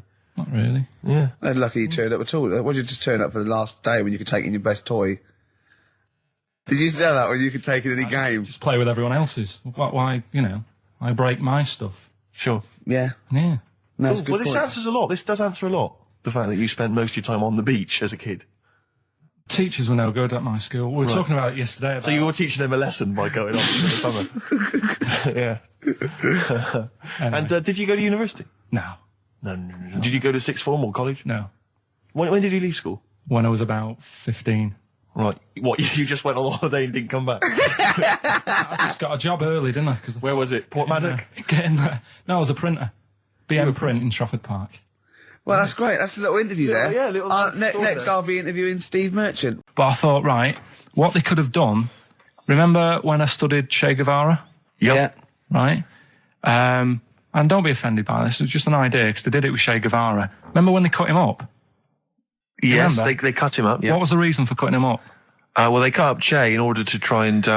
You told us that they were going to send bits of his body to Fidel Castro and various other people, wasn't that right? As a warning, wasn't it, though, to all the people, like, one to... Yeah, my understanding was that they cut him up in order to, so they could bury him in different places so that there'd be no shrine. There'd be not one place that you could go to in order to sort of make him into a martyr. A little bit like that. I've like I can vaguely see where this is going. 6 queues, and it's like, number 1, you can, go and pay respect to her head, or whatever. Oh, God. No, but I just was thinking the way of speeding it up. I'm not having a go, because they haven't done it, so it doesn't matter. But they did it with Che Guevara. Yeah. Everybody would have felt like they've got close to her, and it would have speeded it up. No, I mean, I can understand. Can I just say that genuinely, Carl is not being disrespectful here. This is his best idea to cut down the queues. So don't phone in. He's not suggesting we should have done this. He genuinely is. But I mean, he's not doing it to be nasty or wacky or he thinks this is a good idea. So can I just throw a thought at Che Guevara, who was like a powerful man, he did a lot for the world and what have you. Yeah. And have you heard that? I feel slightly responsible for this because have you heard of the quote? A little knowledge is a dangerous thing. Yeah. Okay, Steve, next one. No, just a very quick question. I can understand those that have queued for 12 hours to see the head. I'd be a little bit annoyed if I got there to find a toe. I'll tell you what, though. I'll tell you what they could do without chopping her up. They could put about 9 queues. Each could see each hip she had. That's true enough. Because she'd had about 9 of them. Yeah. So it'd just be, if you want to see the whole body, it's a 12-hour queue. If you just want to see a couple of the hips. Here's another suggestion for you, I've just thought, right? What? Instead of everyone queuing to see her, why not put her on a trolley and wheel her past everyone else? Running. So you could have some students on Rag Week and they can combine it, like when they're always pushing a bed. They could just run it along the queue. No, that'd be fantastic. That'd be disrespectful. Right, as opposed to the chopping up. So sure. Right. But just an idea. Just I apologise now. If anyone's offended. Anyone offended, I'm sorry. But Yeah. Okay. Now, Steve, you know how Carl won't do anything outside his jurisdiction. He moans about stuff. He's got one job. We're doing about 5 things in the week. Always plates spinning. We just turn up and he's always available. He moans about it. He goes, "Oh, lucky you caught me." Right? He's chatting. He just He's one of those people that whinges enough and people think he's overworked. So he got Mondays off, right? He's just a whinger. I haven't got Mondays off though, have I? Yeah, well, anyway, 2 hours on a Saturday. This is what the phone message he left me Wednesday on my mobile, but I just is chatting about certain things that are going on at the moment. What he does need to know. Duncan, who mentions, is my agent, and you'll understand a few of the things. But this is the sort of message I get from Carl, right? Whinger. Old messages. Alright, 12:10, Wednesday. Just getting loads of people calling me all the time about Yesterday, DVD's signing for BBC London. I don't work there, but I've been dragged into that. I've got a woman on leaving a message from Talk PR going on about do you want to go and see Pop Idol again? Right? They're just saying you and some listeners can go. So I'm sure you'll love that. I've got Jim Benner wanting you to introduce the tin buckets at the Astoria. So can you just let Duncan know that I'm doing his job whilst he's sat on his arse with his thumb firmly up his arse? Can you let him know that I'm running around like a here sorting shit out for you? Alright, see you later. Message left So, do you know what I mean? I know, but that's the kind of phone message he's leaving. Do you remember who he was before you? But he's even annoyed that he gets a phone call. I remember he got a phone call for you to do a voiceover and didn't pass it on. You missed a voiceover. That was thousands of pounds. No, I did pass it on though. I told you. You said someone had phoned. Yeah, that's not good enough. But who's that? Well, she didn't say, and I didn't ask. But of course she said. She didn't say. Rubbish. So you didn't take the number down? Just when she went, "Oh, can you tell Steve to call me?" And you went, "Yeah." Yeah, well, I just thought you'd know her already. I should have known. It was a woman, so I should have known. He's having a go, you see? Unbelievable. I don't know how it's come back on me. You're the one who was picking on it. Yeah, exactly. I'm saying. I'm defending. Why is he having a go at you? He never picks on Ricky because he knows you are his bread and butter. seriously, do you know what I mean? The only reason he's got Mondays off is because you're still doing this show. Yeah. That's why he's scared of you. That's why he's like, he has a go at you on the phone, but he always picks on me because he knows, I'm a pushover, I'm a nice guy. He's scared of you. I can't believe, I don't know how it works. Is that true? Steve, I'm always sorting you out. I look after you. Sort you out with tickets. I sort you but I got you today. Why are you picking on me? What do you mean you're sorting out tickets and lager? What's this? Right, whenever you want tickets. Yeah, sorry, that. I don't want to use this as, like, moaning time and that, because I don't like to moan. I'm busy and that, right? I've sorted you out tickets for gigs. Yeah. Right? Well, somebody doesn't even turn up to. Yeah, we won't even go on about that, right? Lager. He got sorting out the Cure, he complained it was boring. Yeah. There was that big drum of lager that you had, and you said, put that in your room for me, because I don't want to carry it home, right? Lazy. So I said, all right, then I'll put it in my room. It goes missing, it gets nicked. Then you have a go at me because it got nicked. Yeah. I get you another one. You make me carry it around town for you for half an hour, then you say, I can't be bothered taking it home. Can you take it back to work for me? Yeah. But interestingly, this is like a year ago, so it's obviously it's still pressing on you. Oh, hang on, and I forgot the one when we had an argument over 50p. When we went out for a coffee. You didn't want to give me 50p back that you owed me. That was the same day you'd given him about 40 quid worth of lager. But see, this is my problem. This was my point at the time. It's not the 50p in terms of money is not what's important. The fact that you think you don't have to give me money back because it's only 50p, that was the point at stake. It's me who makes a decision. Oh, don't worry about the 50p, not you. It's only 50p. I'm not going to give it to you. Do you know what I mean? There's got to be rules, otherwise it's chaos, Carl. Come on, mate. All right? I don't want to fall out about it. No, that's not all right. Should we kiss and make up? I'm a little bit concerned about your toilet discussion. What exactly is your point again? I was just a bit bemused. You see, it's a tricky one. All I'm saying is, right, there was at the pub quiz, I go to the toilet, not thinking about anything. I try to go, right? There's a little gay fella next to me. I love this little gay fella. Now, the weird thing is, there's nothing stopping him having a little glance, right? Because he's allowed in the fella's toilet. Yeah. Now, I'm not allowed to go into the woman's toilet and have a little look round. Right. So all I'm saying is, should they have another toilet area? What, for gay people? Yeah. And so this would be gay men and lesbians? Is that going to complicate things? Well, I mean, I can only assume. I mean, to what point? I'll ask you a question, right? If you're intimidated, that's a shame. But most gay men aren't looking at your knob. You know that. What do you mean? I can only say that 99.9% of gay men who use a urinal standing next to what they assume is a heterosexual man aren't looking at his knob. And what they're doing then? They're emptying their bladder. No, but the thing is, I can't talk. You're saying like, about would you have one toilet for lesbian women and gay fellas, right? What does that mean? Would it be mixed? Would it just be? Would it have a man on one? That's heterosexual man. One little picture of a woman, and then what? What would the little icon be? A man and a woman. A man and a woman. Just having a chat. Yeah. In pink and dot lines. But you couldn't mix them because then what would happen is you'd get people who are going, I'll play up to this a bit. What, pretend to be gay? And sort of grow a moustache and shave their head. And pretend to be a lesbian. Right. Yeah. So I see. So people pretending to be gay so they could go in and have a look at the lesbians. Yeah. Right. So that would mean that we need 4 cubicles now, wouldn't we? Yeah. No, this is fine. 4 cubicles. So every pub now. How many toilets do we need? Every pub's now got 4 toilets. Oh, Carl, bisexuals. Yeah. No, interesting. Bisexuals. How many toilets do we need now? Call the council. Do you use any? Huh? No, because they're interested in everything, aren't they? Because the little bisexual fella will be looking at your knob. Right, with them, what you do, you just have a door, you open it, and there's one urinal there, so you can't get a queue.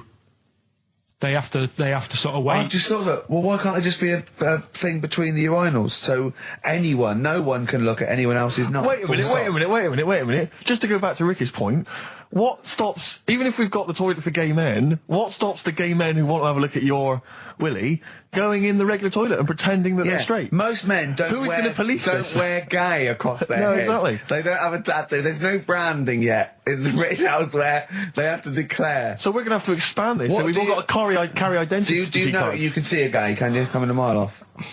No? No, I'll just hold it in next time. No. Can you tell gay men? Do you know a gay man? I'd say probably if you did if you lined some people up and said point them out, I reckon I'd get. But hold on, we're not talking about people dressed in leather with the arse cut out and an handlebar moustache. Yeah. We're talking about, the everyday, No, non-seen. of course. Well, yeah, but I mean, suppose I put you in a room and there was 10 naked men, right? Yeah. And there's 5 gay men and 5 hetero. Could you walk along that line looking at those gay... Am I naked? No, you don't have to be naked. Why would you have to be naked? To catch them out. How would you catch them out? Don't go into it. Don't go into it. Don't go into it. Play a record. I was telling you about the woman over the road where I live. The one that walked around naked? There's a woman who walks about the flat naked, This right? is when Carl was watching a woman naked, then she looked at... saw him looking, so what he did, this is the genius he did to get out of this, he pulled his pants down, so he was naked too. His girlfriend comes in and goes, Carl, what are you doing?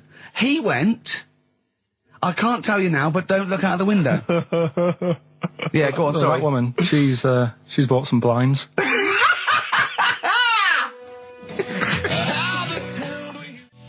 Nickelback, someday on XFM 104.9. How old's the bloke from Nickelback? He looks about 40. It reminds me of, you know when a kid's made up a fate to look like a lion? Yeah. Do you know what I mean? It's like the Wizard of Oz lion. Yeah. But, good tune. Not bad. I'll be controversial. I think rock rules the world again, Steve. Well, I'd hope so, mate. I'd hope Do you know so. what I mean? Are we going to hear some rock later in the show? We're going to hear lots of rock. Excellent. It's like I might even play a little bit of Rainbow. Blimey. Just to, rewind. We've got the darkness, but Sure. I want to remind them where it all came from. Yeah. You've heard the Liz. Yeah. You're going to hear the bow. Cheers, mate. Thanks for that. No, just high five. Yeah. So, Carl. Yeah, keep it real. Here we are then. Oh, Back. incidentally, before we carry on, I just thought, it's weird, I was reading some of the fan emails and stuff we've got, and one of the things a lot of people like, it divides the listeners, is your laugh. It's interesting. Some people love it, they find it infectious, they find it adorable. I mean, close up in a small space, like a kitchen Terrifying. or something, it's annoying. Like, Horrific. Carl was annoyed, because I squeaked in his ear earlier, didn't I? Sure. Why did I laugh? You on the toilet? I think I squeezed his head again, didn't I? And he said, no, it's not 1 o'clock He doesn't yet. like the squozing. The squozing head. But He's it the just- squozing one. The funny thing is, right, we were out a few weeks ago with a mate of mine, right, and he went to squeeze my head, right, give it a squoze. Sure. And I was like, don't do that. You know I don't like it, right? And Ricky said to me, mate, yeah, he doesn't like having his head squoze. As if it's like Marmite. As if some people love it. Yeah. And some people hate it. Sure. Yeah, okay. Well, anyway, That's it, yeah. there was a little taster of the laugh. That was more the kind of deep, throaty laugh, the belly Yeah. laugh. But there's that kind of high-pitched squeak that you do. When I've got to sometimes. get air out quickly, because Exactly. I'm going to burst. Sometimes I laugh so much that my liver and all they try and get out to it, so I have to get it out really fast, like a siren. Right. Do you know what I mean? Is that how you explain the fact that you're quite fat? Yeah, That's just laughter waiting to come out. Yeah, Every time you laugh, solid. you become a svelte young thing, like Brett Anderson. Oh dear. Well, anyway, it reminded me of the game that you and I used to play in our very early days of XFM, when it was literally Make Ricky Gervais laugh. Make Ricky Gervais laugh, which was a Loved it. great game. I think. I remember the first one. It was that fella drinking a pint of beer. Yeah. I remember Yeah. the very first time. It yeah. never. I tell you what, it's You not know what great. though? Ant and Dec do it now. They Do do. They actually. It's very similar to Make Ricky Laugh. It's called Make Ant Laugh. Interesting. So many of our great ideas have been stolen. Yeah. Or stoled.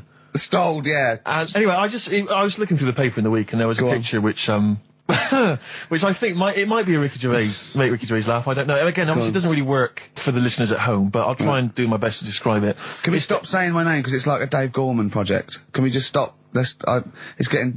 Let's say a word often enough, it doesn't mean anything. Yeah. Let's stop saying Ricky Gervais.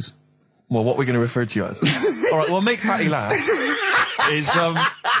is a new a new game. I'm trying to get one of those squeaks of a laugh. I'm concerned because I know. I'm not a monkey. I'm not Sure, you're not a performing monkey. No, okay. I know that. Right. But anyway, let me just briefly summarise the story for those at home. Okay. The headline was Mum 48, a mother of 48 seduced boy of 14.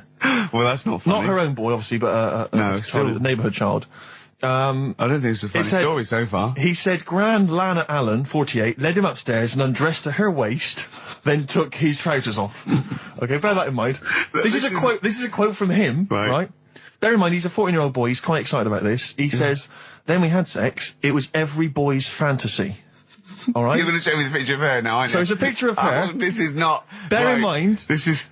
Okay. In his own words, Rick. Right. In his own words, this was every boy's fantasy. Okay. Here's the picture. It's a silent laugh. He's collapsed on the floor. I wasn't expecting that. I was thinking it looked like a fat man. I was not expecting that. Oh my god. Oh god. She looks like the drummer of Iron Maiden. She looks a bit like Lemmy.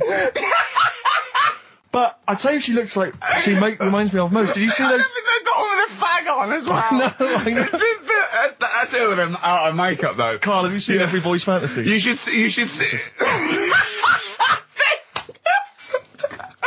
Oh god! Oh. Have a look, Carl. Oh god. How old is she? 48. Oh god. Oh, 48. That's lovely. Nothing wrong with that. I'd say if you weren't lucky enough to see the picture, she looks just like the oldest man in the world. His photos on in newspapers and on the web for a while. He was about 135 or something. Carl. Look, it's, Carl's got a theory that Chinese people don't age well. This man was a Chinaman, right? And he was 120 or something. Yeah. Mm. Did you see a picture of him? Yeah, he's still alive. No, he's not. No, is he not? No, He's died at 120. So he said 120 or something, but makes you wonder. What makes you wonder? Well, because they don't age well. I think he's using that. What? He's probably about 37. Oh god! Honestly, we walk down the street, right, and we see an elderly Chinese person, yeah, right, and Carl would go, "Oh, I just think he is." Yeah, like it's not. I don't understand this notion that Chinese people don't age well. I don't know where this has come about. No, I mean, I'm not having a go. No, right? I never want anyone to think I'm like having a go at them. But they are really good looking and they're healthy and that. Till they're about. I've never seen one, right? Can you tell me if you've seen a Chinese person who's about 30? It's either 20 or 50. There's no middle ground. This is what I came back for. This is 2 hours of absolute drivel from the brain of Karl Pilkington. Let me just check something. So the Chinese gentleman who died recently was 130. Your theory is your theory is that he's maybe in his late 30s, early 40s. Yeah. This is an elaborate conspiracy on his part, because obviously whenever they talk about the oldest people in the world, it is always a Chinese person. Yeah. Invariably. They do, yeah. I mean, they seem to win that every year. Go on. So your theory is that in those small backwater villages in China... Ross McWhirter comes to a little village. They go, the Guinness guy's on the way. He goes, well, until recently, the oldest person in the world, how old are you? And they're so embarrassed, because they think they look about 120, they go, 120, they go, really? Go, yeah, can I have his birth certificate now? In fact, I think this Chinese bloke it wasn't verified by the conspiracy because he didn't have his paper. Carl, look, you almost let it slip then as you were talking about your filling out that application form. There's some big news that everyone needs to know, which we were stunned by in the week, although the more we sort of talk to you, the more it starts to fall into place. Yeah. But Carl, what's the story? That I haven't got me exam results from my GCSEs. He never turned up to get his exam results. I was working. And so, how many did you take in the end? Because you weren't even sure about that, were you? You think you took maths and English, don't you? Yeah. And you think you've handed in the artwork for art? Now, art was continual assessment, wasn't it? Coursework. And what was it that you made? I made a man sort of putting his arms into a car. You made a model of a man putting his arms into a car. What was this? So that one's passed. Was that this a homage to break-ins in Manchester? Was this? What was this? Oh, look, he does what he sees. Yeah. So you've got that. That's safe. You've definitely got that one. So you've taken art, you've taken English and maths, you think? So this is what we're going to do, listeners. We're going to try and find out his exam results for him and tell him next week. Live on air. We're going to call his school. We're going to try and track him down, and we are going to have a little envelope, and we are going to give Karl, at the age of 29, his O-level results. GCSEs, yeah. Now, Karl, so you took maths. Yeah. You think you took English. Do you remember turning up to do those? Do you remember sitting in the room filling in the forms? Yeah. Okay. And how did you feel you did? I don't think I did well. You don't think you did well? Did you revise? No. Why didn't you revise? Because I don't really believe in it. Okay. Well, it's just that if you don't know it, then you don't know it. You shouldn't have to start looking at the book. If I went to like the hospital, yeah, and the doctor said, "Oh, you need your appendix out," but hang on a minute, I've just got to read up on it. Yeah. That isn't good enough. Okay. He should know, and that's the way I feel about it. To be fair, though, he did do the revision beforehand. Yeah, they don't usually pass on, like, maybe, like, when they're in practice. Yeah, information they took in by osmosis. Yeah, yeah, and bloke comes in and goes, "Can I just see what you did with that?" And I goes, "You've passed." Yeah. Phew. That's a good one. Yeah. Good job I watched Casualty. I just like the way, the things that interest me, I remember. Things like snakes not having ears and stuff. Yes. I didn't have to read about that. No, you just learned that, yes. You saw it on the telly, didn't you? You saw it on that Ian Wright programme. Yeah. Yeah. And this is what Karl said to me. He said, it's actually, I called Karl up in the week, and Reese was with him. Reese used to be on XFM, and he took the phone, and he went, "Karl's worried, I've seen that programme." He said, "Snakes don't have ears, right?" He said, "So you can creep up on them and pick them up." And he said, "Karl's worried." He said, "How'd you ever put them down again?" Because then they know you're there. I woke up the other night, quite late. Worried about that. And I said to my girlfriend, I said, "How do you put a snake down?" And she said, "What are you talking about?" I said, "That Ian Wright thing, this guy managed to pick up a snake. And do you know that thing where they clamp its head on a jar to get the poison out?" I do now. Right? They did that, but they didn't show you how they got rid of it, and I thought, it could really get nasty, because it's obviously annoyed that you've had its head pressed in the jar. Yeah. Yeah. Right? They hate that. Now... Especially as it's in front of their mates. When you lift it off, yeah, right, you've got hold of it. Yeah.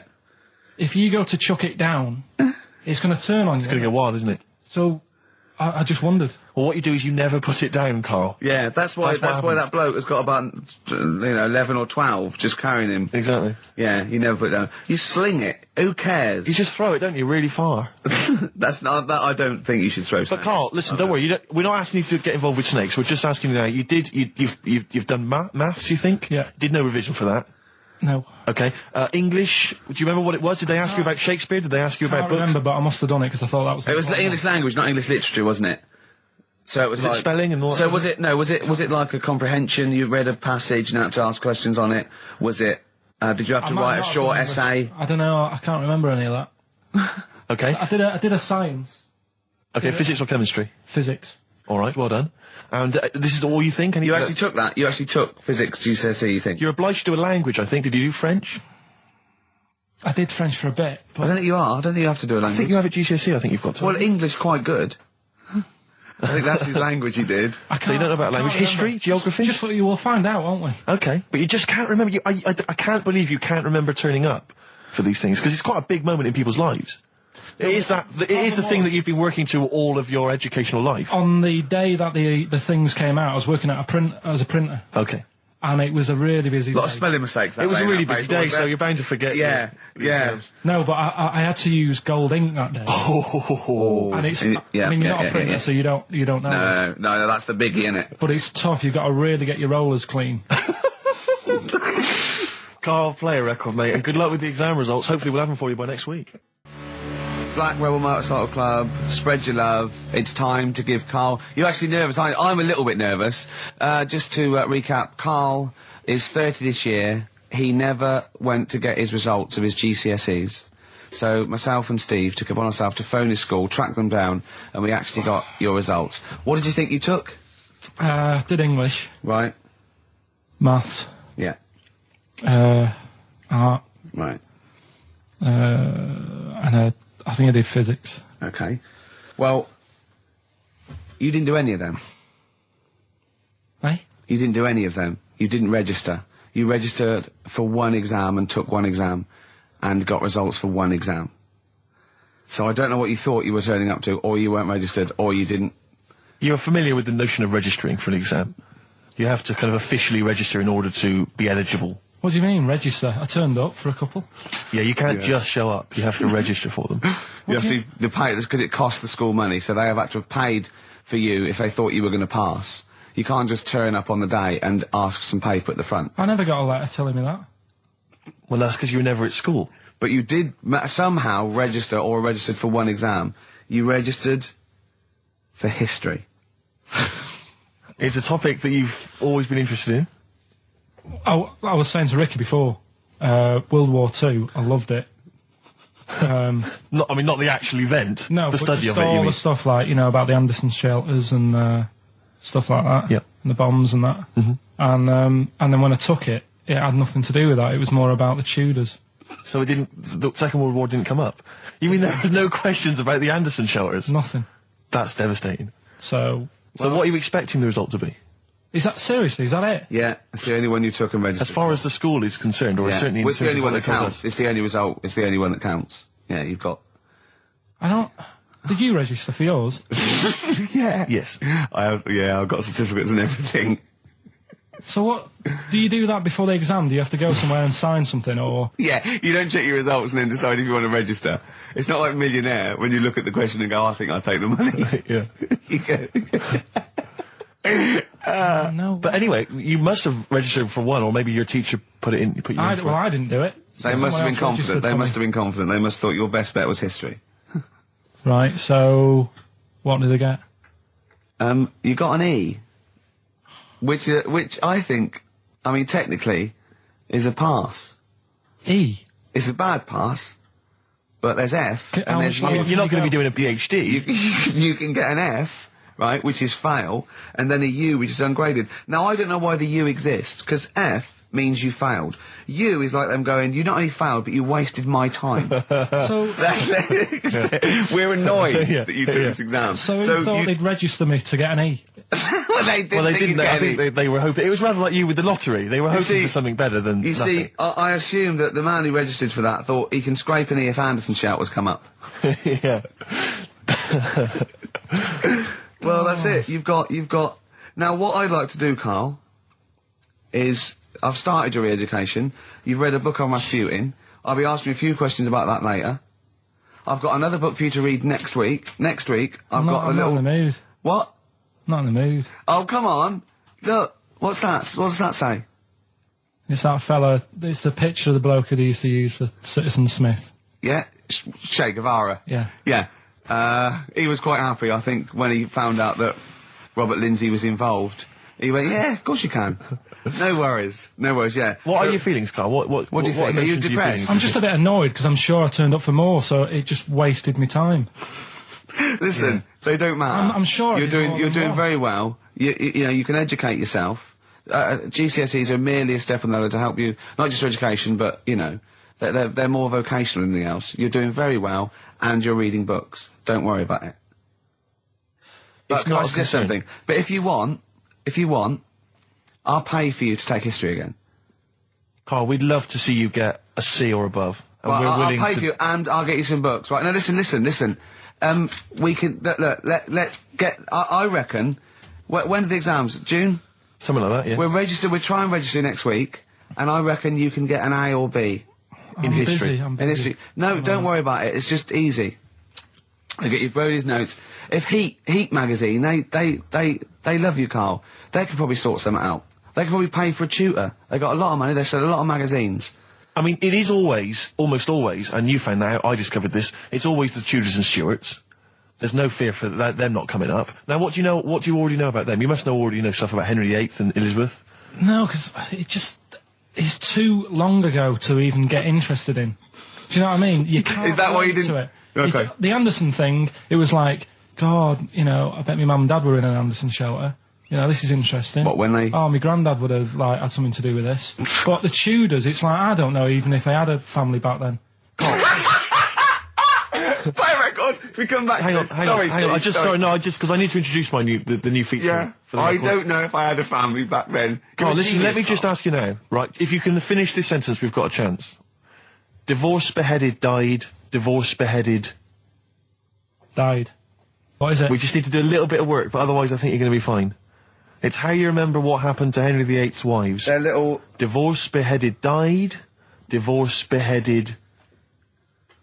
It's like spam. Support, what's it? Support, protection, anchorage, movement.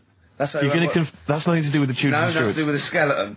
Yeah, see, no, we're not doing biology. Mnemonics and acronyms. What happened to Henry VIII's last wife? Did she die, or did she not die? Divorced, beheaded, died, divorced, beheaded. Do you know that the only king that has got a moustache is... No. The only king that hasn't got a moustache is the King of Hearts on the playing cards. What's the record you play? What did she get for history? What did she get for history? Yeah. I think she did very poorly. Why do you care? See, I was just going to say, this has backfired a little bit, because Karl is genuinely... I don't know if he's actually upset or embarrassed, but it doesn't matter. Why does it matter? You were 15 and didn't go to school. If you were my friends, I think you would have just said, oh, we can't find them. Why? Because but you just matter, though. What's to do with that? Well, what do you mean? What do you mean? It's ridiculous. Do it again because you want to learn, because there's great things in the world to learn about. Don't worry. Look, GCSE is vocational. Is vocationally for a 15, 16-year-old to go on to do A-levels or whatever, or to get results. But you don't need that because you've done very well. You don't care about the Tudors and the Stuarts. I mean, you know. I mean, I've had a couple of jobs, not this one, because you don't need qualifications to get a job. Obviously. Yeah. In the radio. Yeah, obviously. You're absolutely right. But the ones that I have got in the past, I did, because I didn't collect them, I had to lie. And I didn't like go mad. I didn't say I had A's and stuff. But I didn't put history down because I didn't even know I did it.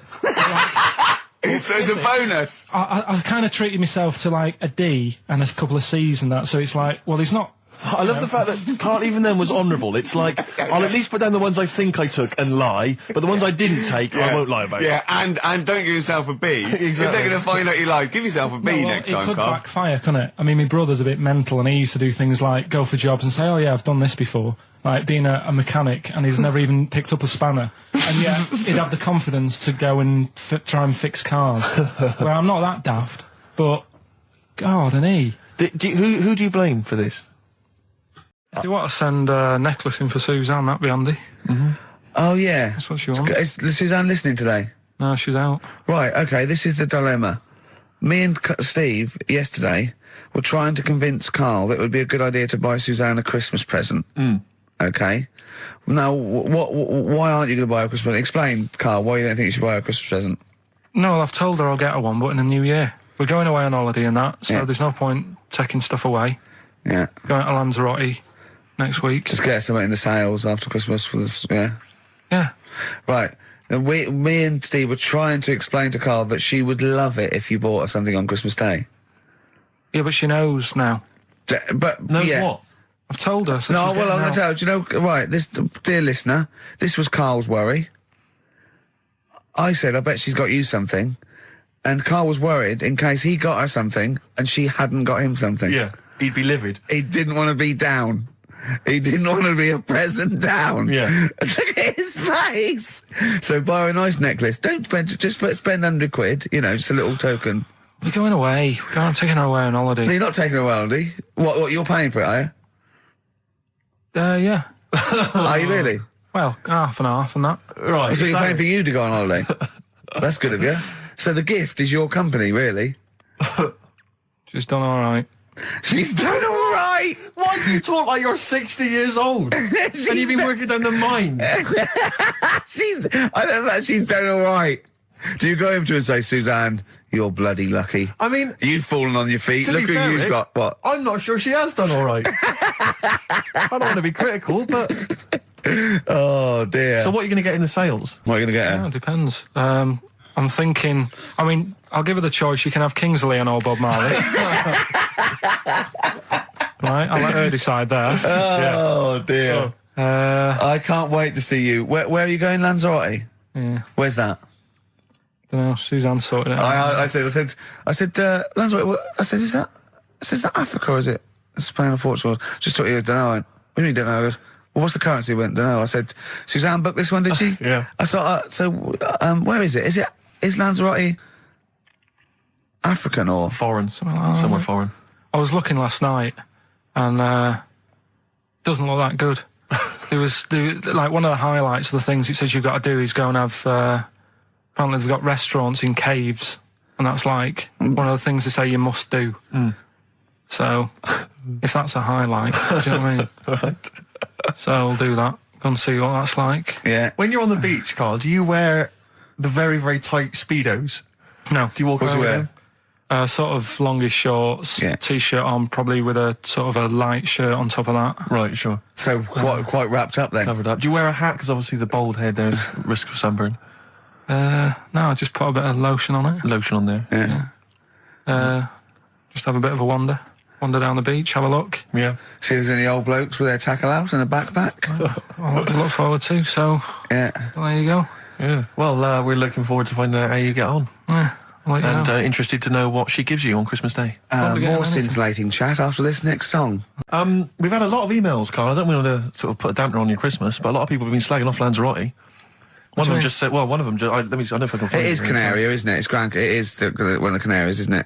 It's a volcanic island covered in volcanic dust. It's very windy, so you have to dig a hole to sit in on the beach, and there's hardly anything to do. That's from Mike Godham, he says, unless you like quad biking, well, you know, you've seen what happened to No, Ozzy don't Osbourne go this week, quad so don't do biking. that. Not with your little head. There's no protection at all, is there? I don't know what you're thinking. I don't know. At least Rick Mann and Ozzy had lots of hair. Yours would you'd be like Humpty Dumpty. It would crack like a little egg. And then we'd seen there's no kings or kings horses. So, Yeah, well, they couldn't do the job anyway. No, if you remember. shouldn't really send them. They're not really qualified. Horses not equipped to put send back an a egg medical man. man like Neil Fox in Yes. to mend But not eggs. some kind of military horse. I bet he's had the egg on his face a few times, hasn't he? What, Foxy? Yeah. Most of the series are Pop Idol. Right, Carl. Lanzarote, good or bad? Well, you got to give it a go, haven't you? Yeah, well done. Give everywhere a go. Exactly. That's what I was saying. You know, don't just take the word for it. I mean, if it had said an Ananova, Lanzarote shit, he'd have believed it. Sure. You know, if he'd have overheard it in a pub, Yeah. Lanzarote a crap, he'd have believed it. He'd have seen it on a website that was mainly concerned with monkeys and witches, he'd have believed it. Yeah. As it is. Everybody raves about New York, and when I went there, I thought it was rubbish. Well, you're an idiot then, because that is possibly though, the isn't it? greatest city in the world, Subjective. along with London. Subjective, though. That's why they have holiday programmes and that, innit? So you see it and you decide for yourself and that. Yeah, but you saw Venice on a holiday programme, as you put it. You went there and you went, it was rubbish, full of black bin liners. Well, it is. Right. Didn't they show them? It stunk. Didn't Judith Chalmers say that? Oh, it stinks here and there's loads of rubbish everywhere. No, she didn't. Did she mention that? Oh, that's what I mean. So it depends what you want from holiday, doesn't it? Well, yeah. But So, you're an idiot if you don't like New York, so next. Anyway, come on, break up, guys. Kiss and make up. Libertines, Don't Look Back Into the Sun on XFM. Well, the general public are getting involved with Carl's holiday, and, I mean, this has been a damning report on Lanzarote. There's not been a positive word written about Lanzarote so far. Wow. It's volcanic, there's no natural water supply. Apparently there's no natural water supply. It's You all have to imported. sit in a hole. What do you think of this, Carl? What do you think of the people that want you to know that you're going to a rubbish place when you can't change it? What do you think of that? rubbish show, will it? What do you mean? Be all right. What do you mean it'll be right? Because I'm going to go there thinking, oh, there's no water and that, and there will be water. No, they didn't say there's no water. What did they say then? There's no natural water supply. Whatever. I'm not bothered. Doesn't bother me. All right. I'm going to have a good time and that. What are you going to do? What do you plan to do? Got a book. What book you got? Rich Hall book. I'm just going to read that. So, Brilliant. and the weather's better than here, isn't it? Yeah. So, No Blue Sky, The Thorns. That's beautiful, isn't it? On XFM 104.9. Carl, you're losing your rag a little bit. What's the matter? nothing, go on. See? What's the matter? No, what's the matter with I've Carl? got something to cheer him up. Someone's emailed in, Emma's emailed in, she said that for those that know, those in the know, they referred to Lanzarote as Lanzagrotte. Brilliant. He's a bit fed up. He's got 2 CDs for Christmas from a company that's he's been with for 6 years. He's a little bit grumpy about having to answer the phones. He wouldn't go and make Steve another cup of tea immediately. Selfish. Yeah. Carl, what are you thinking? Nothing. Go on, what were you doing? Come on, Carl, you're getting paid for this. Project. Out. We'll take one of those CDs away. All right. Carl, you went to Lanzarote. Yeah. People said don't go to Lanzarote. They told you it was Lanzarote. They told you, were they right or wrong? You were right, yeah. Really? Yeah, it's a bit ropey, yeah. Is it? Why? Just, out there. If it wasn't for the volcano they had, it'd been knackered. That's their big draw, is it? That's it, basically. That's all they've got going for them. When you landed, was it really hot? Were you quite excited? You were thinking, this is okay? It was warm. It's, we can't complain about the weather. The weather was all right. Sure. You know what I mean? That's what I went for, but it'd be nice if there just was something else. Yeah. What did you do all day then? Did you read your ritual book? No, I didn't read that. I read that book. Do you know the book that I bought and all the chapters were messed up? Oh, yeah. I bought a better version of that. All right. And I read that. Excellent. And then... Did it make more sense in order? Yeah, a lot easier to follow. Yeah. And then we went and had a look at the volcanoes and that. They've got 36 of them to look at. How many did you look at before you realised that pretty much, you've seen one volcano, you've seen them all? Probably about 6 or 7. Really? Yeah. And then when you got to the 8th, you thought, now I know what this is going to be, Suzanne. This is going to be like a mountain with a hole in the top. Yeah. Really? But it happened years ago as well. It's like, just keep a couple, fill the rest in, tidy it up. Fill the rest in! Yeah, no, Well, getting some builders. No, seriously though. Okay, 4 million tons of concrete, please. They're an absolute death trap. Yeah, what do you mean fill them in? Do you know what a volcano is? It's just a hole, isn't it? That's happened. Well, it's more than the hole. It's more a portal to the magma in the centre of the earth. Back in 1730 it happened, and they still haven't sorted it out. Well, when you say it happened, volcanoes were made a lot longer ago than 1730. No, but the one that did Lanzarote in. Right. Sort it out. What would you suggest? Well, how can they up. fill it in? It's joined. It's all joined. No, but what I'm saying is... the big plates of the earth are all joined. It was all the a disaster, magma's wasn't it? joined. With the trade centre thing, that happened. They cleaned it up, sorted it out, they've moved on. That's what I'm saying. Whereas Lanzarote have just gone, leave it. It happened back in 1730. You misunderstand me.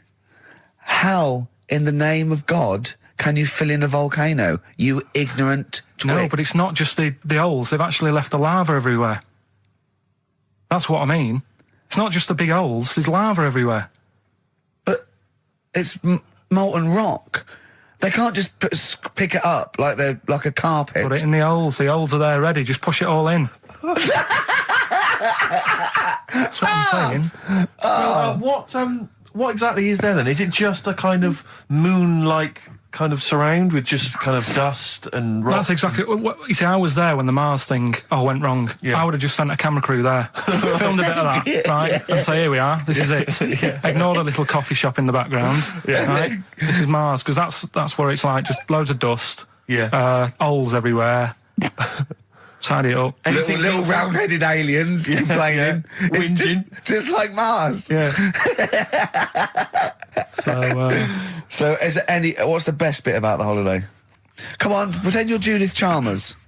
I have been doing. I would have done all. I would have said that. Don't bother. Right. I mean, the hotel was good. Yeah? That was all right. What was that like? It's all right. Just, clean. That's all you want, isn't it? See, that's not quite what Judith Chalmers does. She doesn't go, what's the hotel like? All right, yeah, clean, isn't it? All right. What was it like? What was it? 3-star, 4-star? Did it have a swimming pool? What was the room like? Yeah, had a swimming pool and that. Yeah? Yeah, it's good. I think it was one of the better ones on the island. Okay. Nightlife? Wasn't really in it. There was a bar, there was some bands playing. Yeah. Not very good. Food got a bit boring. Yeah. It was always the same food every night, but they sort of themed it and made out as if it was different. So, like, on Mexican night, it'd be chicken with a nacho on it. Right. And Chinese night, sort of chicken with a little prawn cracker on it and stuff. Sure. But that got a bit boring. Now, Carl, you haven't told us about your holiday yet. You were meant to do it last week and you didn't. You started telling us, but we didn't have time because we had to do monkey news about a monkey who was a director who cared about lighting and stuff. Is there more monkey news this week? Is it as... okay. Is it real monkey news? Did it happen, or is it mostly embellishment in your round little head? It's proper stuff. Yeah. Okay. Good. So holiday. Where did you go on holiday? Sardinia. Good. Yeah, it's all right. Yeah. Nice food and that. It's important, isn't it? Yeah. And nice beaches and what have you. Excellent. Always like a nice long beach to walk down. Yeah. But so we're having a nice walk, right? You know how nudists do me head in. Sure. Right. Not a problem though, is it? It's not like being scared of spiders where they might jump out under the kitchen sink at you. You know what I mean? It's not a big problem having your head done in by nudists. Yeah, but it just annoys me. It sort of ruins the day a little bit. Because it makes me feel uncomfortable. Right. Take your clothes off if you feel uncomfortable. It's much more relaxing. Yeah, but... Well, anyway, right, so I'm walking along the beach, right? Lovely long beach, might be you know, watching the sea, picking up shells and that. And what are you wearing? What's your natural beach club? When he says picking up shells, I imagine he's on all fours going, yeah, like that, you know what I mean, looking at things. Just like washing his nuts in the sea to get them tasty. Yeah, going into the sea and then kind of shaking himself and all the water flies off. Yeah. I've just got, you know, flip-flops on, pair of shorts, and like a little light shirt. Sure. Mm. So anyway, walking along, and Suzanne goes, "Oh look," right? And there's this woman, German, I think, coming out of the... How can you tell she was German? Underarm hair? I'll get to it. Forget the underarm hair. She came out, it looked like she was smuggling seaweed. I'm gonna burst! I'm going to burst! Oh, God! And the funny thing is, right, she... Smuggling seaweed! Oh, God! She was a bit hairy down there, was she? Mental. I felt bad because I hadn't had a shave for 2 days, right? Looked at her, it was ridiculous. She might as well have kept her trunks on. It was just like she was wearing furry trunks, right? So anyway, so I'm walking along. Yeah, go on then. So Suzanne's like, "Oh, look," and I'm like, "Oh, not again," you know, because every time we go away, there always seems to be one of these. Is she by herself, this woman? Well, the weird thing was, she was with her husband, right, but he had shorts on, he was happy, right, but every time, like, because I walked past her, and he sort of ran off, because he's embarrassed. Do you know what I mean? There's nothing normal about it. What can he do? He can't go, "All right, mate," because he knows it's odd, right? How old was he? Sorry, how old was she? It's hard to tell when someone hasn't got clothes on. Do you know what I mean? They always look older, don't they, when they haven't got clothes on anyway. But I'd say she was about 40, 41. Okay, right. So I walked past, and the annoying thing is, she got there on a bike, right?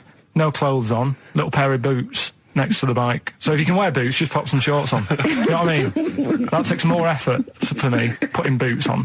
But put the shorts on, right? So anyway, so the husband kept running off.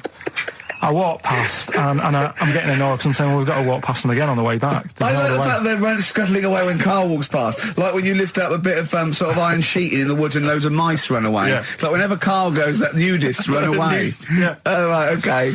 So we sort of come walking back and what have you, and you know, I have another look and what have you, and he runs off again. Why are you another look if it offends you so much?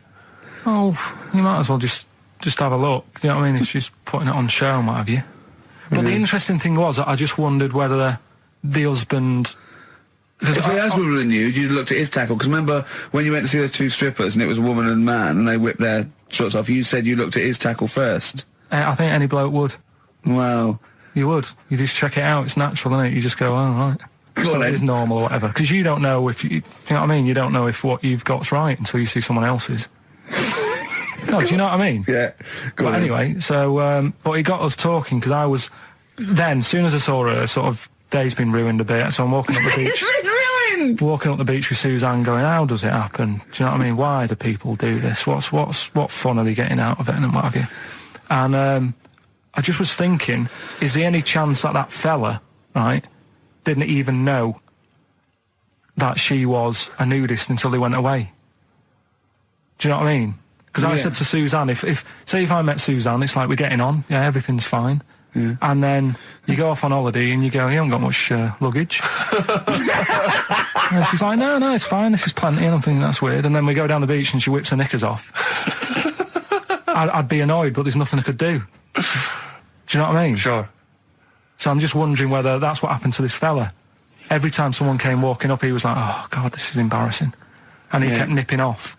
Yeah. Finding something else to do. Look at some shells. So I'm wondering, Rick, if at some point, maybe today or in future shows, we should get a nudist, you know, one of those official nudist spokespeople, you know, because all these nudist organisations, get them on the phone, justify themselves to Carl, because, you know, in his mind, they are, what would you say, weirdos, freaks? I don't quite get it. I was reading something in one of the supplements last weekend, and some journalist went round to some, whatever you call it, some resort or whatever for nudes and that. And it's Were just... they playing volleyball? Well, the annoying thing was, bowls. Why is that annoying? Well, don't play a sport where you got to bend over. Talking of campaigns and things and that, did you see Sir Bob on Jonathan Ross last night? Sir Bob Geldof. Sir Bob Geldof. Yep. Are you going to walk to Edinburgh or sail to France, Carl? What do you think of all this? The G8? I think it's good that, you know, he's doing some stuff for the world and what have you, but probably won't bother. No. Having a walk. What do you make of all this campaigning? You know, he's dedicated his life to this now, hasn't he? Yeah. I mean, it's interesting. I was watching him last night, and I respect the man. I mean, he used to work here, didn't he? Did some shows and that. Mm-hmm. It's good. It's all right that he can do it, but... I assume that's not why you respect him. I assume you respect him because he's trying to save a nation, as opposed to he used to work in XFM for a while. Yeah, I know, but I'm just saying it's good that he's given up a lot of his time to, you know, try and save the world and that, but, you know, there's a bit of me that's kind of like, you know, is he wasting his time a bit? Right, well, what do you mean wasting his time? Well, he tried it before and... No, wait. What he's trying to say is that the G8 are I think the 7 most rich, wealthy nations in the world, and Russia, and they get together and they can wipe out the third world debt. I.e. they owe us billions and billions of pounds, they can't afford to pay it back.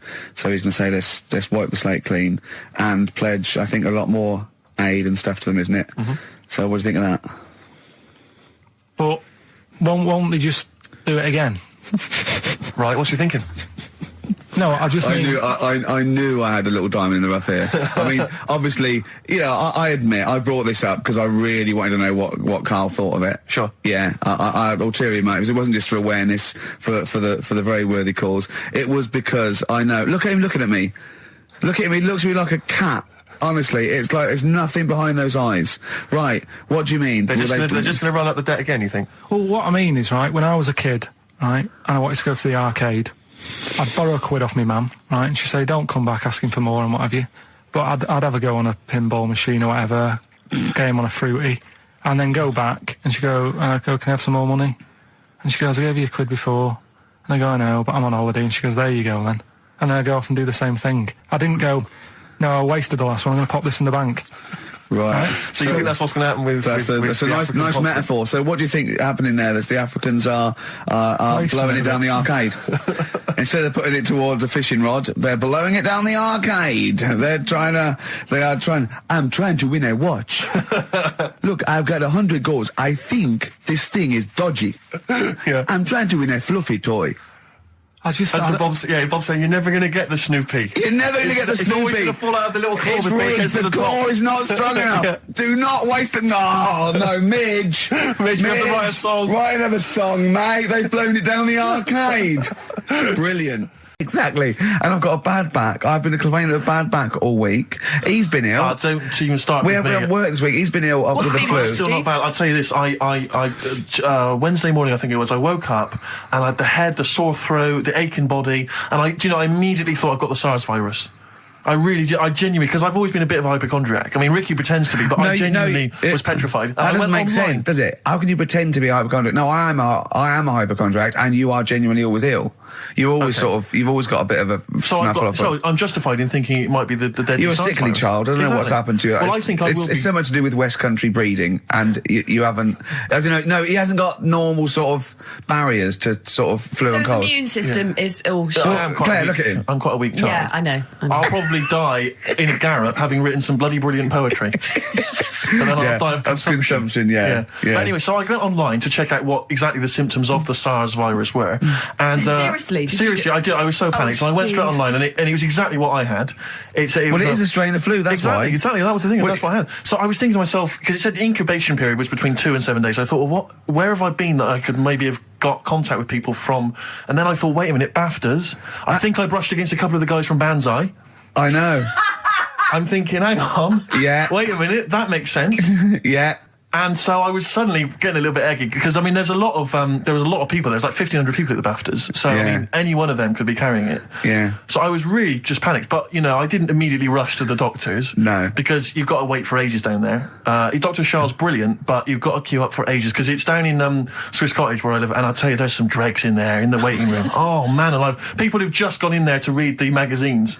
And they're just sat there. There's some people who just waste the doctor's time. That's what annoys me. A lot of old people, a lot of Saga listeners who just waste people's time. I know. I went to accident emergency once because I'd done my leg in, and I'll tell you what, you look round and you think, oh, look at all these people. Look at these, they should be, there's hardly any of them weren't handcuffed to someone. Exactly. You know what I mean? You go to Casualty on a Friday night and it's like, oh, awful. Yeah, and there's, and so, I mean, it was that thing, well, I could either go to Dr. Shah, but that's NHS, or I could go to one of the Medi centres. They charge money, Claire. And I mean, I know it's a killer disease, but you know, I'm not making cash. You don't want it, You don't want it. Because what if it isn't? That's money wasted. You don't get your money back, do you? I mean, I really need him to say, you've got the deadly SARS virus for it to be worth the 80 quid. Exactly. You know? Exactly. Yeah. And as I suspected that, you know, it was 50-50, I decided not. I decided to ride it out.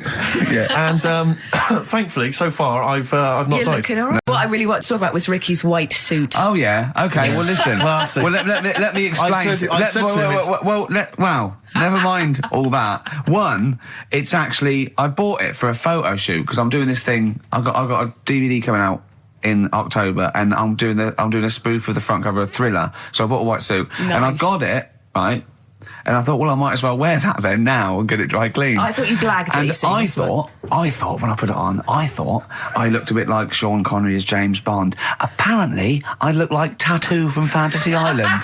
The little midget guy. Yeah. Sure. Which was, you know, I did watch it back, and you know, there are some resemblances. At one point, I did plan, which was, I don't know why. Yeah. I thought, well, when he suggested he was going to wear it, I said that's crazy. I said it's madness because I knew it would come back and haunt him. I got away with it though. Well, did you? No. I mean, what was it I said to you? We were talking about it, and he said, he said, what are you wearing it with? A sort of white shirt and a white tie. I went, no. I wear a black tie. He said, right. He went, you should do it with the white shirt and the white tie. He went, you know, do that whole Randall Hopkirk thing. And I went, that's what I'm worried about. He went, what, you're worried people think you're a ghost? I mean, pathetic. I didn't think it was a good idea. I just love the way that if you're a celebrity, somehow you're allowed to wear, like, nonsense, outrageous clothes because it's kind of expected of you because, you know, you're But it wasn't mental. It wasn't like Graham Norton going in curtains or Jonathan Ross dressing up as Lawrence Llewellyn-Bowen. It was just a white suit, But it's just that thing of, you know, I am. It's cheeky Ricky Gervais here. Look what I'm wearing. I was worried there was going to be chocolate mousse, though. Yeah. Or Johnny Vegas was going to greet me and throw up immediately. Yeah. It was sort of like I had to keep away from people. And what you're sitting on. But I tell you what, I think it worked with Anne Robinson, didn't it? Do you think she winked at you when you went. She liked you. She just can't stop that. She's made it into a catchphrash. But you made her giggle like a little schoolgirl. I knew it was safe though to say that thing about her drinking because I'd done a non-broadcast pilot with her this year. For a friend was the producer, and it's a new show called Look Who's Coming to Dinner, and the premise is I choose sort of 6 heroes that are alive, and so I knew it was all right, so I didn't just go out there and start insulting this poor middle-aged woman. I sort of knew she could take a joke. She's all right. She's obviously she's not really like that. So yeah. No, but I loved the way she just giggled like a little girl. Would you ever do any of those? Absolutely not. No. I genuinely think if you were in the Celebrity Big Brother house, immediately you would be voted out. It would be before the public get a chance to vote. Yeah. The housemates would have got you out somehow. Yeah. They'd have left. Or they'd have left. Yeah, I might win. I might win by default. They'd have all climbed over the roof like that guy Sandy. Yeah. They'd have all climbed out like within the first 10 minutes. I saw Sandy the other day actually. Still on the run, is he? Just climbing over. Sandy. Get off my roof. I got really excited in Selfridges. Does he look like a wombat up close? No, he's really good looking. Shut up. No, seriously. I saw him in the hat section at Selfridges because he's a personal shopper telling them they look gorgeous. Jane went there specifically to meet Sandy. No, just for like, yeah. I got really excited. Is he working there? Yeah, he's a personal shopper. Yeah. Really? Yeah. Does he sign autographs and stuff? I'm sure. No, he calls himself Alex now. What? Yeah, he's not allowed to call him Sandy. Selfridges wouldn't. What should we say and get him sacked? Get him voted out of the Selfridges household. Why is he a personal shopper? Yeah. That's just to me the epitome of indulgence. If you've got money to spend on a personal shopper, that. Oh, I'd love to do that. Man alive. No, is that someone who pushes your trolley? No, is that how it works? you just say. Can I get one of those in Waitrose? No. It's like asking an assistant. You go, I need some black trousers and some brown shoes and this range, and they go, okay, and they go and get you a range, so you don't have to go. It's not like. Yeah, but I still love it. Yeah, but you have to pay for it. It's not. No, you don't pay for the service. You pay for the clothes if you buy them. It's really? not. Yeah, it's not like Lady Di having Harrods opened for her. So I could walk in there and get Sandy, of course you Big could. Brother, to just do some shopping. In fact, I'd love you to. But could I get him, like, once he's finished in Selfridges, could he pop to the Co-op for me? No, like he can't do that. No, he can't do that. What, No. seriously? So there'd be people queuing up, wouldn't there? Well, why? Selfridges, you can't. People don't go and shop in Selfridges for the sake of it to meet Sandy, do they? No, but to get a personal shopper, why wouldn't everyone have one? I don't understand why everyone wouldn't do it if they're not charging you for it. Oh, Steve, you and me later on. I'll tell you this, I don't think people realise that, Rick. He's going to be inundated now. You know when you go to Selfridges, you will not be able to buy that suit you got for £97. It's a lot more expensive than that. What? You can't get, you can't get shoes for £29 in there. I'm not bothering. No, exactly. You see, that's where you're going to come unstuck. We were chatting about the Innovations catalogue, and it just because I've just been flipping here through the TV magazine, which comes free with the Sun, and is there anything on about a plate or a figure? The white trash that must buy this rubbish. I mean, know. This one. I don't know how you describe that. There. Oh, classy, isn't it? Oh, it's dear. a porcelain doll of a young woman. Looks like Ginger Spice with her hair up in a blue dress. Yeah, it is strictly limited to 9,500. Oh, am I going to get one? Well, why did we waste time with the show? Shouldn't I have been calling? Well, look, it says. How much is it? Well, she can be yours for the special half-price offer of just £94.50. Is that all, really? You're not winding me up, are you, Steve? You're not winding me up, is it? Because if I look at it, it's 940, because I think it should be. I will go mental, because I would love that porcelain piece of shit for £100 on my shelf. Hang on a minute, Rick. Let me just read you some of the write-up. Who buys that? They think it's art. It's classy. Well, hang on, I think this blurb will change your mind. Go on then. Okay, well, I'm just... Okay. Her name is quite simply Dearest Rose. I'll have it. And she's portrayed here holding a beautiful... Well, I mean, of course it's going to be Dearest Rose, isn't it? Let me read it, it's because not going to be... Her name is Bert. Dearest Rose is portrayed here holding a beautiful bouquet of roses given to her by her lover. She has gently plucked some of them and placed them in her chestnut hair. Oh, she is wearing a gown. Oh, that's filthy. She is as well. She's stuffing them up on her head. All right, go on. She's wearing a gown of beautiful turquoise silk. Her skirt flows to the floor, and from beneath it, you can see her dainty shoe just peeping out, decorated with a tiny handmade rose. That is brilliant. 94 and it is beautiful, and it's and you can pay £9.45 a month for 10 months. Yeah, and that can be yours. And I think you'll agree, it is just beautiful. I mean, the best one I've ever seen. There was one that was a doll. Right, like a realistic doll, a horrible, scary doll, and it was something like, £100, and it said, "Call your family and tell them it's a girl." And I just imagined this 45-year-old woman with bunches and rouge on her hair, still dressed in her ballerina outfit, going, "I've had a baby, mother." "You haven't?" "I have, it's a bloody baby." "Why do you hate me?" "It's a doll." "Why do you hate me?" I mean, I know. What sort of people are they preying on? Well, there's one. Just had a baby. Sorry?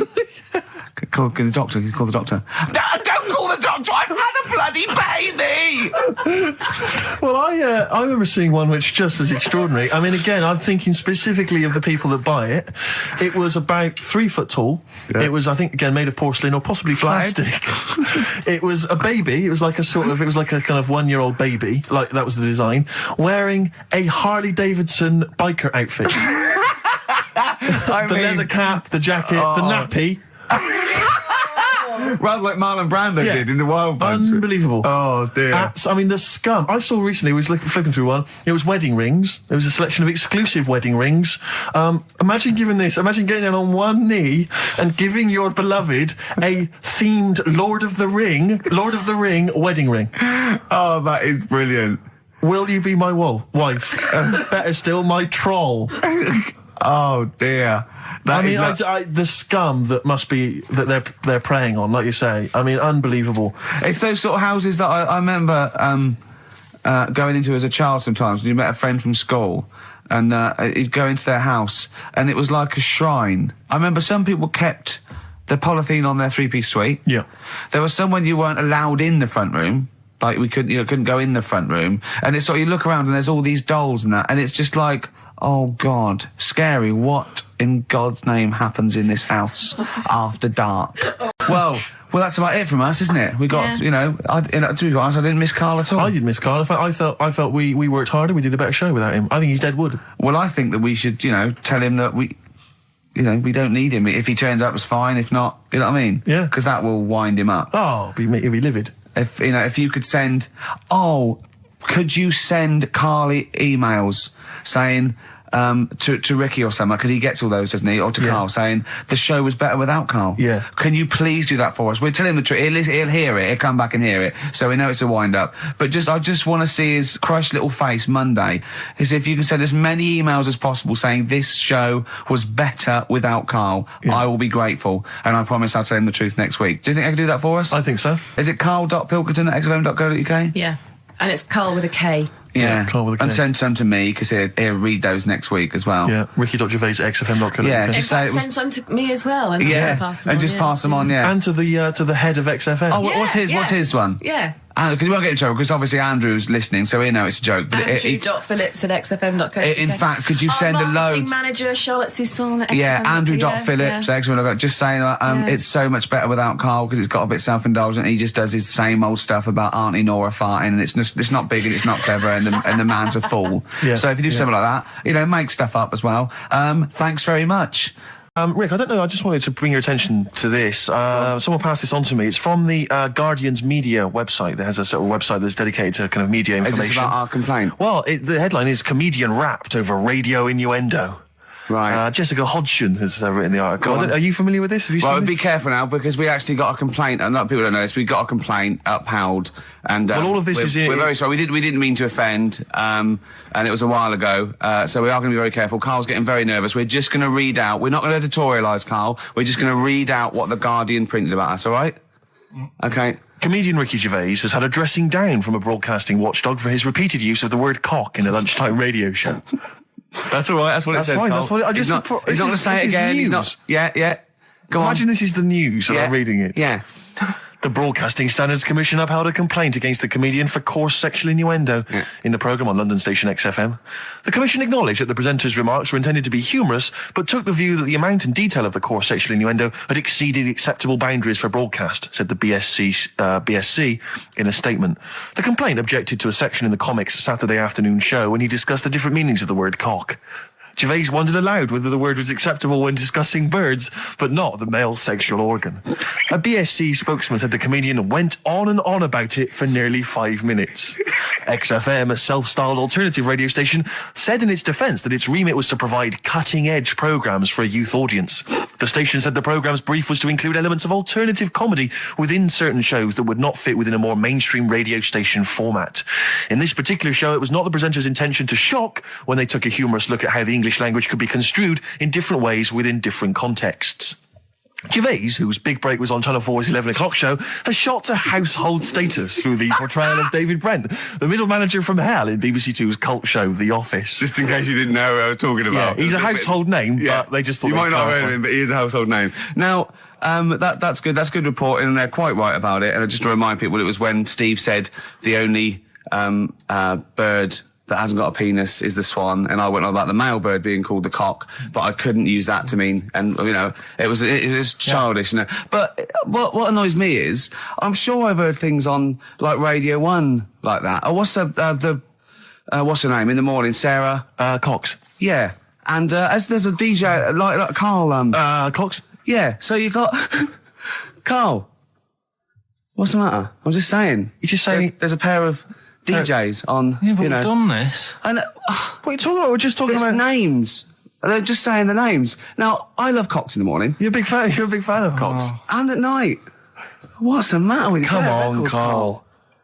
All right, we've taken it. Have you actually been rapped over this? No, I don't know what. Have you had a dressing down? No. When did that happen? I don't know. I was meant to tell you, and I never got round to it. Okay. Thanks then. So don't do it again. We went. It was a great day, wasn't it? Brilliant round of golf. Absolutely brilliant. Such a beautiful place in Stoke Poges. It's like a really posh place. And are you a good golf player? Well, we'll get to that. Oh, okay. Wow, he bought the shoes especially for it. Oh, I'd love to have seen him in those little shoes. I know, and they were no good because they were metal spikes. We had to change them. He was annoyed straight away. He spent over £22 on these golf shoes.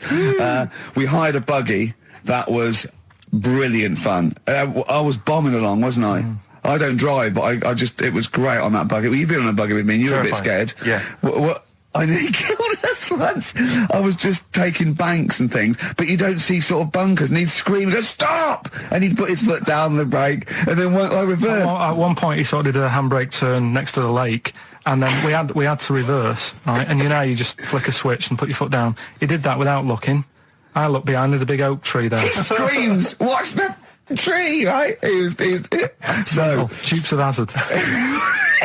I kept jumping in and leaving him behind because I had to go to my ball. Because anyway, so the first shot, I got on the driver. I honestly did one of the best shots I've ever done. It went straight down. It was great. I thought, phew, got away with that because it's always the first one because it's a clubhouse and you want to look good. Yeah. So. He tees up, and I've been saying, buy some balls. He just got 6 balls. I was going, what if you lose me? I won't lose 6 balls, right? He tees up, right? Whacks it. It goes miles, like right angles, straight into these the woods, right? He turns around, he goes, go and buy some more balls. So I'm laughing because it's like impolite to laugh, but he broke the ice for me, and I was falling around. And then his second shot, I go, you're off a 3 now. If you take another shot, he went, oh, right. So it's his third shot. He puts the ball down. He hits the ground before it and misses the ball altogether. And I was on my back, wasn't I?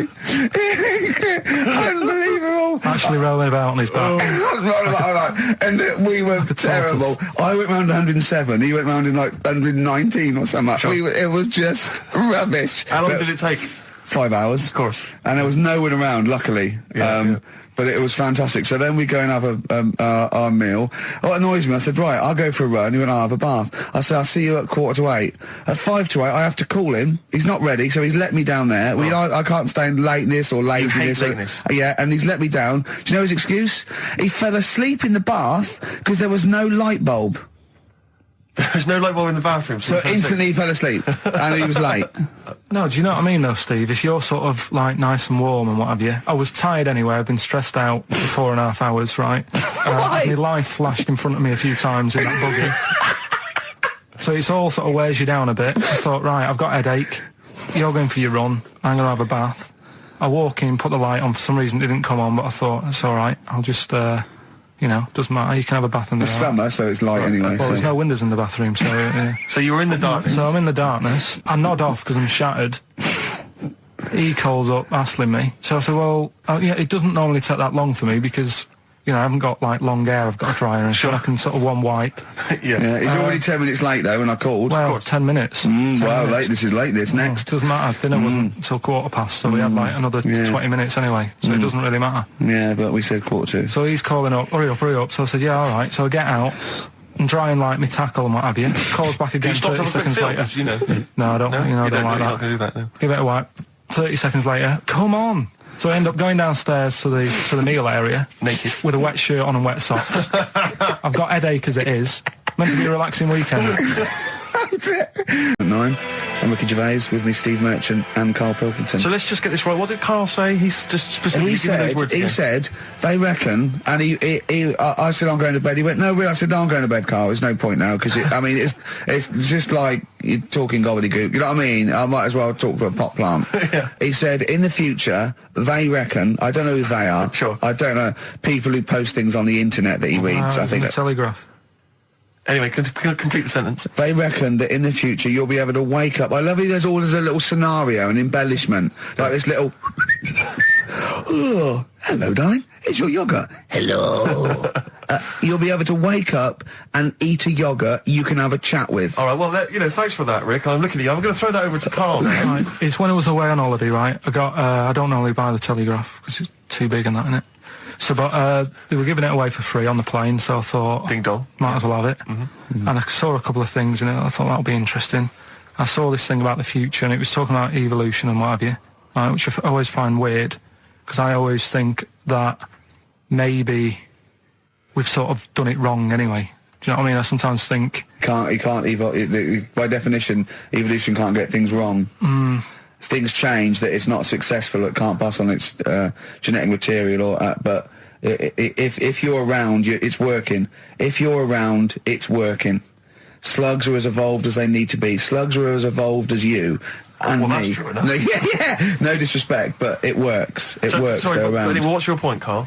No, I mean, I think we probably would have been better off staying as a fish. Just because there's more water than land, isn't there? Right. And you wouldn't drown. This is why I went to bed. No, I can imagine. I'm thinking of dozing off now. No, but do you know what I mean? From, what was it? It was bacteria, it was fish, mermaid, man, onwards and what have you. So anyway... Oh God! No, there are a few knowledge gaps in your theory of evolution. All right, you generally got it right though. So I mean, basically, it went bacteria, fish, mermaid, man. What's next is the big question. So it was telling you all about this and what have you, and saying how we shouldn't have interfered, because maybe if we wouldn't have invented planes and what have you, maybe we'd be able to fly and what have you if we really needed to and stuff like that. Okay. So we've interfered with evolution, you see. Right. Well, then it was saying, well, what's the future got? Well, yes, in one way we have interfered with evolution. Yeah, the evolution of the human being in society is changing. It's no longer based on the strongest or the fittest, because medical science can keep us alive long enough.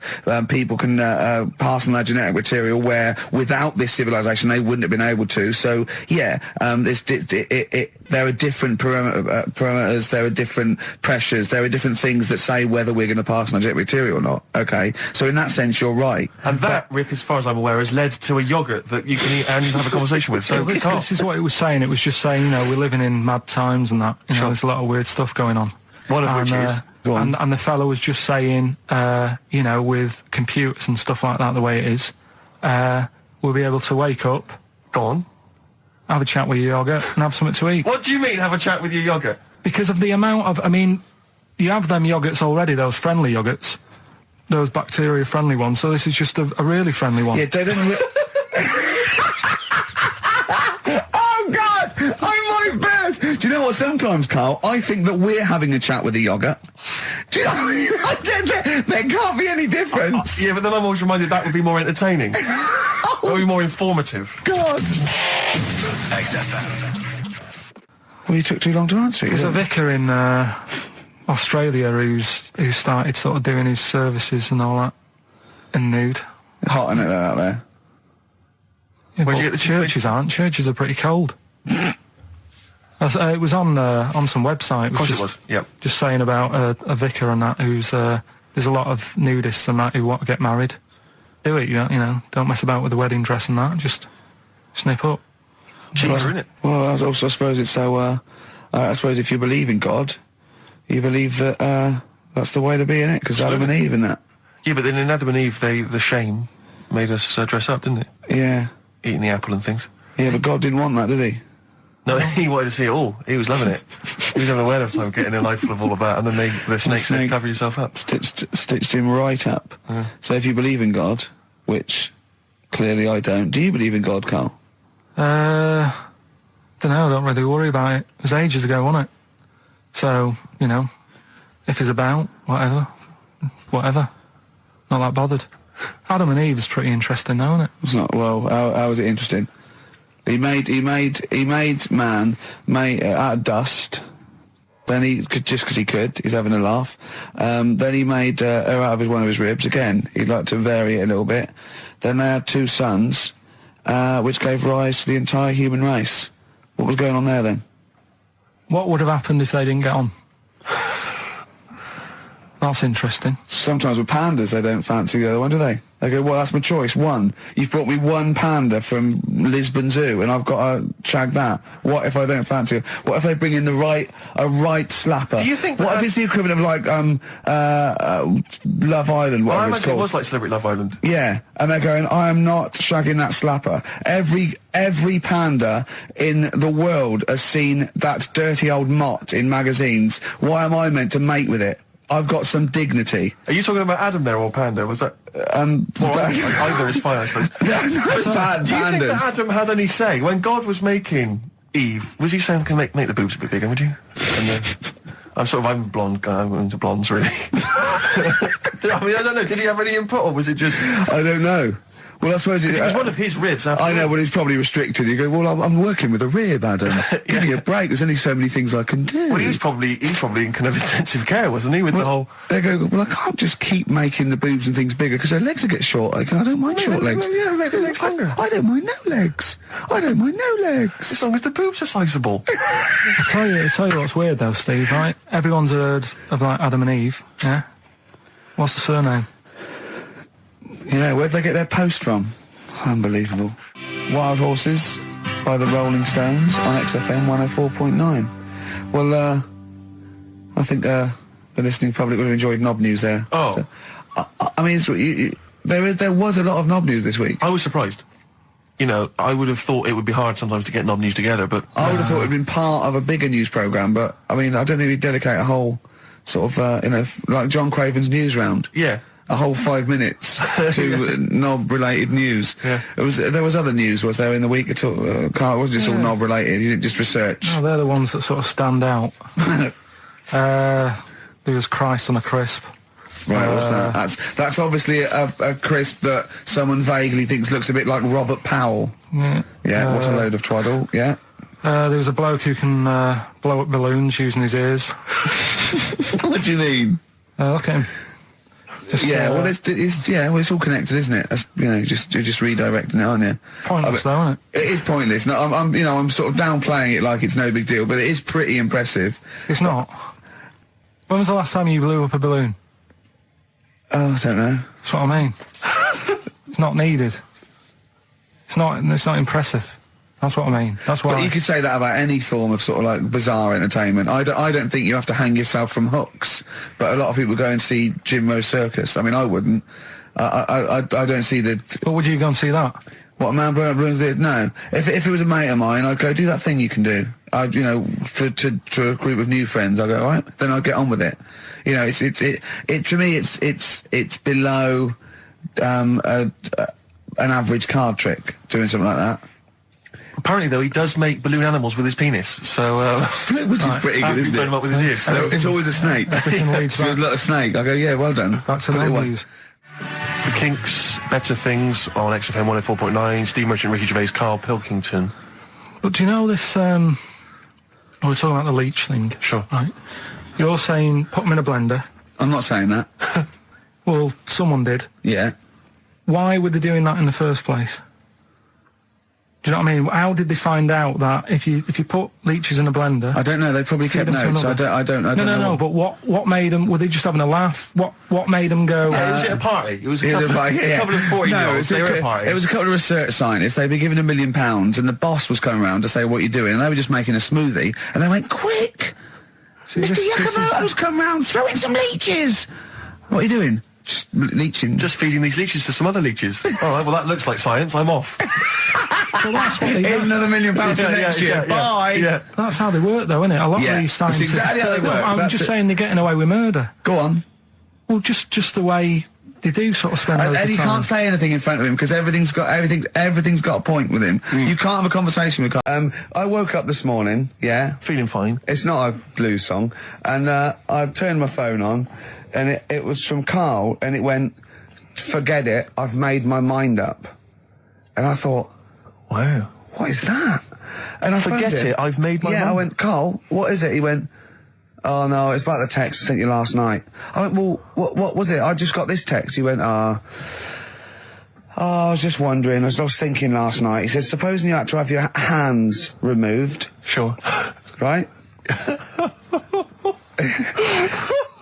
And the doctor said, well, you can either have him stay like that with stumps, or I can sew feet there.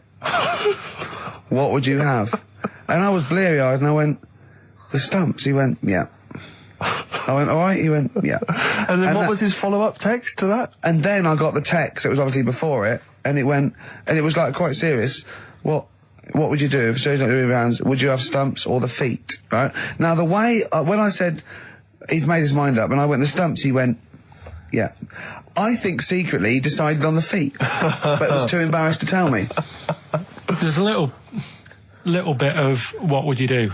Because But why did you think of this? Why did you think of this? Girlfriend's away, right? Yeah, no, that's not why you start thinking bizarre surgery I'll tell you devices. Now, right? I'll let you into my little mind, right? Last night, I had some beans on toast, right?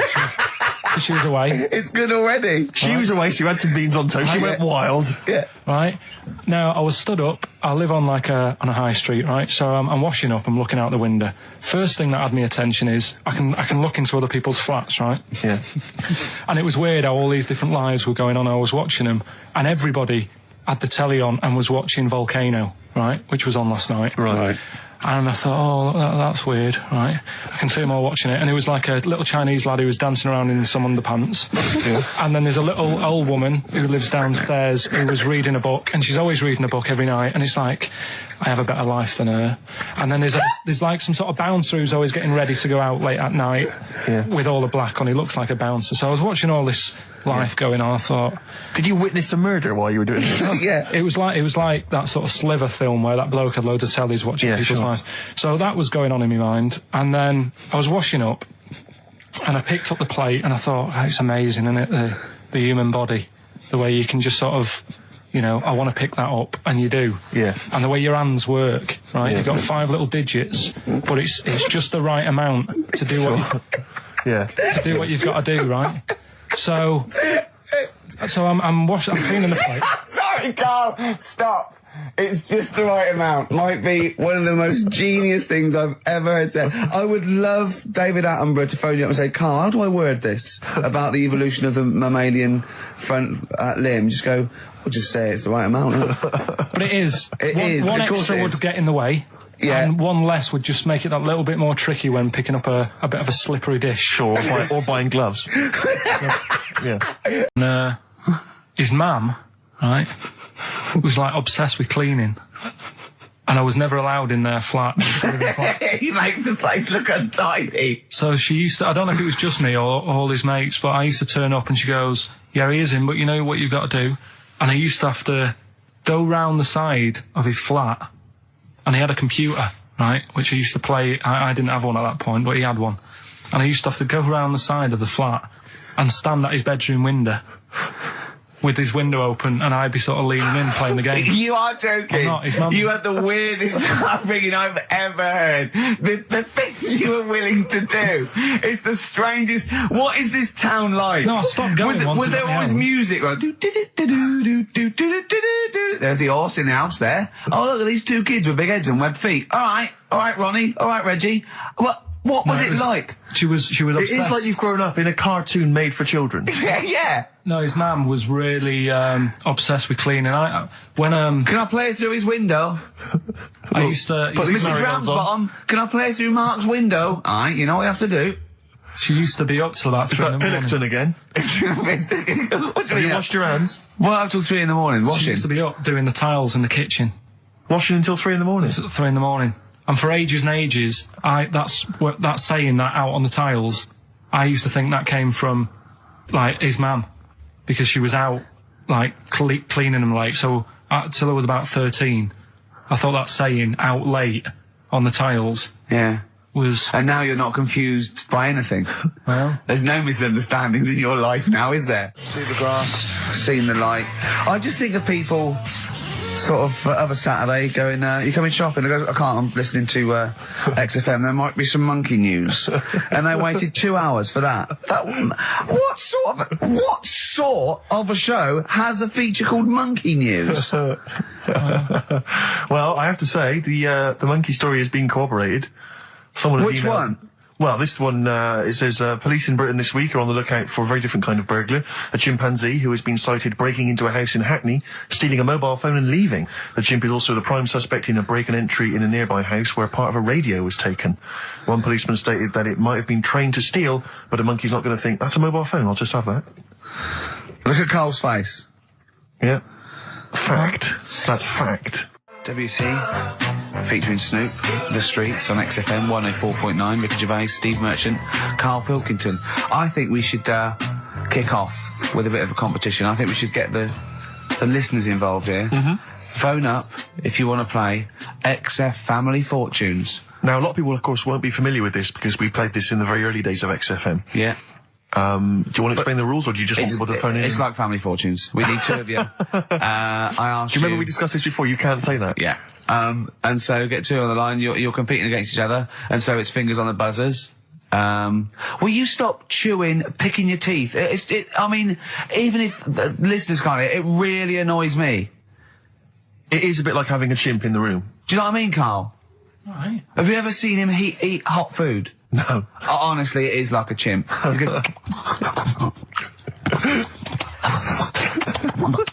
what are you doing? What? Just get... Oh, God. Or like the Cookie Monster.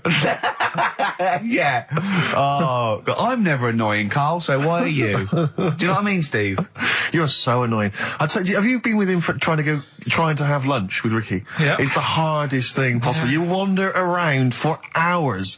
It's sort of a combination. It used to be bad even before he was a celebrity because he has a tolerance level. It's extraordinary. I mean, he is irritated by a car honking its horn in the street. It's like, I can't believe it. Let's go in here. I'm so angry.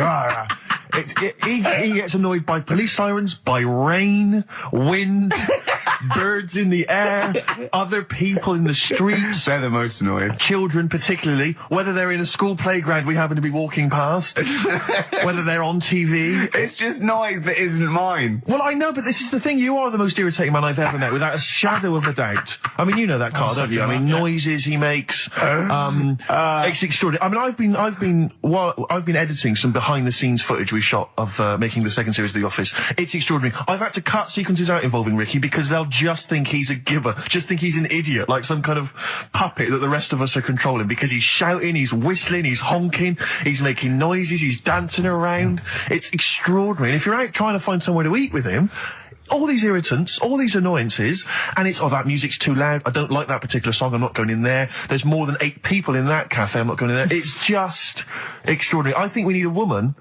I'm thinking of hiring a woman, like a PA, to just go ahead of us, scout ahead of us, go in, and she can just phone back and say... Oh, sexist.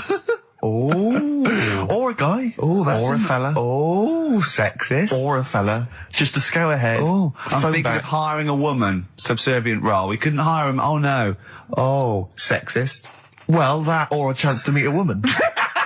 Yeah. That I'm also paying. It's like paying for it. Exactly. Slightly more above board. Yeah. So, if you want to play Family Fortunes, call up. What's the number? 08700 800 1234. Yeah, it's just like Family Fortunes. Two of you are competing for some great prizes. And, I go, something you know how it goes, and then you go buzz and play it on board. It's not as high tech as Family Fortunes. Current single from Nick Cave and the Bad Seeds, that's Bring It On. Yeah. On XFM 104.9, Ricky Gervais, Steve Merchant, Karl Pilkington, and 2 people on the line to play XF Family Fortunes. Brilliant. Hello. Steve first. Steve, hello. Steve first, hello, how you doing? You alright, mate? Where are you calling from? From my pub in Barnes. You got a pub? Yeah. In Barnes? Yeah. Are you posh? No. Oh. I suppose you're the local landlord. Do they come in and sort of like go, good man, there's a shilling, get me some ale? They're all posh in Barnes, aren't they? Well, no, not all of them, actually. Does Nigel Havers come in your pub? Because he lives there, doesn't he? Well, none of them do, actually. I know there's lots of them about, aren't there, in Barnes, but no, not You've in banned them. You've banned them. Who's on the other line? It's, Jennifer. Jennifer, hello. Hello. Where are you calling from? I'm calling from Forest Hill. Forest Hill, that's right south, and I don't go out of WC1. Oh, you should. Do you run a pub? Do I own a pub? No. Do you drink in one? Yes. That's just good. Just some friendly chat there. Yeah, The thing between the brain that you were talking about before. Oh, yeah. I can't remember what it's called, but they did an experiment, and apparently the length of it determines whether you're straight or gay. Is that That's right? what I heard. Yeah. Well, so what? You could actually trim it if you fancied. It didn't go that far. Oh. Well, you've just interacted with Karl Pilkington. Oh, my God. I treasure that. Right, here's the prizes. Okay, now, listen, don't be disappointed because, as ever, Carl has just gone through some people's drawers here at XFM and found some really quite shoddy prizes. So, you get, on DVD, I don't know if you're a fan of it. Are they a German band? Rammstein or Rammstein? Oh, you'll enjoy that. But there's any number. That includes Asch zu Asch, Spiel mit mir, and Hergelade. That's just some of the classics on this, DVD of their greatest videos. Red Dwarf, the first Do you think series. Germans sit around looking at ISIS records and going, look at these Wonderwall? Possibly so. Wow. The very best of the Stone Roses, although I might have that. So anyway, there's also an I Love You compilation, kind of appropriate, and a tribute to the Ramones, which might be interesting. So you can get the idea, Steve and Jennifer, the stakes are pretty high. Okay, here we go. Extra Family Fortunes. So, fingers on the buzzers, just both go, wah! If you think you can answer this right, and then we, the highest answer or the top answer gets the chance to play or pass. If you play, you've got to get all 5 answers. There are 5 answers. Every wrong answer, you get a life, and I'll go, and when you lose 3 lifelines, then the other person can steal. It's as simple as that. If you've seen the show Family Fortunes... No, this is not based on anything I've ever seen ever in my life. Okay, right. Okay, fingers on the buzzers. Okay. Name something. We asked 8 of my mates, right? Something you associate with Karl Pilkington. Well, Okay, Jennifer, what? silliness. Yeah, that's the top answer, thick or dimness. Do you want to play or pass? Play, please. Okay. Stay tuned, Stephen, because you might be able to steal if she gets 3 wrong. Okay? Right, okay. Right, we've got the top answer, 4 to go. Thick or dimness is top answer, obviously. Okay, Jennifer, some other things associated with Karl. Comedy. You'd think so, wouldn't you? Yeah. No, I don't even know who he is. You don't even know who he is? No, she does. She must and do. yet, bizarrely, she knows that silliness or stupidity is the top answer. Yeah, come on. Something else. The smelly eyebrows. One more wrong answer, and then Stephen gets a chance to steal. Okay. I don't know. People are screaming it at home. Very sensible. Oh, What was that? Very sorry. sensible. Yeah. Okay, Stephen, can you think of one of the answers that Jennifer didn't get? Must be a mind for inane nonsense. Oh, well, I'm going to give you that because number 5 is even thicker. So, yeah, what you missed is, our top answer was thick or dim. Second top answer was Manchester. Third was Roundhead. 4th was airy Chinese kid. And 5 was, even thicker. So I think Stephen's the winner there. Yeah, I think he's done well. Yeah. You enjoy Rammstein, and you get the Stone Roses and an I Love You CD. So that's the pilot for this show, okay? When Blockbuster's all over, we're going to phase in XF Family Fortunes. Karl, thoughts? It's not that good, is it? Why? It's not that good. Just... I'm not that happy with it. Why? Why? Yeah. Well, just... What else? What? No. You're definitely right about that top answer. Well, thanks. Right, so Stephen wins all those prizes. Yeah. Stay on the line and we'll take your address. And we'll send something to Jennifer as well for even bothering to talk to Karl. So what's this, Karl? What are you playing now? About the Drum Boy. Yeah, excellent. Bye. Do I doing Rockbusters then? Later. Can I just, sometimes I get told off by Karl. He gets a little bit sulky if I slag off the prizes that he sources for each competition. This is from Rob in Croydon. He's a former winner of Rockbusters. Yeah. He said he didn't even know what the prizes were going to be when he entered. He won, and sure enough, for one night only, he was a hero. The following morning, it was just Rob again, and all I had to show for my triumph are 5 compilation CDs. There's this little lad, right?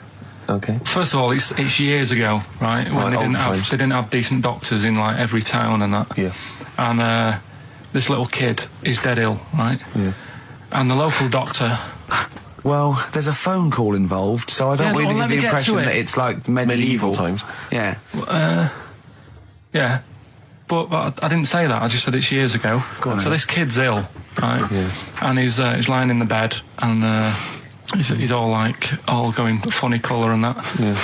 And his mum says, I'm going to get the local doctor round. The local doctor comes round, and he says, so I don't know what's up with him. He said, leave it with me. Leave it with me. He said, the doctor said that. I'll have he said, I'll phone up a top doctor. Okay. Who was in America or something like that.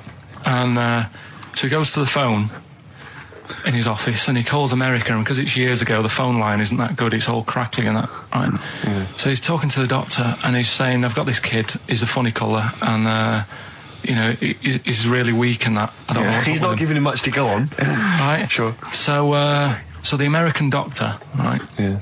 He goes, yeah, what you want to do? And it's all breaking up, right? Yeah. He goes, what you got to do? You got to, it's all breaking up. You've got to give him some, parrot's blood, right? Some parrot's blood? Well, that's what he thought he said, but the line was really bad. Yeah. He meant parents' blood, but he heard that he said parrot's blood. He said, right, I'll do that, leave it with me. I can see where this is going. He goes to, a pet shop. Yeah. He says, give us like half a dozen parrots. Sure. Takes them round to the kid's house, takes the blood from the parrots, puts it into the kid's fine. The kid's fine? It worked. Such a load of shite in my life.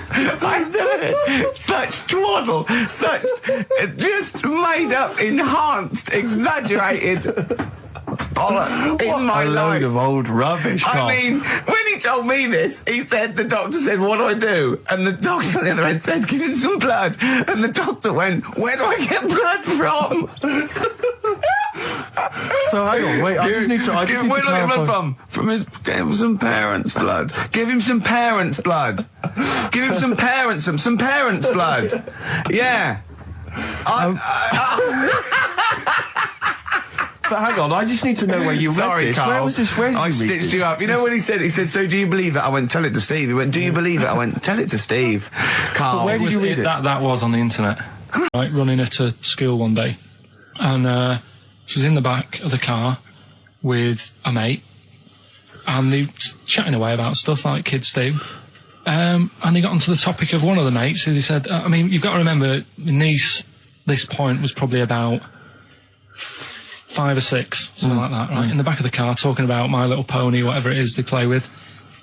Subject changed. That Lisa in our class, she's a lesbian, isn't she? Right. That's what they were talking about. Yeah. Chatting away about it. Just openly talking about lesbianism. And probably, this is the topic that they're talking about in the pub when they're having out drinking. Yeah. Yeah, but they might have thought a lesbian was a funny word or something. You don't necessarily know the ins and outs of it, do they? It's weird though, isn't it? Because when I was younger at school, you didn't you swore a little bit, but it wasn't like major swear words, and you sort of did a little bit of nicking, but nothing like they get up to now. I mean, my girlfriend, when she was about 7 or 8, she was walking to school with her mum, and she called her a C-U-N. Right? You are joking. No, she said, because she thought it was she said she thought it was a big furry animal. So she was being nice, and I remember, where'd you hear that? Where'd you hear that? Like, just heard it at school. So they might not know what it means. But because I'm thinking maybe, did you start the show with that particular kind of manner? Just because obviously a lot of new listeners, I imagine, thanks to the massive poster campaign, and you obviously want to impress them and charm them. There's a few examples today of irony coming back and biting you. Yeah. That seemed like a funny idea at the time, me posing that. But Jonathan Ross phoned me up when they first went up. He just said, I've just seen a big poster of a predatory gay. Yeah, you do look a little bit. Yeah. Hello. What's your name? Would you like to sit down here? And then you're in the background. And also, I think the funny thing about having you as a partner, I mean, the only good thing is that you look weird and tall, like too freakishly tall and lanky. Oh, yeah, but in that one, no, because your background and you're smiling, you don't look as weird as you do in real life, or as freakishly tall. So it sort of ruins it a little bit for me. They found out that scientists. Oh yeah. I've found out 17th century that like now 1 in 10 rams are gay. 1 in 10 rams are gay. Yeah. Yeah. So that was like Wallet. That's how I could get that in. They got a load of gay and straight rams. Right. They worked out which were which first. They said, right, that bunch there is a gay bunch. They looked better. They just had more pride in their appearance. And the other ones, you know, the straight ones. And then they gave them to this scientist and said, right, go on, do what you got to do. And they took the brains out of all of them. Just to check. And is it true Shed 7 was split up? And the next, you know, one of those dorky message boards, someone came on and said, "You are joking." Oh dear, what else is happening? I just pray that it is just a rumour. It's just a rumour, yeah. Just call in if it's true. Well, no, call in yourself. Well, Shed, if Shed's listening, yeah, and he's not busy, he's got Mondays off now. Call in and say what was the split all about? Tell you what I read about. Sharks, monkeys, or jellyfish? It's 10 past, isn't it? We haven't done a little bit of knob news. No, right? We haven't done knob news, no. But it's been 3 months. It's been 3 months coming. There's this thing. I don't know the full story. I don't know how it happened, right? But little Russian fella. Yeah. He was sort of having sort of emptying his bladder, right? And somehow electrocuted himself. Right. And sort of did a bit of damage. How did he smashed onto some live wires or something like that? So did anyway, it damage to himself or to an electric fire or something? No, to himself. To himself. Yeah. And so the doctor didn't slip and curling tongs went up his arse when he was pissed, because that's happened a lot. In yeah, we've hospitals. all been there. We've all shoved the old curling tongs up the arse when having a piss. Right. So I can't even be bothered. No, go on, we're interested. We're interested. Come on, we're interested. Don't you can't be bothered. You get Mondays off. Do some work. Right, so anyway, the doctor says, "Oh, it's not looking good. We'll have to take that off." What? He's like, Novectomy? Yeah. Really? But the funny thing is, right? Nothing funny about that. They've done.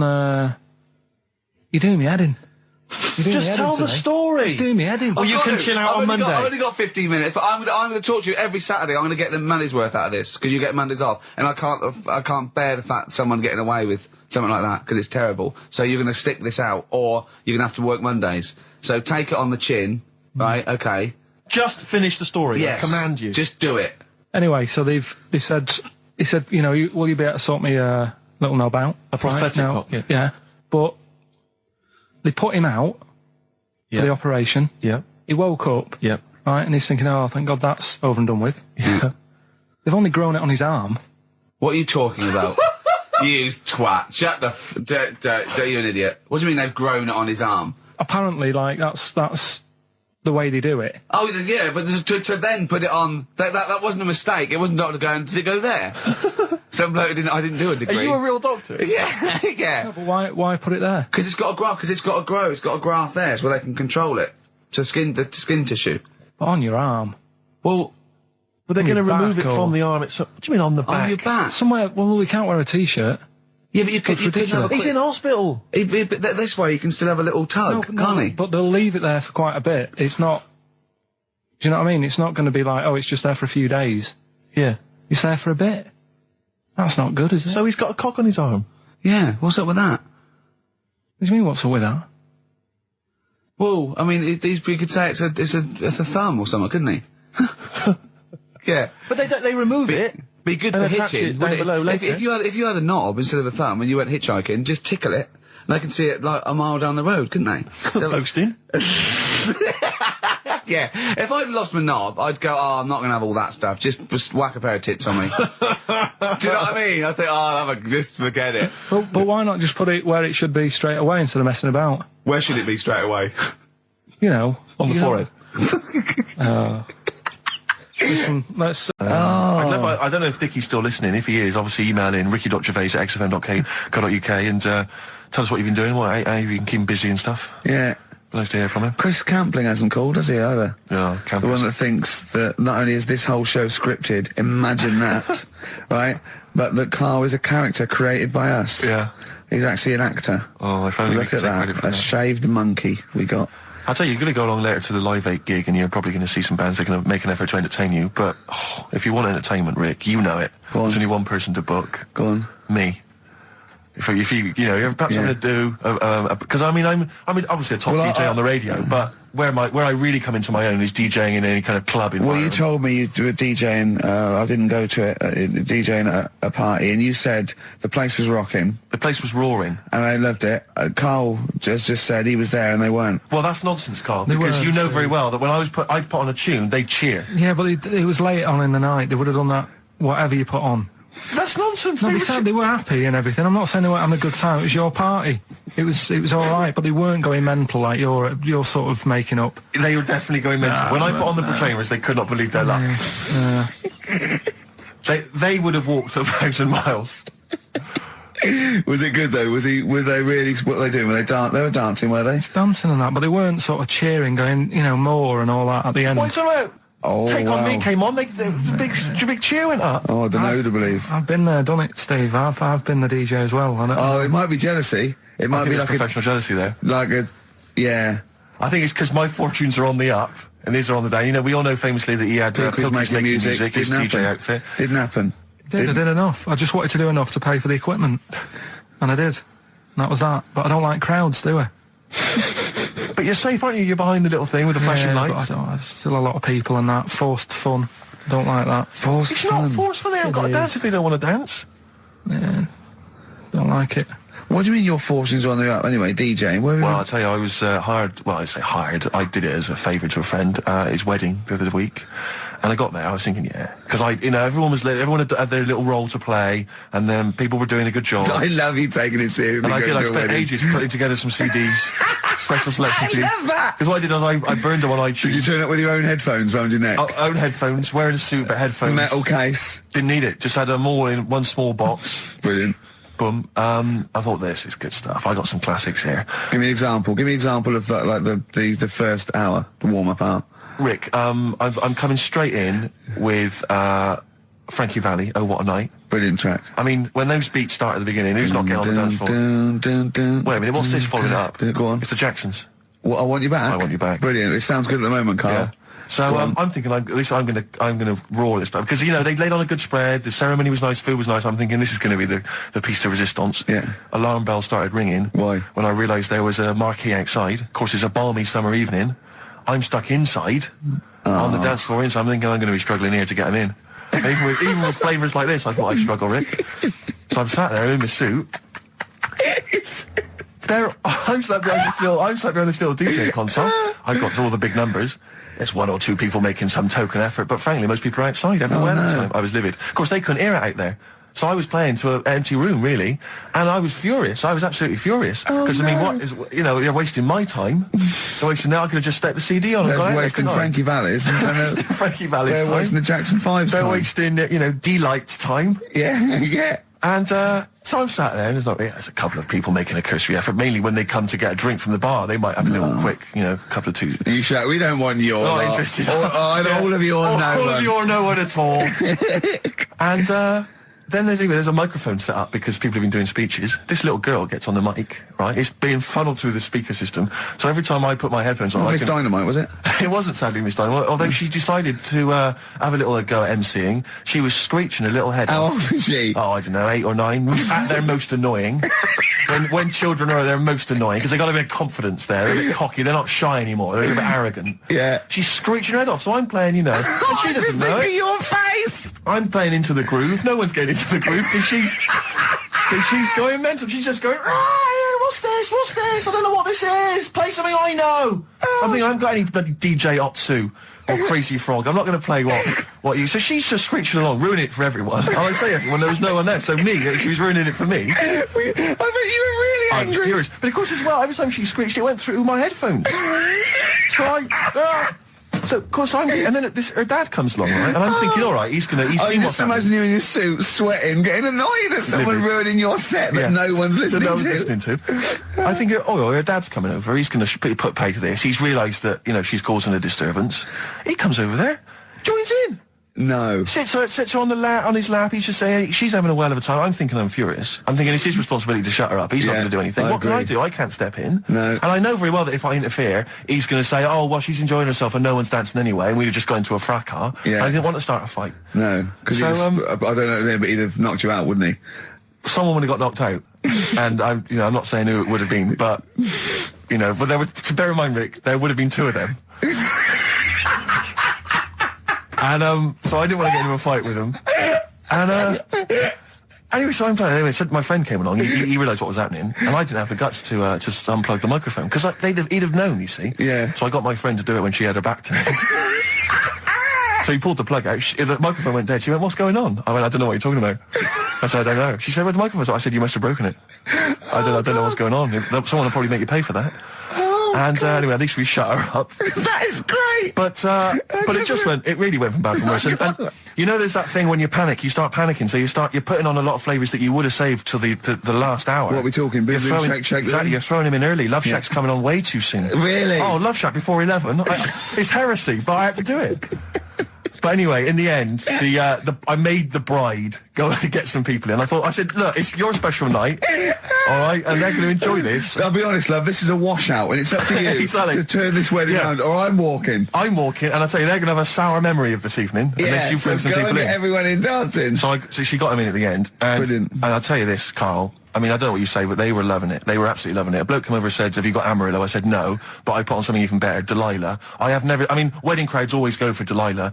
A song, of course, about old man killing his wife. It always goes down very well, strangely, at weddings. They get into a sort of hokey-cokey thing. They went berserk for it. And I was following it up with, I had the monkeys, I had all sorts going on. Brilliant. Of course, you know what happens. I'm going great guns. People are absolutely loving it. They're rocking it. I throw in, I had something cracking on at the end. Come On Eileen, of course, was on. People were going berserk for it. Which is unfortunate because the bride's name was Eileen. Yeah. And then the bride pipes up.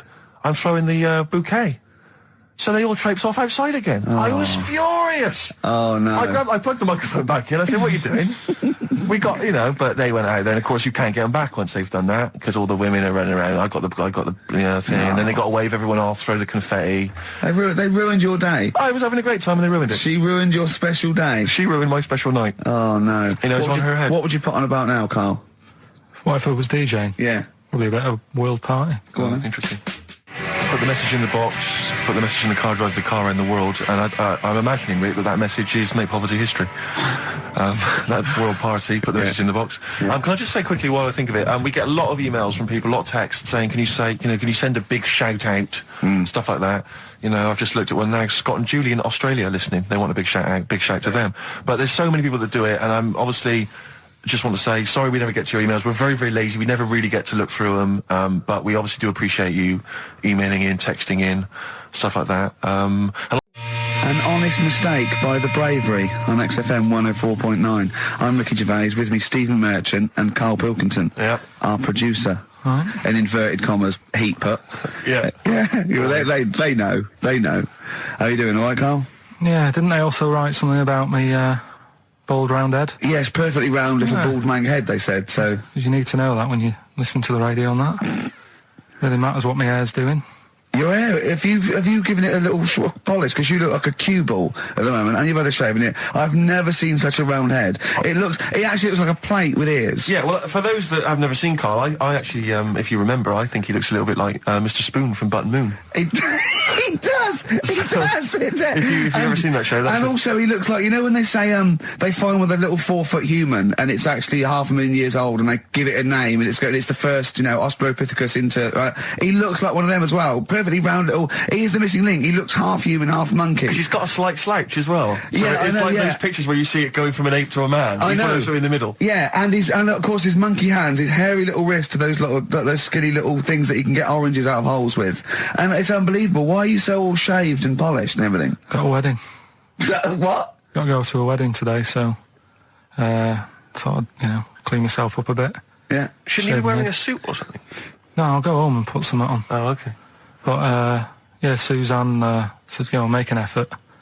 I sort of had a shave and that, and then I came out of the bathroom. She said, "Oh, your head looks a bit sort of eggish." She's right. She always worries about when I have a shave because I just, That's your girlfriend, Carl. I know. Saying that. Just think. So don't worry about Heat saying it. And funny thing is, it's Boyd Hilton, I think, of Heat that wrote it. And he's got a little bald head. Yeah, no, don't slag him off. Yeah, but on the end of his review, does it say, you know, written by Baldy Boyd? No, because it doesn't matter, it's a magazine. Don't worry about it. Looking forward to the wedding?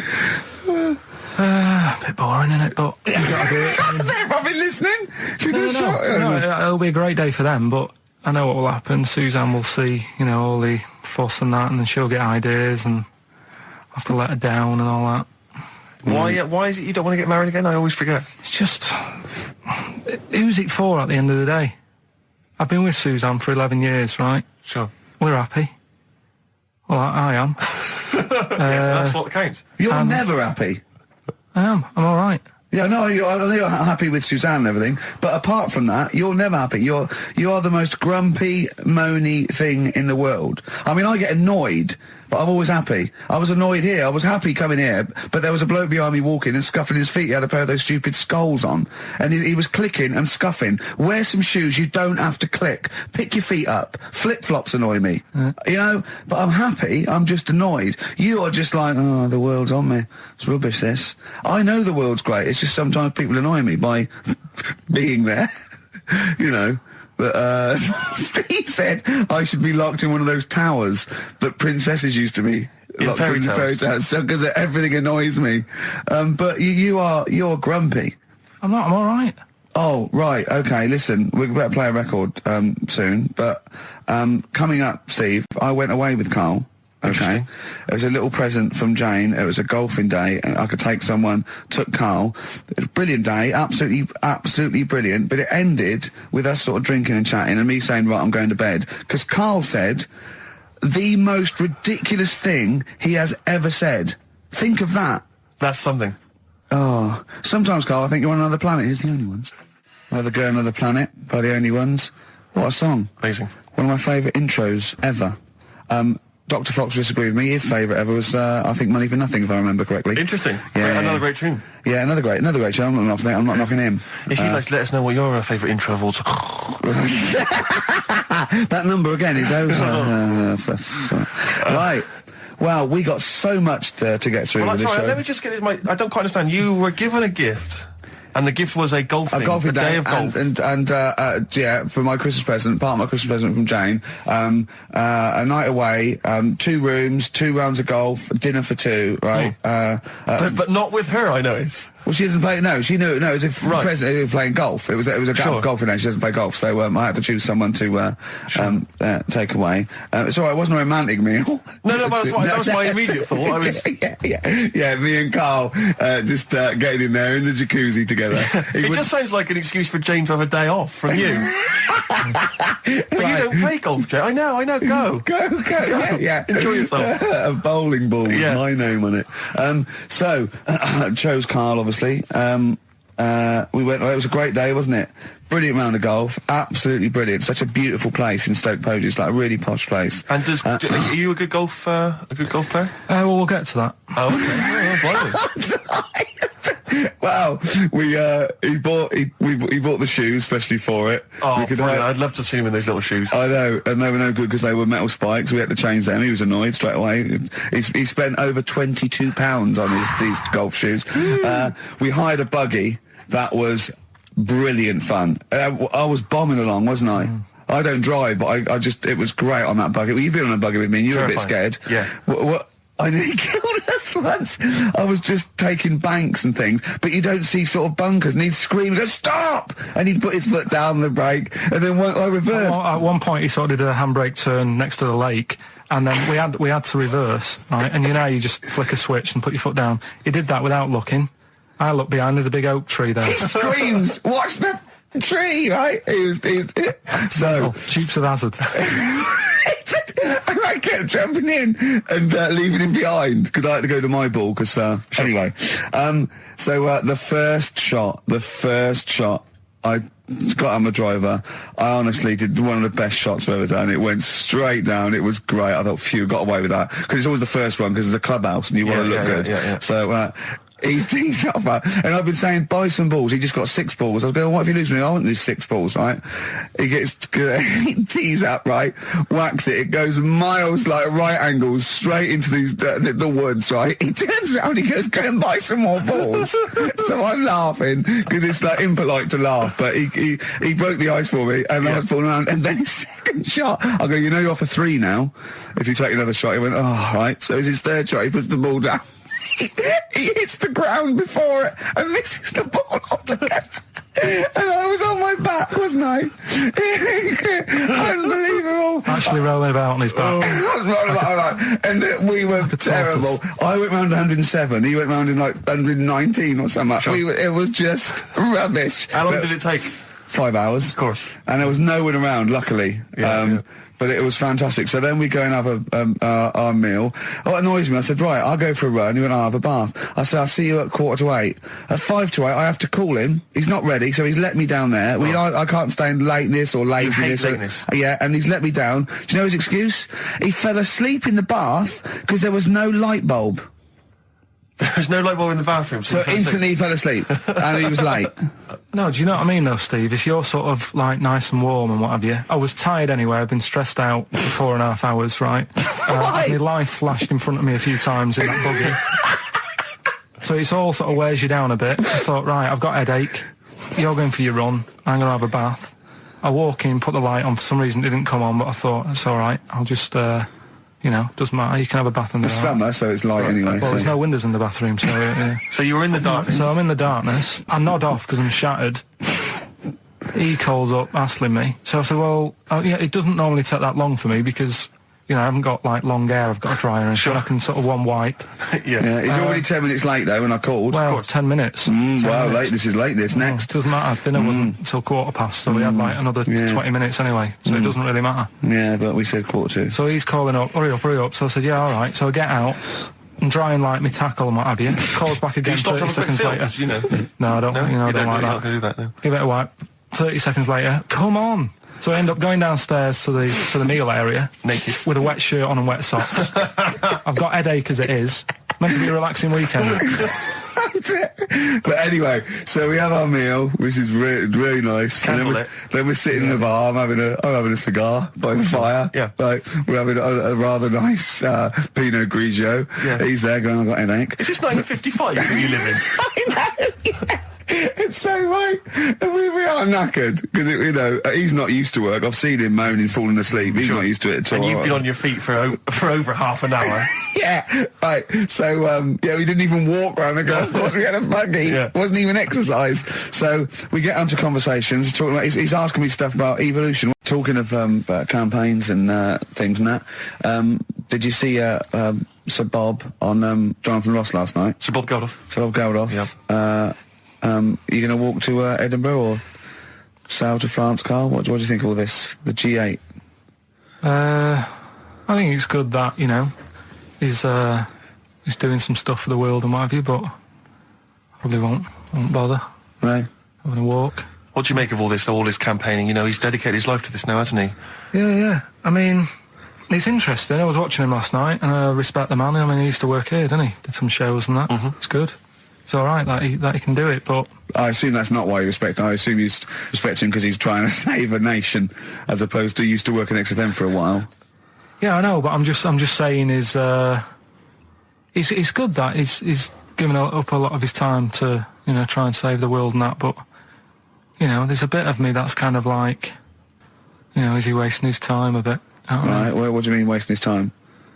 Well, he tried it before, and... No, wait. What he's trying to say is that the G8 are the I think the 7 most rich, wealthy nations in the world, and Russia, and they get together and they can wipe out the third world debt.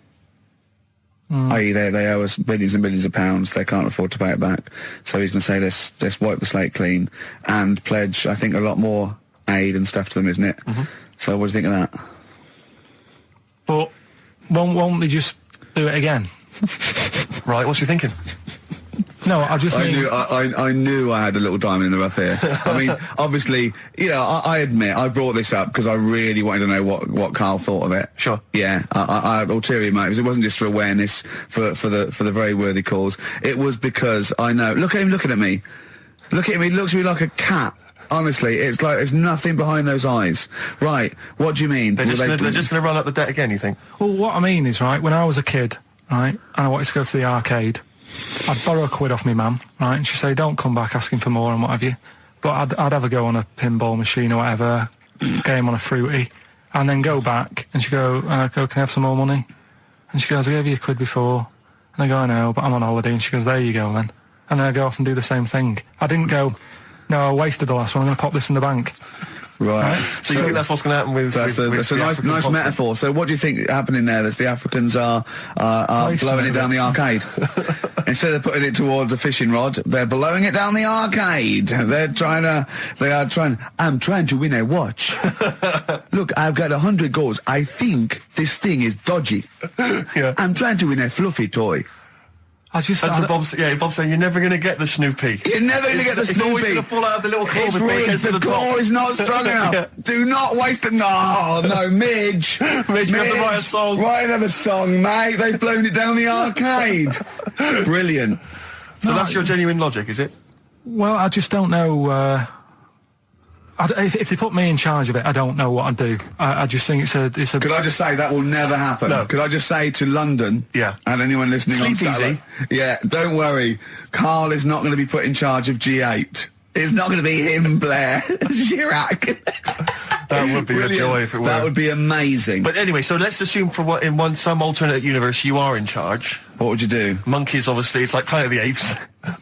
What are you going to do? You're the only only person with opposable thumbs. What's your solution? We've done a lot of it, haven't we? We've sent, money out there. We've sent them clothes and that. Yeah. Have you? It's gone. You say we. Have you sent? I've done loads for charity. Go on. No, loads. I've done loads of stuff. Go on. For what? I give stuff to Oxfam. Yeah. What stuff you don't want anymore? Yeah, junk. You mean? Well, yeah, but it'll be all right for them. I mean, I said to you the other day, like when they collect clothes for over there, I don't know, none of my stuff's going to fit them well. But the thing is, I do loads of charities. I do loads of things like. Go on.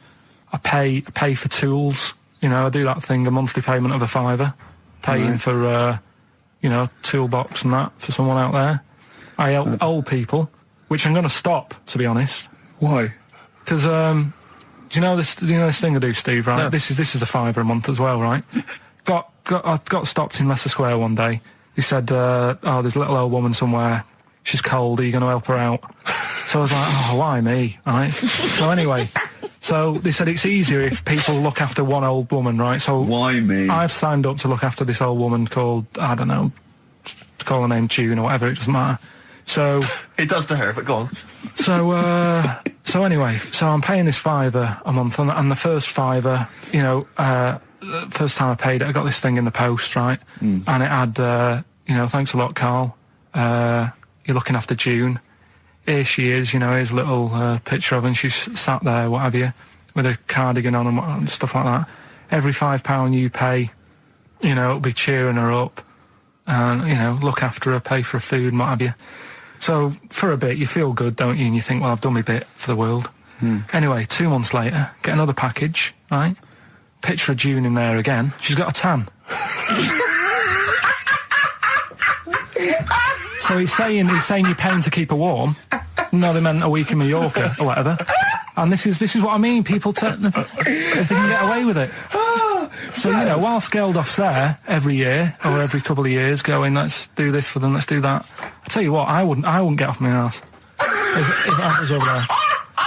But that isn't having a go. I don't know where to start! That isn't having a go, though. What do you think? So what do you think? You think they're going, don't bother getting a job or anything. Geldof will be here, Geldof will be, it's June, I don't know. It's difficult, isn't it? It's difficult. So you think Sir Bob should just wash his hands of the whole affair? You think it's a complete waste of time? Is that what you're saying? That you should just leave them to it? Just leave them to it, let them sink ever more into debt, ever more into hunger. You just think that should just carry on? Do you know what I think you're saying? I think, now, I'm not putting words in your mouth. Are you saying they blew the last lot we gave them, they've got to learn a lesson? Is that what you're saying? No, I'm not going to say that. I'm not going to say that. Is that what you're thinking? No. What are you thinking? I'm not thinking anything like that. All I was thinking is about this gig, it might have been better to do it, like, rather than, I don't know, ruining a grass field in Edinburgh and that, do it out in Africa, right? Get people out there, get the tourists up, do you know what I mean? Get a load of people out there. They've got loads of... I don't reckon he's going to get people to walk to Edinburgh. I very much doubt people are going to fly to Addis Ababa to see Coldplay. Cheap flights and what have you. Right. Hot dog stands and that, locals will love that, right? Job done.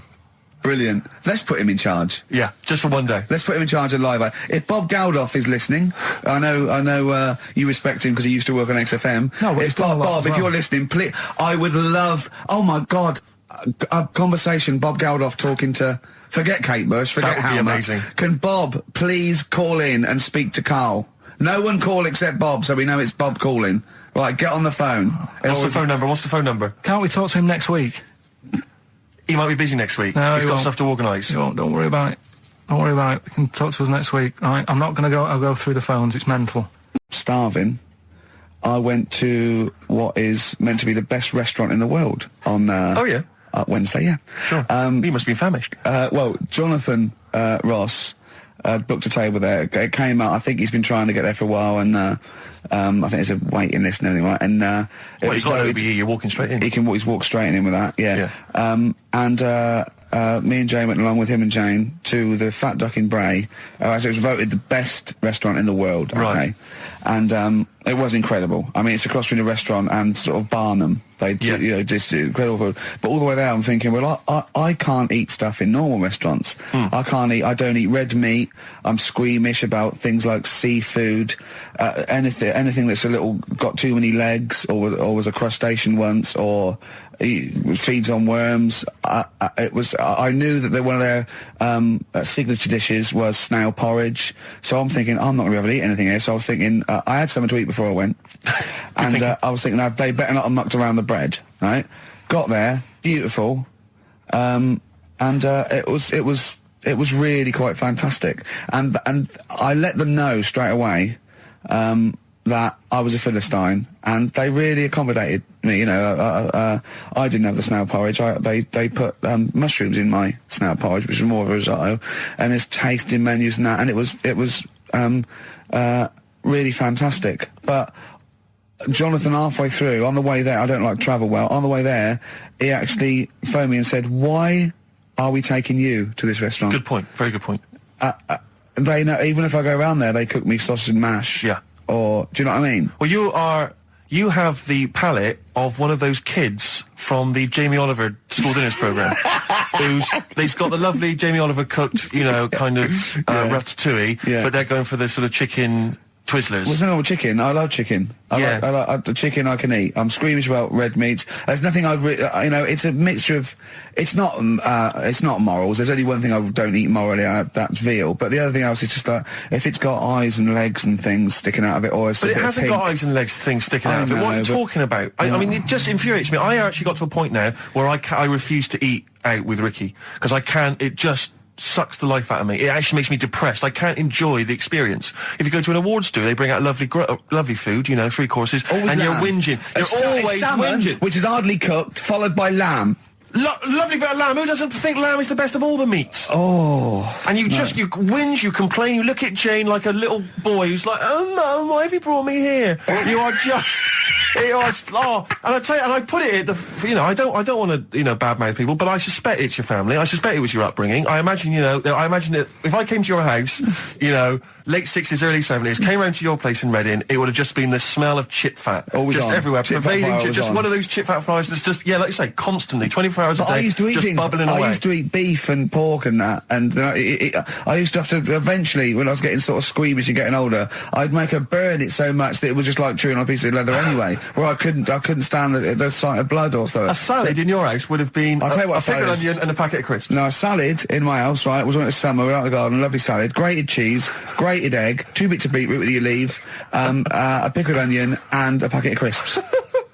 And that was a salad. But now is that? Do you agree that is probably the reason why you've got this palate? And I don't even. It's not even a palate. That's too nice a word to use for it. I've got more squeamish as I've got older because I say I used to eat beef and pork. What do you mean squeamish? I don't understand what you mean. Squeamish. If I suddenly think about it, I can eat like you know, like, it has to be blasted. It has to be unrecognised to be an animal. You know what I mean? I mustn't see a bit of pink or a bit of fat. So if we were in biblical times, and you're there, and Jesus Christ has just fed 40,000 with some fishes and some loaves, you'd be going, I'm not into the fish, JC. I say take the head off, really cook it, take the skin off. I can see a bit of spine. And unless that bread is mighty white, I'm not interested. Yeah, but the thing is, what he hasn't said is, well, he gets frustrated because we have to go from restaurant to restaurant for something I can eat. But the reason we've only got about 3 restaurants to choose from are that because he doesn't want to spend more than a £5 at lunchtime. At lunchtime? If I was going out of an evening, you'd spend a decent amount of wallop. But lunchtime, Would ya? You'd be happy to spend 20 quid on lunch. Imagine that every single day. There's no one out there who's eating lunch 20 quid a day on lunch. It's crazy. You don't need that much food at lunchtime because I know what happens. You go in there, you have some kind of Thai green curry for lunch. You're asleep by 1:30. We're trying to work. We're trying to write TV shows, and you're dozing off like one of those giant anacondas that's just eating a sheep and is slowly digesting it. It takes like 3 weeks. He doesn't eat Carl. He does not like the spare. He'll walk a mile out of his way to get a sandwich that's mostly bread that only costs $1.20. It's about value for money, Rick. That is all it's about. You don't have to tell me. I remember Oh, come on, let's having an argument over that 50p that time. Carl, I got a little email via my agent sent from someone here, okay, sent from someone at XFM, okay, and I won't say it was, she just said, I thought this might be good for Ricky to use on Saturday, and obviously what happened is Suzanne has sent you an email in the week, it was Wednesday, and you've returned it, but I think you've returned it to the wrong email address. You returned it to someone here who, of course, immediately forwarded it to my agent for ridicule on the show. Don't panic. It's nothing that bad. Okay. It's an email from Suzanne talking about your tea that night. Was Suzanne out on Wednesday night? Was the an England game or something? Yeah. So you were alone. You were home alone, were you, Wednesday night? Yeah. Did you enjoy your meal? Was it a quiche? Go on. Right. From Suzanne to Carl. Take the quiche and put it on the baking tray. Cook for 30 minutes on 190. Take lettuce and put on plate. Take 3 tomatoes, wash and chop into quarters. Place on lettuce. Take an avocado, chop in half. Remove the stone. Peel skin and slice. Place on salad. Put salt and pepper on and a dribble of olive and balsamic vinegar dressing. Right? In brackets, small bottle behind the cafetiere. Right? In case he's reaching for bleach. Yeah. That's it. Should have put everything else away. Right? Then sprinkle a smidge of parmesan on top. Remove quiche from oven, cut into quarters and put on plate. Eat. Oh, wow. Does she have to do that every single time she's out? No, it's just that I'm not that good at cooking, right? And to be honest, that was a lot of hard work. I didn't bother warming it up. And I did without the avocado. Why? Too much messing about. He didn't even do that with instructions. It was too much. But yeah, I'm not that good at cooking. And Did you genuinely? That's not cooking though, is it, Carl? That's heating up a slicing. quiche. That's cooking it is making the quiche. Yeah, but I'm just. Could you have figured that out if she hadn't left that note for you?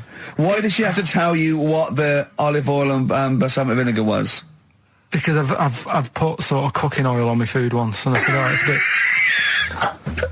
bit. It's ever since, right? Years ago. I'm gonna die. Years ago, leaving Mr. Magoo at home.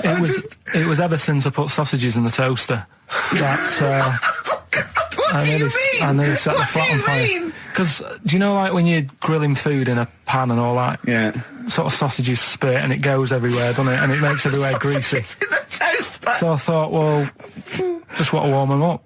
Yeah. Bung them in the toaster. Yeah. What happened? And she sort of caught. They got stuck and they sort of caught on fire. I imagine. She came in just as I was sort of plunging it, and Marty came in from work. Said, "What are you doing? I said, I'm in sausages." Well, the oven isn't on. I know they're in here. What, you turn it off? Panicking and that. But I've never been into it. I've never been into cooking and that. At school and stuff, I didn't bother doing it.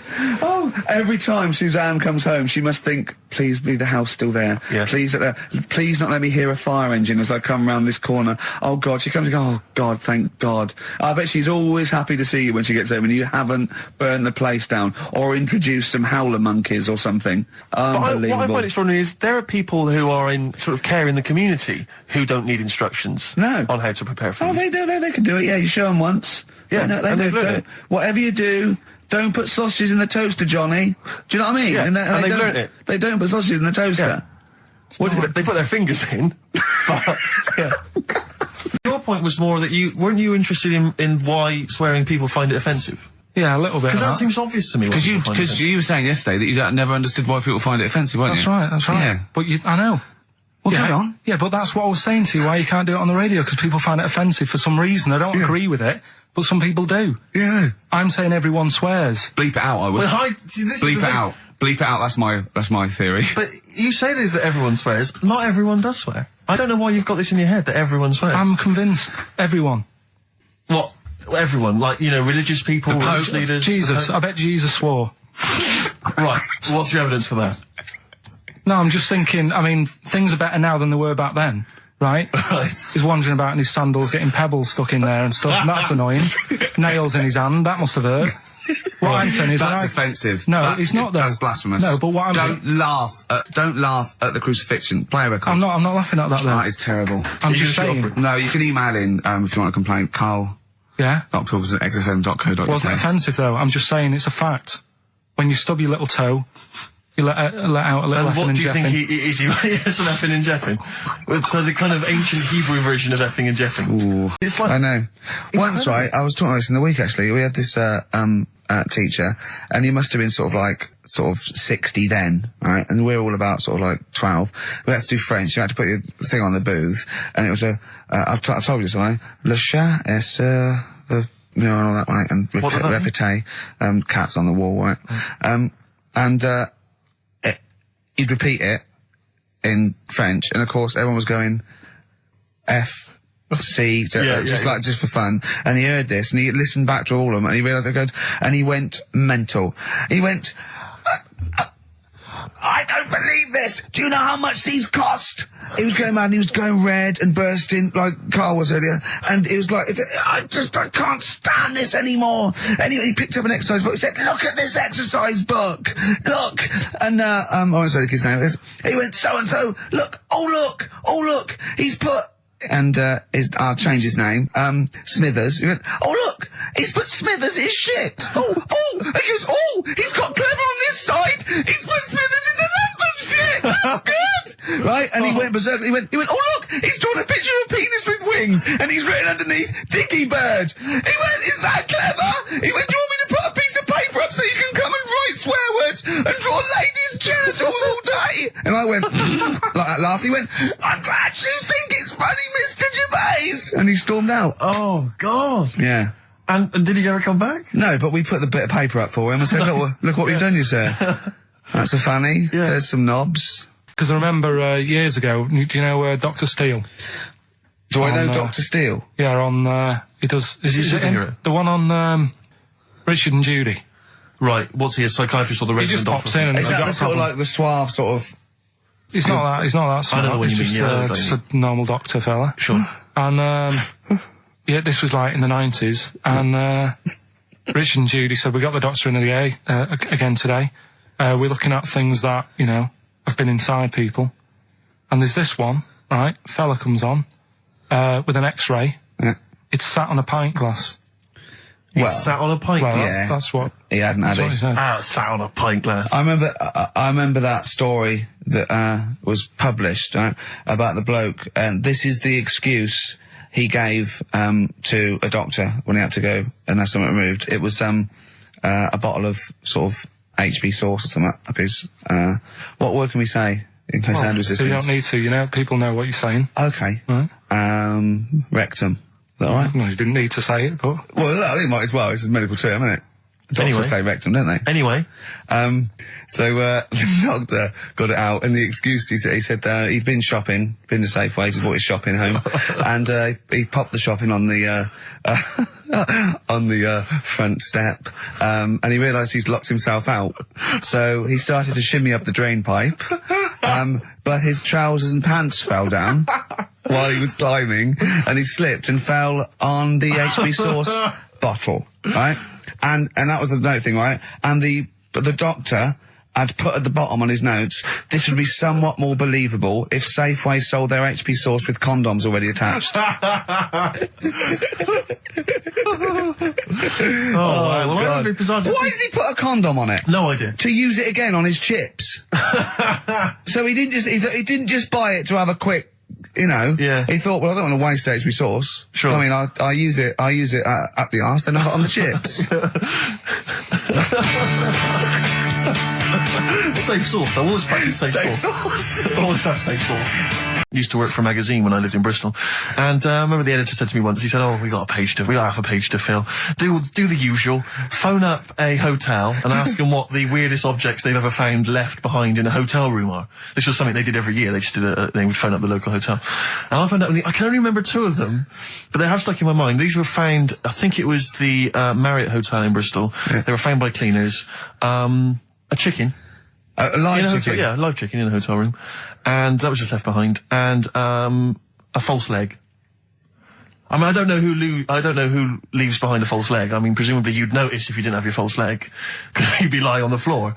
But I just remember, well, yeah, I don't know where else you'd find those 2 objects, except perhaps Paul McCartney's farm.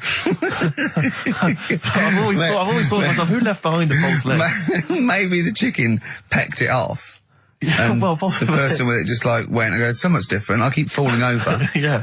I don't know why, and where's my chicken? Yeah. She probably called later and said, did the cleaners find chicken and false leg? I'll check. Yeah. Remember this particular hot feature? We basically ask Karl some of the questions that are asked of a white van driver in the Sun. They always have this on Saturday afternoons. Anyway, here's the first one. They're not fascinating, Karl, but I'm just interested on your take, really. Yeah. What do you make of Cilla Black quitting Blind Date after her husband sent a message from beyond the grave? Are you familiar with this story? I didn't know that. What's that? She went to see a medium, and supposedly her husband passed on information through the medium, which was incredibly vague, but persuaded her to quit live on air. Well, it's about time, isn't it? If even dead people are saying, enough's enough. But I'll tell you what, though, talking about ghosts and that, do you know how I'm into them? Yeah. Right? How weird do you think this is, right? Well, it's not true. Before you say it, play a record. No, go on. Go on. Right, it's this woman. I don't even know if it's ghost, really. It's just a bit weird. Sure. Yeah, sure. There's this woman, and she's not a woman, she's a kid. Sure. Okay. Sure. She's walking down, like, a street in her area. It's a nice day and everything. Everything's normal. She's walking down, and a woman comes up, cycling past, right? The woman on the bike looks at the kid, absolutely terrified, right? Got a really scary face on her. Yeah. The kid's thinking, why is she doing that? Yeah. Right? So anyway, she thinks nothing of it, goes, I think she was playing in the park or whatever, goes and has a nice day. About 15 years later... Oh, right, yeah. She's, I don't know, I think she was going to work, right, on a bike. She was riding her own bike? Riding her own bike. Cycling down the road. Oh, yeah. Looks at the kid. That's the thing that happened, like, 15, 20 years ago. Right. It's her on the bike looking at her as a kid. Right. Not another child. No. So it's her. She's seen herself. Karl? I mean, I don't know where to start. Firstly, where's this information come from? But, I mean, why do you ever... I mean, I don't know what part of that you think can be true. I mean, honest, I'm speechless. I don't know what to say. What are you talking about? Bit weird, though, isn't it? But it's not true. It didn't happen. Nothing happened like that. She said it did. Well, she's wrong. She said she saw herself. She saw herself as a kid, didn't she? Did she carry on riding and as an adult when she was a kid. Did she stop and talk to herself, or did she ride on by and think, that's a bit weird, there's me as an 8-year-old. I won't stop, I'll be late for work. Yeah, if I'm late again, the boss said he'd be in trouble. Yeah. Well, and where is this information? Did it happen to someone you know? No. You overheard it on the bus? No, it was in there. It's in there 14 times. We've had a lot of emails saying, could you bring back White Van Karl? Oh, yeah. Which is that section of the show where we ask the questions that the Sun asks someone else. Random punters of Karl. But sadly, recently, they've got very politicised and very kind of, basically a little bit depressing. So there's not really anything appropriate. But I have trawled the papers looking for other questions posed in other sections of the Sun. Good idea. I was just looking here at the Dear Deirdre section, which is the sort of problem page. I don't know what your views are on this. I'd love to see Karl. Oh, God, can we get him a job? Just ask... Oh, my God, that would be amazing. Right? Well, here's one. I'd like to see your view on this, Karl. I'm a happily married 42-year-old woman with 4 kids, yet I've developed a huge crush on pop star Darius Dinesh. Yeah. It sent my hormone levels through the roof, and last night I woke my husband up at 4 a.m. for sex. We've been married for 20 years and he can't believe his luck. Recently I've been having... I want to go to I'll stop you there. Why are you telling me? Right, carry on. Sorry. Recently, I've been having erotic thoughts about Darius morning, noon and night. Yeah. I haven't felt like this since I was a teenager and mad about Donny Osmond. My husband is amazed at the change in me. We had sex twice last night and again this morning. Again? Why are you telling me this? Yeah, go on. He's just boasting. This is not a problem. It's not a problem. What's the problem? No problem. Just wanted to tell someone. Thanks very much. I watched Darius on TV last night, and when my husband came home, I dragged him into the kitchen and we made mad, passionate love. Right, they've done it. They did it then, twice last night, once this morning. That's 4 times. 5 times she's mentioned it so far. Yeah. She's doing all right. My husband. This is a great bit. My husband thinks it might be his new moustache. Or that I'm going through the menopause, but I know You were thinking of growing a moustache? I was thinking of changing luck with the ladies? I love the idea. That's what he thinks it is. He's telling his mates in the pub. You should grow with these. The old Tom Selleck. 5 times in the last 24 hours. Hooray for sexy Darius. So, what do you make of that then? What are your views on that? Hold on though. If that bloke is reading that paper, that narrows it down a bit. It's got to be, yeah. Who else did he know? His wife likes Darius. He's had sex 5 times that night, and he grew a new moustache. He's thinking, I wonder if that's me. Maureen. Yeah. Go on. But what's your concern? Because I'll tell you what her problem is. She's worried that, the reason that she's now kind of overly excited and she's having this great sex with her husband is because she's actually fantasising about someone completely different, younger. She's having these wayward thoughts, isn't she? She's a bit concerned about that. What's your concern? What are your thoughts? I reckon she's going to start shoplifting soon and coming out in hot flushes. Go on. Just, they're both happy, aren't they? He's getting what he wants. She's happy. I'd say, yeah, whatever, get on with it. Do you think that she should confess? She wants to be honest with him. I wouldn't, because not that many fellas like Darius. Right. So, if you're sort of thinking, oh, she'd rather have him than me, I don't What do you think Darius would think of this? He'd probably be happy with that. I mean, what would you do if you got loads of phone calls, right, from women going, Karl, whenever you're on the radio, I just have to do it. I just have to do it. Your voice makes me... I'd say, alright, well, it's alright. I'd be happy with that. Would you? Yeah. I mean, just in case anyone is doing that. What would you do to sort of like egg them on a little bit to help them out? What do you think? What sexy things would you say? What do you think is your quality? What do you think people would find, pretty horny about you? Is it your sort of mank wine, do you think, that? Good evening, Steve. Got some here brought in. It's just a normal soup. It's Rooster's Pride. What flavour soup's that, Steve? Oh, I know you brought that in. It's a genuine article and it's cock soup. Can I have a close look at that? Maybe there's some more humour I can draw. What, you want a closer look at my cock soup? Just a cock soup. It says here delicious, appetising. 3 to 4 servings. Because you know what I'm thinking of when you're talking about the soup? I'm thinking of innuendo. I'm just thinking of a man's cock. Penises, yeah. Let me just... It's the darkness. 104.9. That's the song I think that single-handedly keeps Shane MacGowan in gin for another year. It must do well, though. But I'm sure it does. I absolutely love it. I still love it. I saw it on Top of the Pops too. And it's just brilliant. I mean, he wasn't great at miming, but it didn't bother me. Sure. It was miming to a different song, probably. Yeah, in his head. It was great. I had a little visit in the week, Rick. I think you missed out. A little Christmas visit from, I know he's a friend of yours. He's a friend of the nation. Go on. TV illusionist Darren Brown. Oh, yeah. Yeah, he's bought a new pad. Yeah. And he just came around to tell me about it. Yeah. And it's interesting because... Somewhere to keep his guns. Exactly.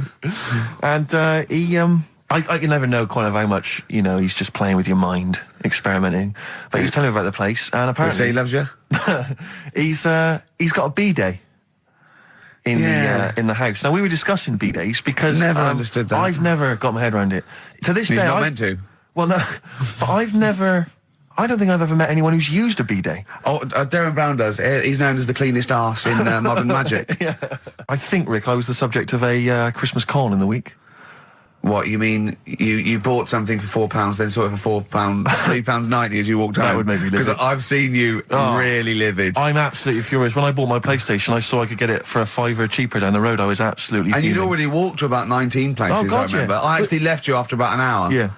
No, I do. I'm furious because I got to get a bargain. I hate the feeling that I'm being ripped off. Yeah. And I'll tell you this, I'm loving online shopping. Oh, the savings I'm making, Rick. Really? It's crazy. Really? Getting 15, 20 quid off some things. Is it really? Oh, amazing. But these things, I might point out, are like Jaguars and, Mitsubishi cars. Exactly. Yeah, but it's worth shopping round. No, this was not so much a con. It was a con, but it wasn't so much one of those, just a missed bargain. Yeah. Doorbell rings, answer it. It's a couple of girls. They must have been 13 or 14, maybe. Now, I've always had a problem with teenagers. I'm intimidated by teenagers. In case they call you a dork or something. Well, I mean, I told you before, I was walking down the street once, and there's two guys coming towards me. I mean, real losers. Do you know what I mean? Glasses, the spots, greasy hair. Do you know, really pathetic. And I was sniggering to myself. I was thinking, look at those losers. And as I passed them, I heard one of them look at me and say to his mate, look at that geek. I was furious. I was thinking, I'm allowed to call you a nerdlinger, but gee, I don't expect it back. I was really furious and upset. And so, as I say, these teenagers are at the door, and they were quite aggressive, quite aggressive girls. And they had a piece of A4 paper, and they went, "We're doing a sponsored thing." Yeah. But I didn't quite catch what it was they were doing that was sponsored. I think they sort of fudged it. They went, "We're doing a sponsor." Oh yeah. And I went, right. And they went, "Do you want to sponsor us?" Boy, they picked on the wrong person. I was a bit intimidated. I don't know why I said no. I was worried maybe it was part of some kind of, hidden camera show, Yeah. And so I said, yeah, all right, I'll sponsor you. So they handed me this form, and I always thought you were supposed to have quite an official-looking form for any sponsorship thing. But this was literally a piece of A4 torn out of a notepad. It was the back of a Gareth Gates poster. Exactly. And, with some blue tack on it. Yeah, well, and I looked at it, and I didn't really absorb it, but it had things like, Mrs. Jones, Mrs. Smith, £5. Yeah. And then no one's actual address, just Finchley Road, nothing too specific. Yeah. So I wrote my name on and put down £3. 'Cause a lot of people were giving £5, but I thought, I'm not made of money, it's Christmas. I've got to buy gifts and stuff. So I gave him a £5 and asked for change. Yeah, well, I gave him £3. I said, I'll sponsor you for £3. Best of luck. And they went, can we have the money?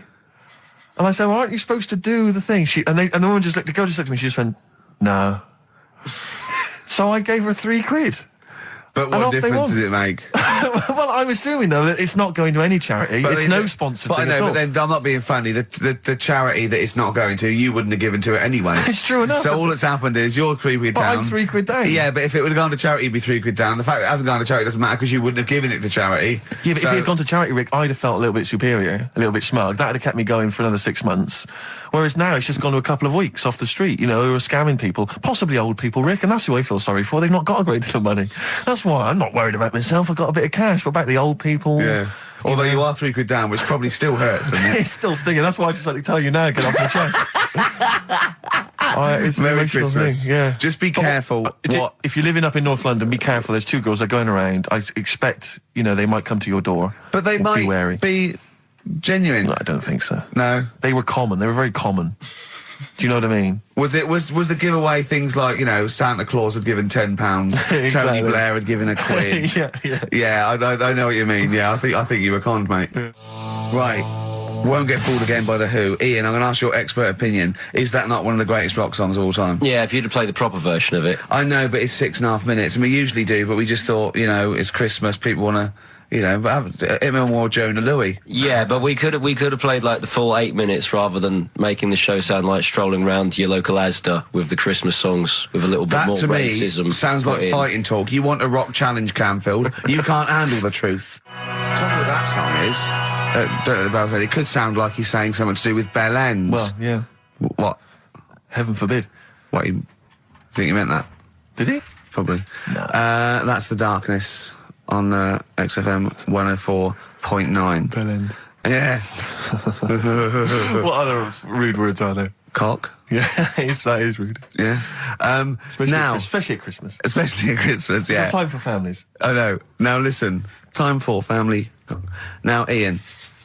Yes. Who is your fourth? We need a lead singer in this mega group, the monoliths of rock. Who we got? Lemmy, Keith Richards. We've got Keith Richards on guitar. We've got Lemmy on bass. Yeah. We've got Keith Moon on skins. Right.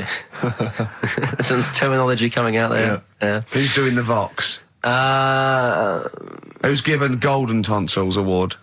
Robert Plant. He's gone for Plant. He's gone for Plant. A lot of trad names there. There is the group. The lineup is Moon, Lemmy, Richard, Plant. Okay.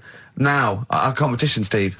Name that group. Okay. What's the best, heaviest rock name ever? Sure. This is obviously not a name that already exists. No. Okay.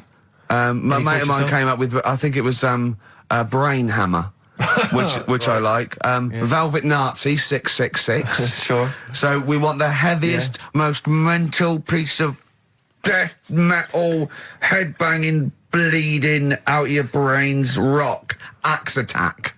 Okay. Please welcome to the stage, Christ on a bike. Please welcome to the stage. Oh, look at you. That would be great. Yeah. That would freak out the metal. Yeah. Cheeky. Yeah. Oh, now listen. They need a manager. They need someone who could introduce them. They need someone to stand astride them. Who is the leader now? Who is the king of all that rocks? Well, it's obviously Tommy Vance, isn't it?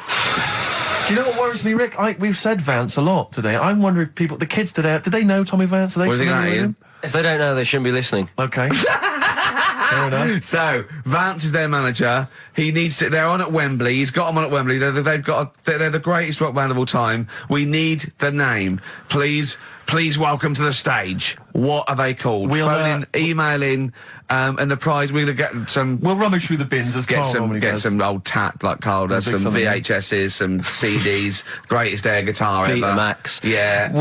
Do we need to give out the numbers and stuff? Work an email, Don't get can't them to they? phone in. You don't want to talk to him, Ian, seriously. No, you know when what's his name says to Agent Starling as she's going to meet Hannibal, don't let him inside your head. Yeah. Don't talk to the listeners, Ian. Exactly, it's very much the same Please thing. I'm a bit concerned that my email's going to be besieged by people sending you links to how to clean out the bidet. Well, that's all right. But what's the most mental head bleeding, banging brain hammer operation this band can be called? Call in, Rick. Because it always amuses me. I know it's cruel to put you on the spot, but some of your former band names have always amused me. Well, the worst. The worst one. Right, I'll just leave this. Ricky's had a number of bands over the years. What was the worst one? Ready? Get ready to play that record because I don't want any aftermath. No, hang on, before you tell me, what was the one? Because these pictures of you, like when you're a new romantic, keep on being published. That was Shauna dancing. Yeah, but that's pretty bad. But someone told me they were like, "Oh, ask him about when he tried to be Bon Jovi." Can you imagine such a thing? I know the name you're thinking of. Right, here we go. Play the record immediately. I say this. Ready? The Sacred Hearts. Play a record. Right? No. Oh, go on. Rick, as you know, there's always junk lying around in this studio, and not all of it is Rockbusters prizes. No. And there's, I've just been flipping some is the playlist. Yeah, exactly. And I was just flipping through an old copy of the Guardian Guide from last week. Sure. You know, the little listings thing. Yeah. And, I don't know if people might have seen it. There was a documentary on this week about the transfer of British sitcoms to America. Yeah. And we did an interview for that because they're remaking the show over in the States. I'm just flicking through and I noticed there's a little write-up about it here. And it says, blah, blah, blah, blah, blah, and it says, quoting me, it says, "We don't care if David Brent becomes a woman," burbles Steve Merchant, eyes bulging with imagined riches. No, my eyes bulge normally. That's not me being greedy, that's just the me. thing I did on it when I sort of like rub my fingers together and do that stupid Brent... People take that seriously. I know. Yeah. It's extraordinary. Oh, some people got it, but I think it was something in the paper the next day said Gervais's mannerisms could have been transferred as dollar signs. Well, I was doing it sarcastically. Exactly. I was doing it like that. I was pretending that I just cared about the money. Yeah. So, irony... you see, people say Americans don't get irony. most people here don't get irony. Absolutely right. That's why they think this show's rubbish. Yeah, I know. We fooled them. Yeah. We've had the last laugh. We Exactly. think it's really good. Exactly. Carl, come on. Let's have some news. Let's do some proper radio. Have you? All your news comes from Ananover, doesn't it? What will Dr. Fox do about now at 2 o'clock? He'd do some amusing news. It's coming up for 2, and here is the news with Karl Pilkington. Well, like I said, it's just headlines and that. I don't bother reading on if I like the headline. And it's all from You get the Ananover, story. not from a newspaper or... It's not made up or anything. These No, are real okay then. Well, headlines, let's see. Okay, imagine Trevor McDonald doing this. These are real news headlines. Okay then. Wow, they're real to Karl. Okay, here we go. And here is the news with Karl Pilkington. Bong. Man hid in wardrobe to avoid work. Yeah, good. All right. Bong. Teenager gets stuck in washing machine. Bong. Dutchman has 2 right feet. Bong. Cow hit by train lands on farmer's wife.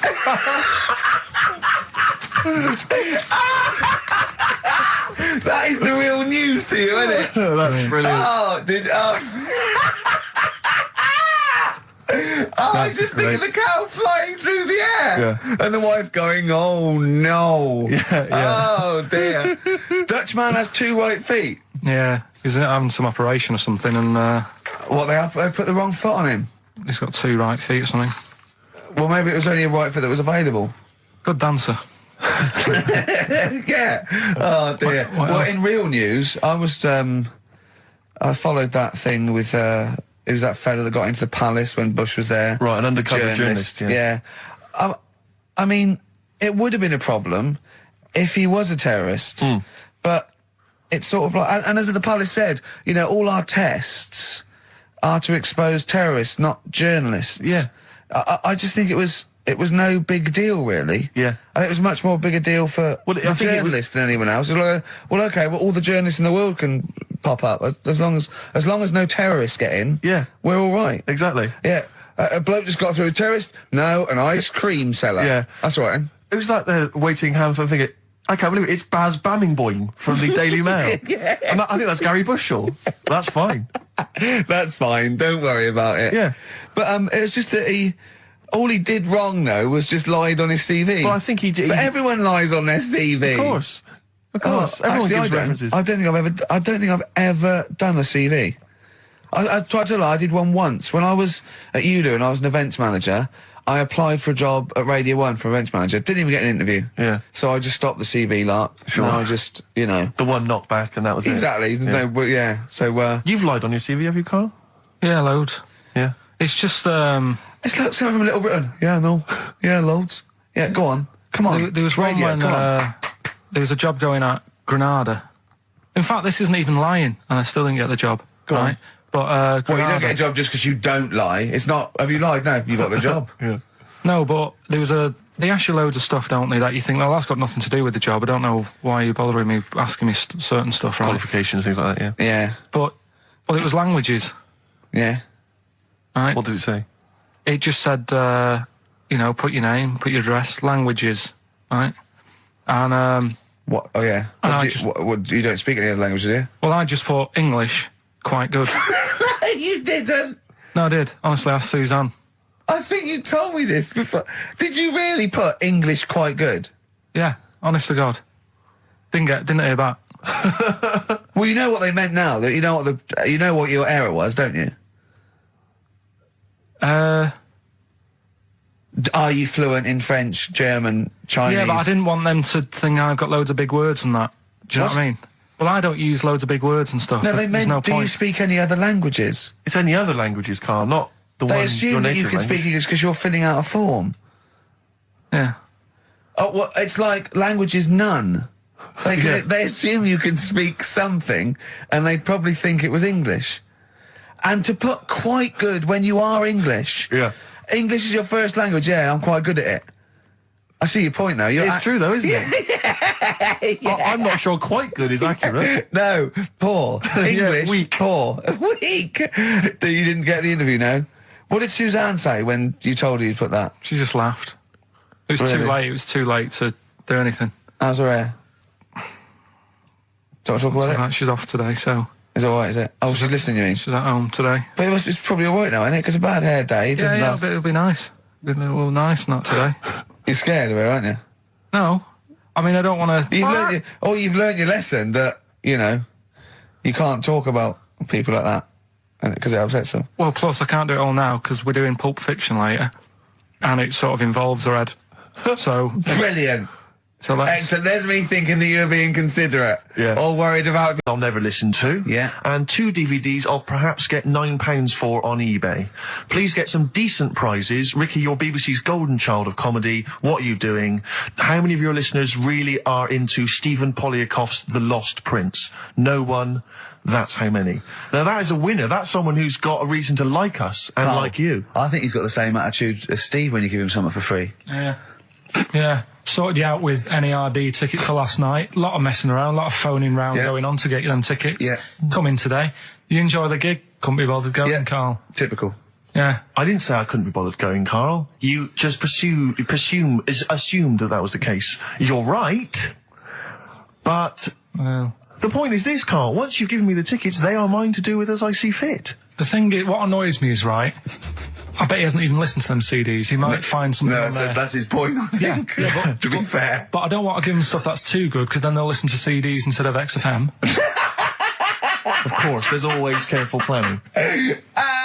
So you always got an answer. Oh, Carl, you're my hero. We don't care, do we, Carl? Well, I think the prizes are all right, considering what they've got to do. Do you know what I mean? Yeah. Right. It's just a bit of fun, for God's sake. So please do not blaspheme on air. Something else we're giving away. Go on.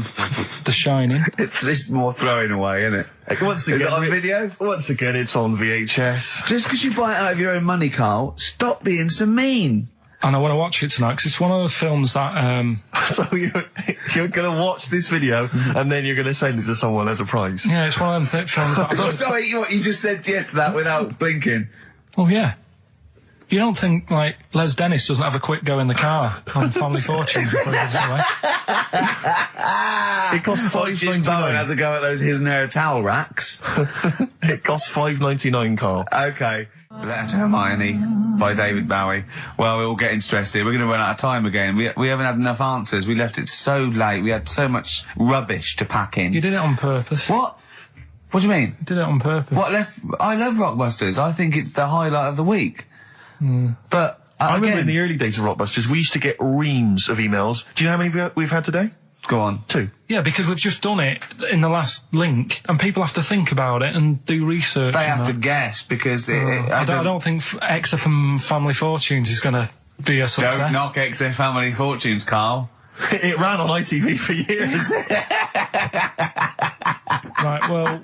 Yeah, so has anyone got anything right, Carl? What we'll have to do just as well, we haven't got any prizes to give away anyway, because he gave them away our next month. Yeah, we're coming through now. Let's see, just hang on a minute. Well, this isn't radio. You can't just sit here looking at a computer screen going, hold on, that isn't radio. Right, well, it'll have to be the one who got the closest, right? Joe Jackson. Is she really going out with him on XFM? Right, it's the time that most people, I imagine, have been waiting for. Monkey news. Play the jingle. Okay. Oh, chimpanzee that monkey news. Right. Come on. Come on. Should be ready, Carl. That's amazing, isn't it? It's like Nicholas Witchell. The bomb. No, that's not the first. Come on! No, it's always difficult, isn't it, to sort of find something that's good each week, right? Last week, we did the chimp. It is for us, yeah. We had the chimps who were running a health spa. Yeah. Right. We've covered the one who nicked a car to go on to Spain. Yep. To sort his future out. All shite. The hairdresser, I think we've done that one, the little monkey hairdresser. This week, we're looking at monkeys, that they're using... Do you know, like monkeys, they know how, like... I've lost the will to live, Steve. Oh, well, I don't want to do it. Right? Well, come on, come on. What are monkeys good at? What are monkeys good at? Yeah. Well, running small businesses, cutting people's hair, and driving cars. Yeah, they love Spain. Oh, and foiling bank robberies. Yeah, they're great. Well, something else they're good at, right, is like weighing up the situation.